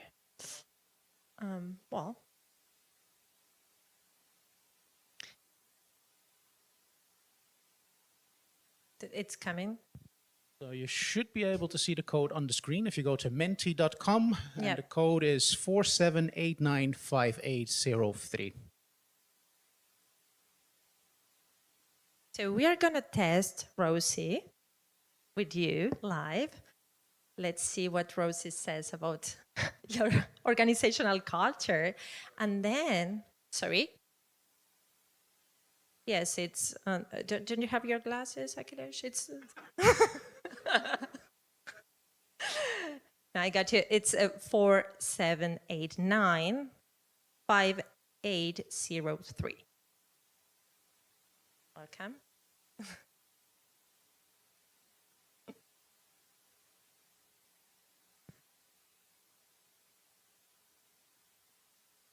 We're having some answers. So let's start running some tests. Yes. Keep on answering because it's useful for building our database. Yep. Oh, I like this. Don't be a shark. It wasn't? Oh my God.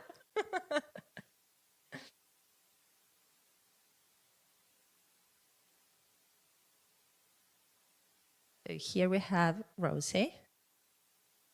Yeah. Let's see.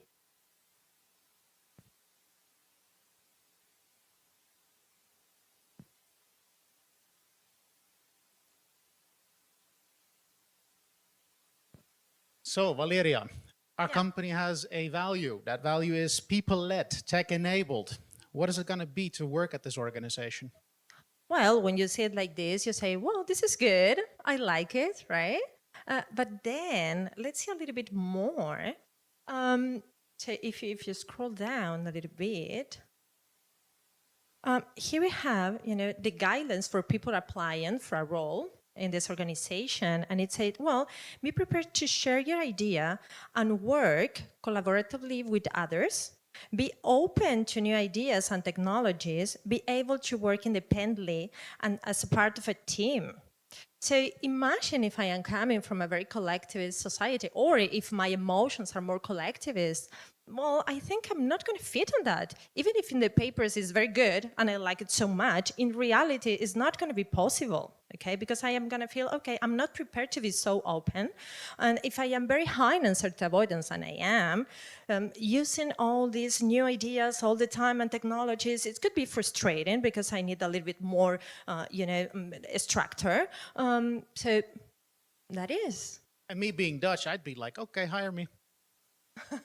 Because there doesn't seem to be a lot of structure.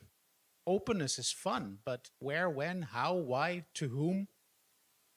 A lot of what we write down in value statements is influenced by what we value. But is it done like what Purnima shared this morning about Airbus? 55,000 people involved in shaping the values. Or is it 15 managers of a senior management team doing an offsite with a communication expert? We have values. Let's try another one. Let's try. Shall we try the don't be a jerk one? Why not? Okay.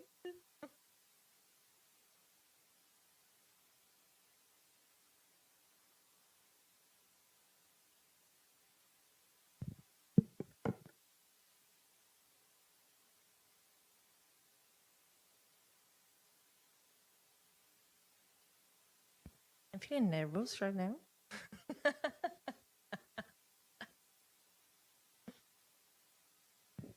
You notice by the speed of the answer, there's a lot of thinking power behind this. Yeah. So, Gina, does this read okay?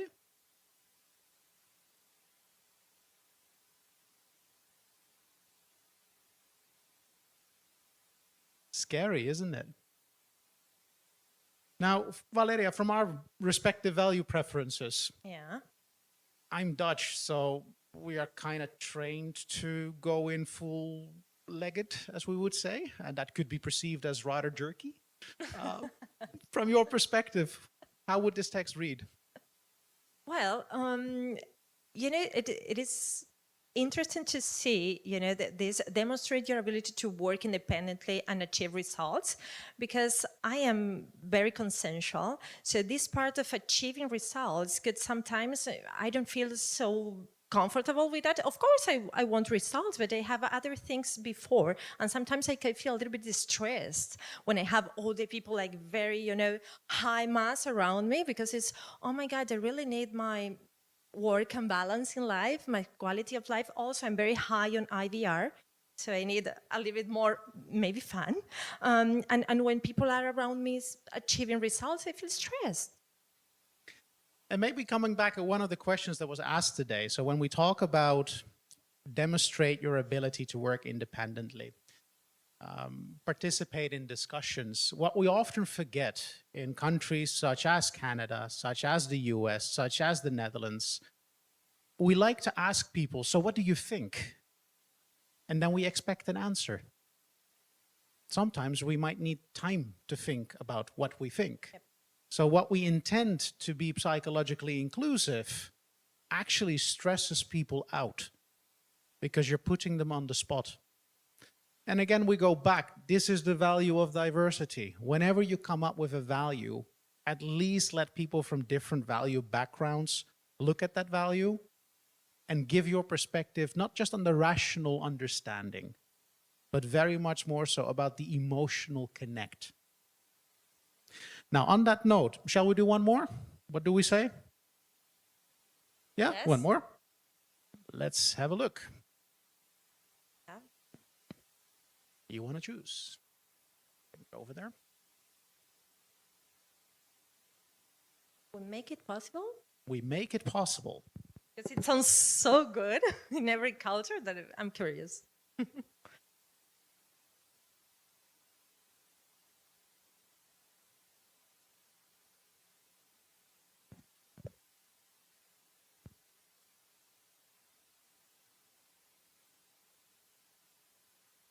Should put another slogan in, just do it. Well, this is very well known. So what do we have here? It's the same. Be prepared to work hard and be challenged.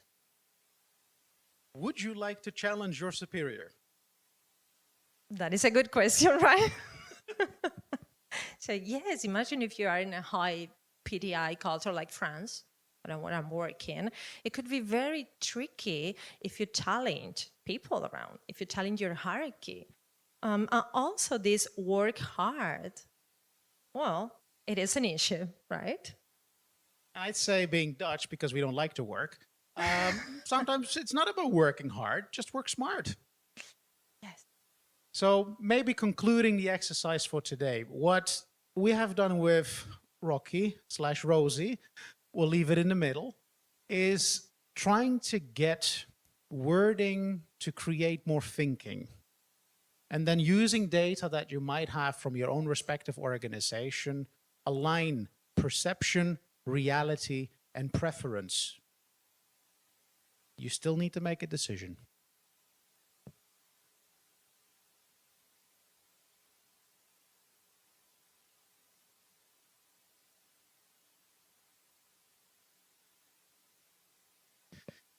Wrapping it up. So today, you've heard a lot of different models fly by. You've heard a lot of different definitions fly by. I think one of the main messages that has hopefully come across is that culture is not a marketing exercise. It requires thorough discussions, and it requires a lot of consistency. Consistency in terms of what are the symbols that we use to reflect our values? What are the behaviors we want to steer at, the behaviors we want to recruit at? Nice examples from Gina in terms of be sure who you hire.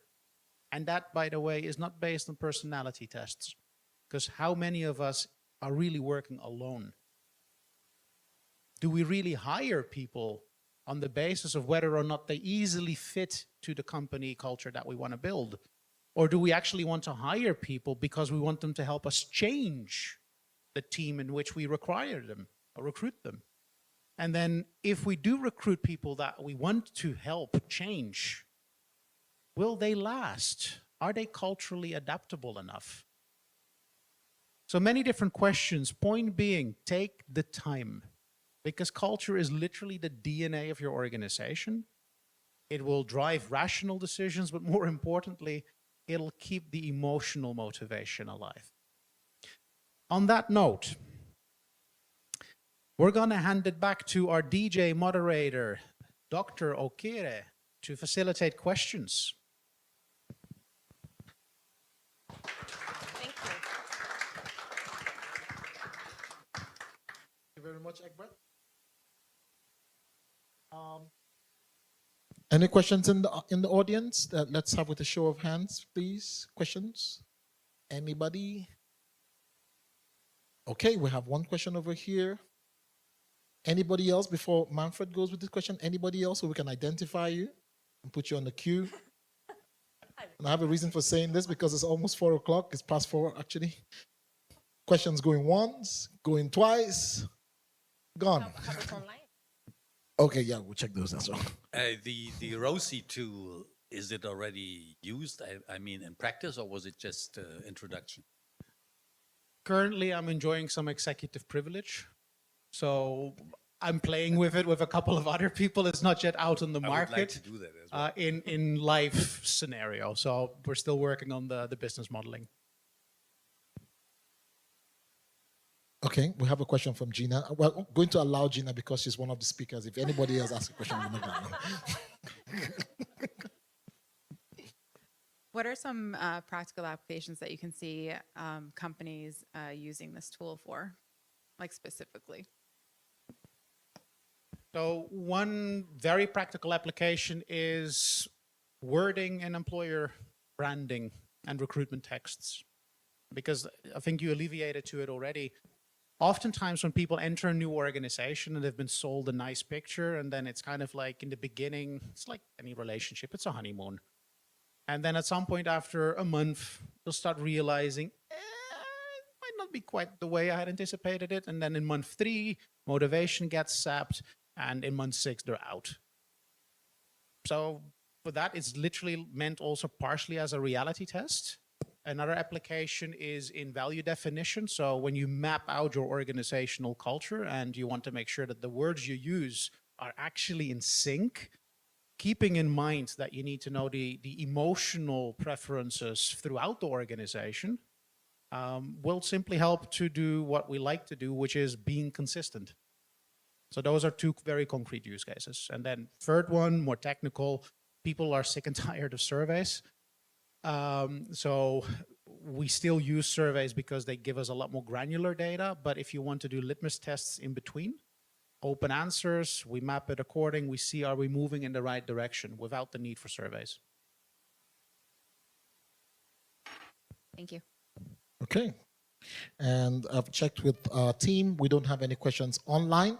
So again, a round of applause for Thank you. Valeria Thank Bondo you. and Egbert Scrum. Okay, we're almost at the end of our gig today. DJ terms, gig.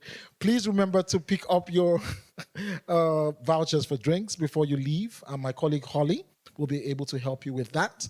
But I'm going to exit the stage now and hand over to Egbert because he has a very important announcement for you.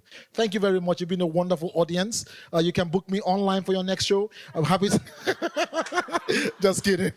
Thank you very much.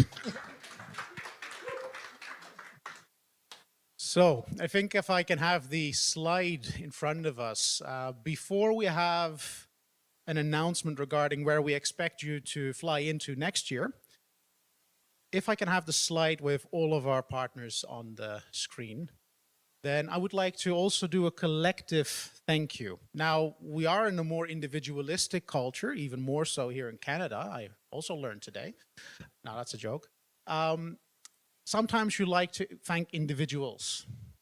But in some cultures, when you do that individually, in public, people feel very uncomfortable. So I'm going to do a very Scandinavian thing. So bear with me, as there's a whole host of people that I need to thank.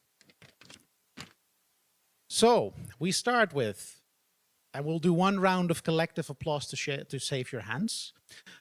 Purnima, Gina, Christina, Alex, okay, Susan, Marty, Valeria, Scott, Jennifer, Mark, Benoit, the Encore team. Thank you, team, for staying around for the afternoon, despite some logistical misunderstanding, which were my fault. The Windham team for all of the logistics, the nice food, the coffee. Marty, I forgot your name, but now I'm singling you out. I'm sorry for that. And then also people that are back home, it's late there. They don't like to be called by name, but we have an entire team working on the background logistics of this conference. We also have here in the room Scott and Holly. One big round of applause for all of them.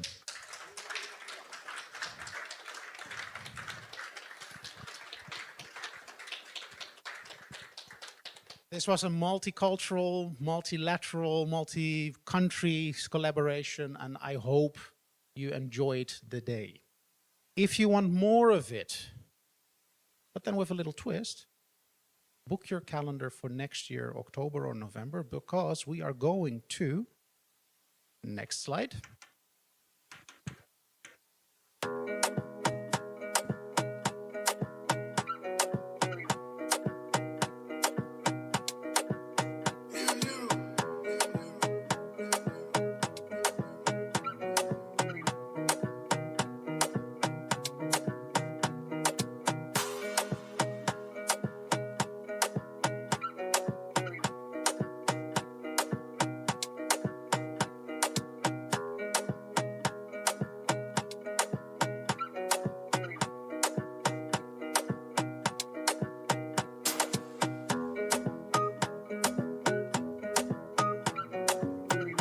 Are you ready?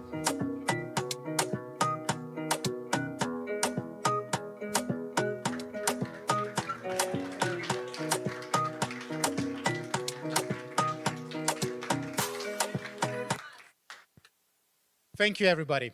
I hope you had a great day, and I hope to see those of you that are staying in the back bar where your drinks await. Thank you, and until next year.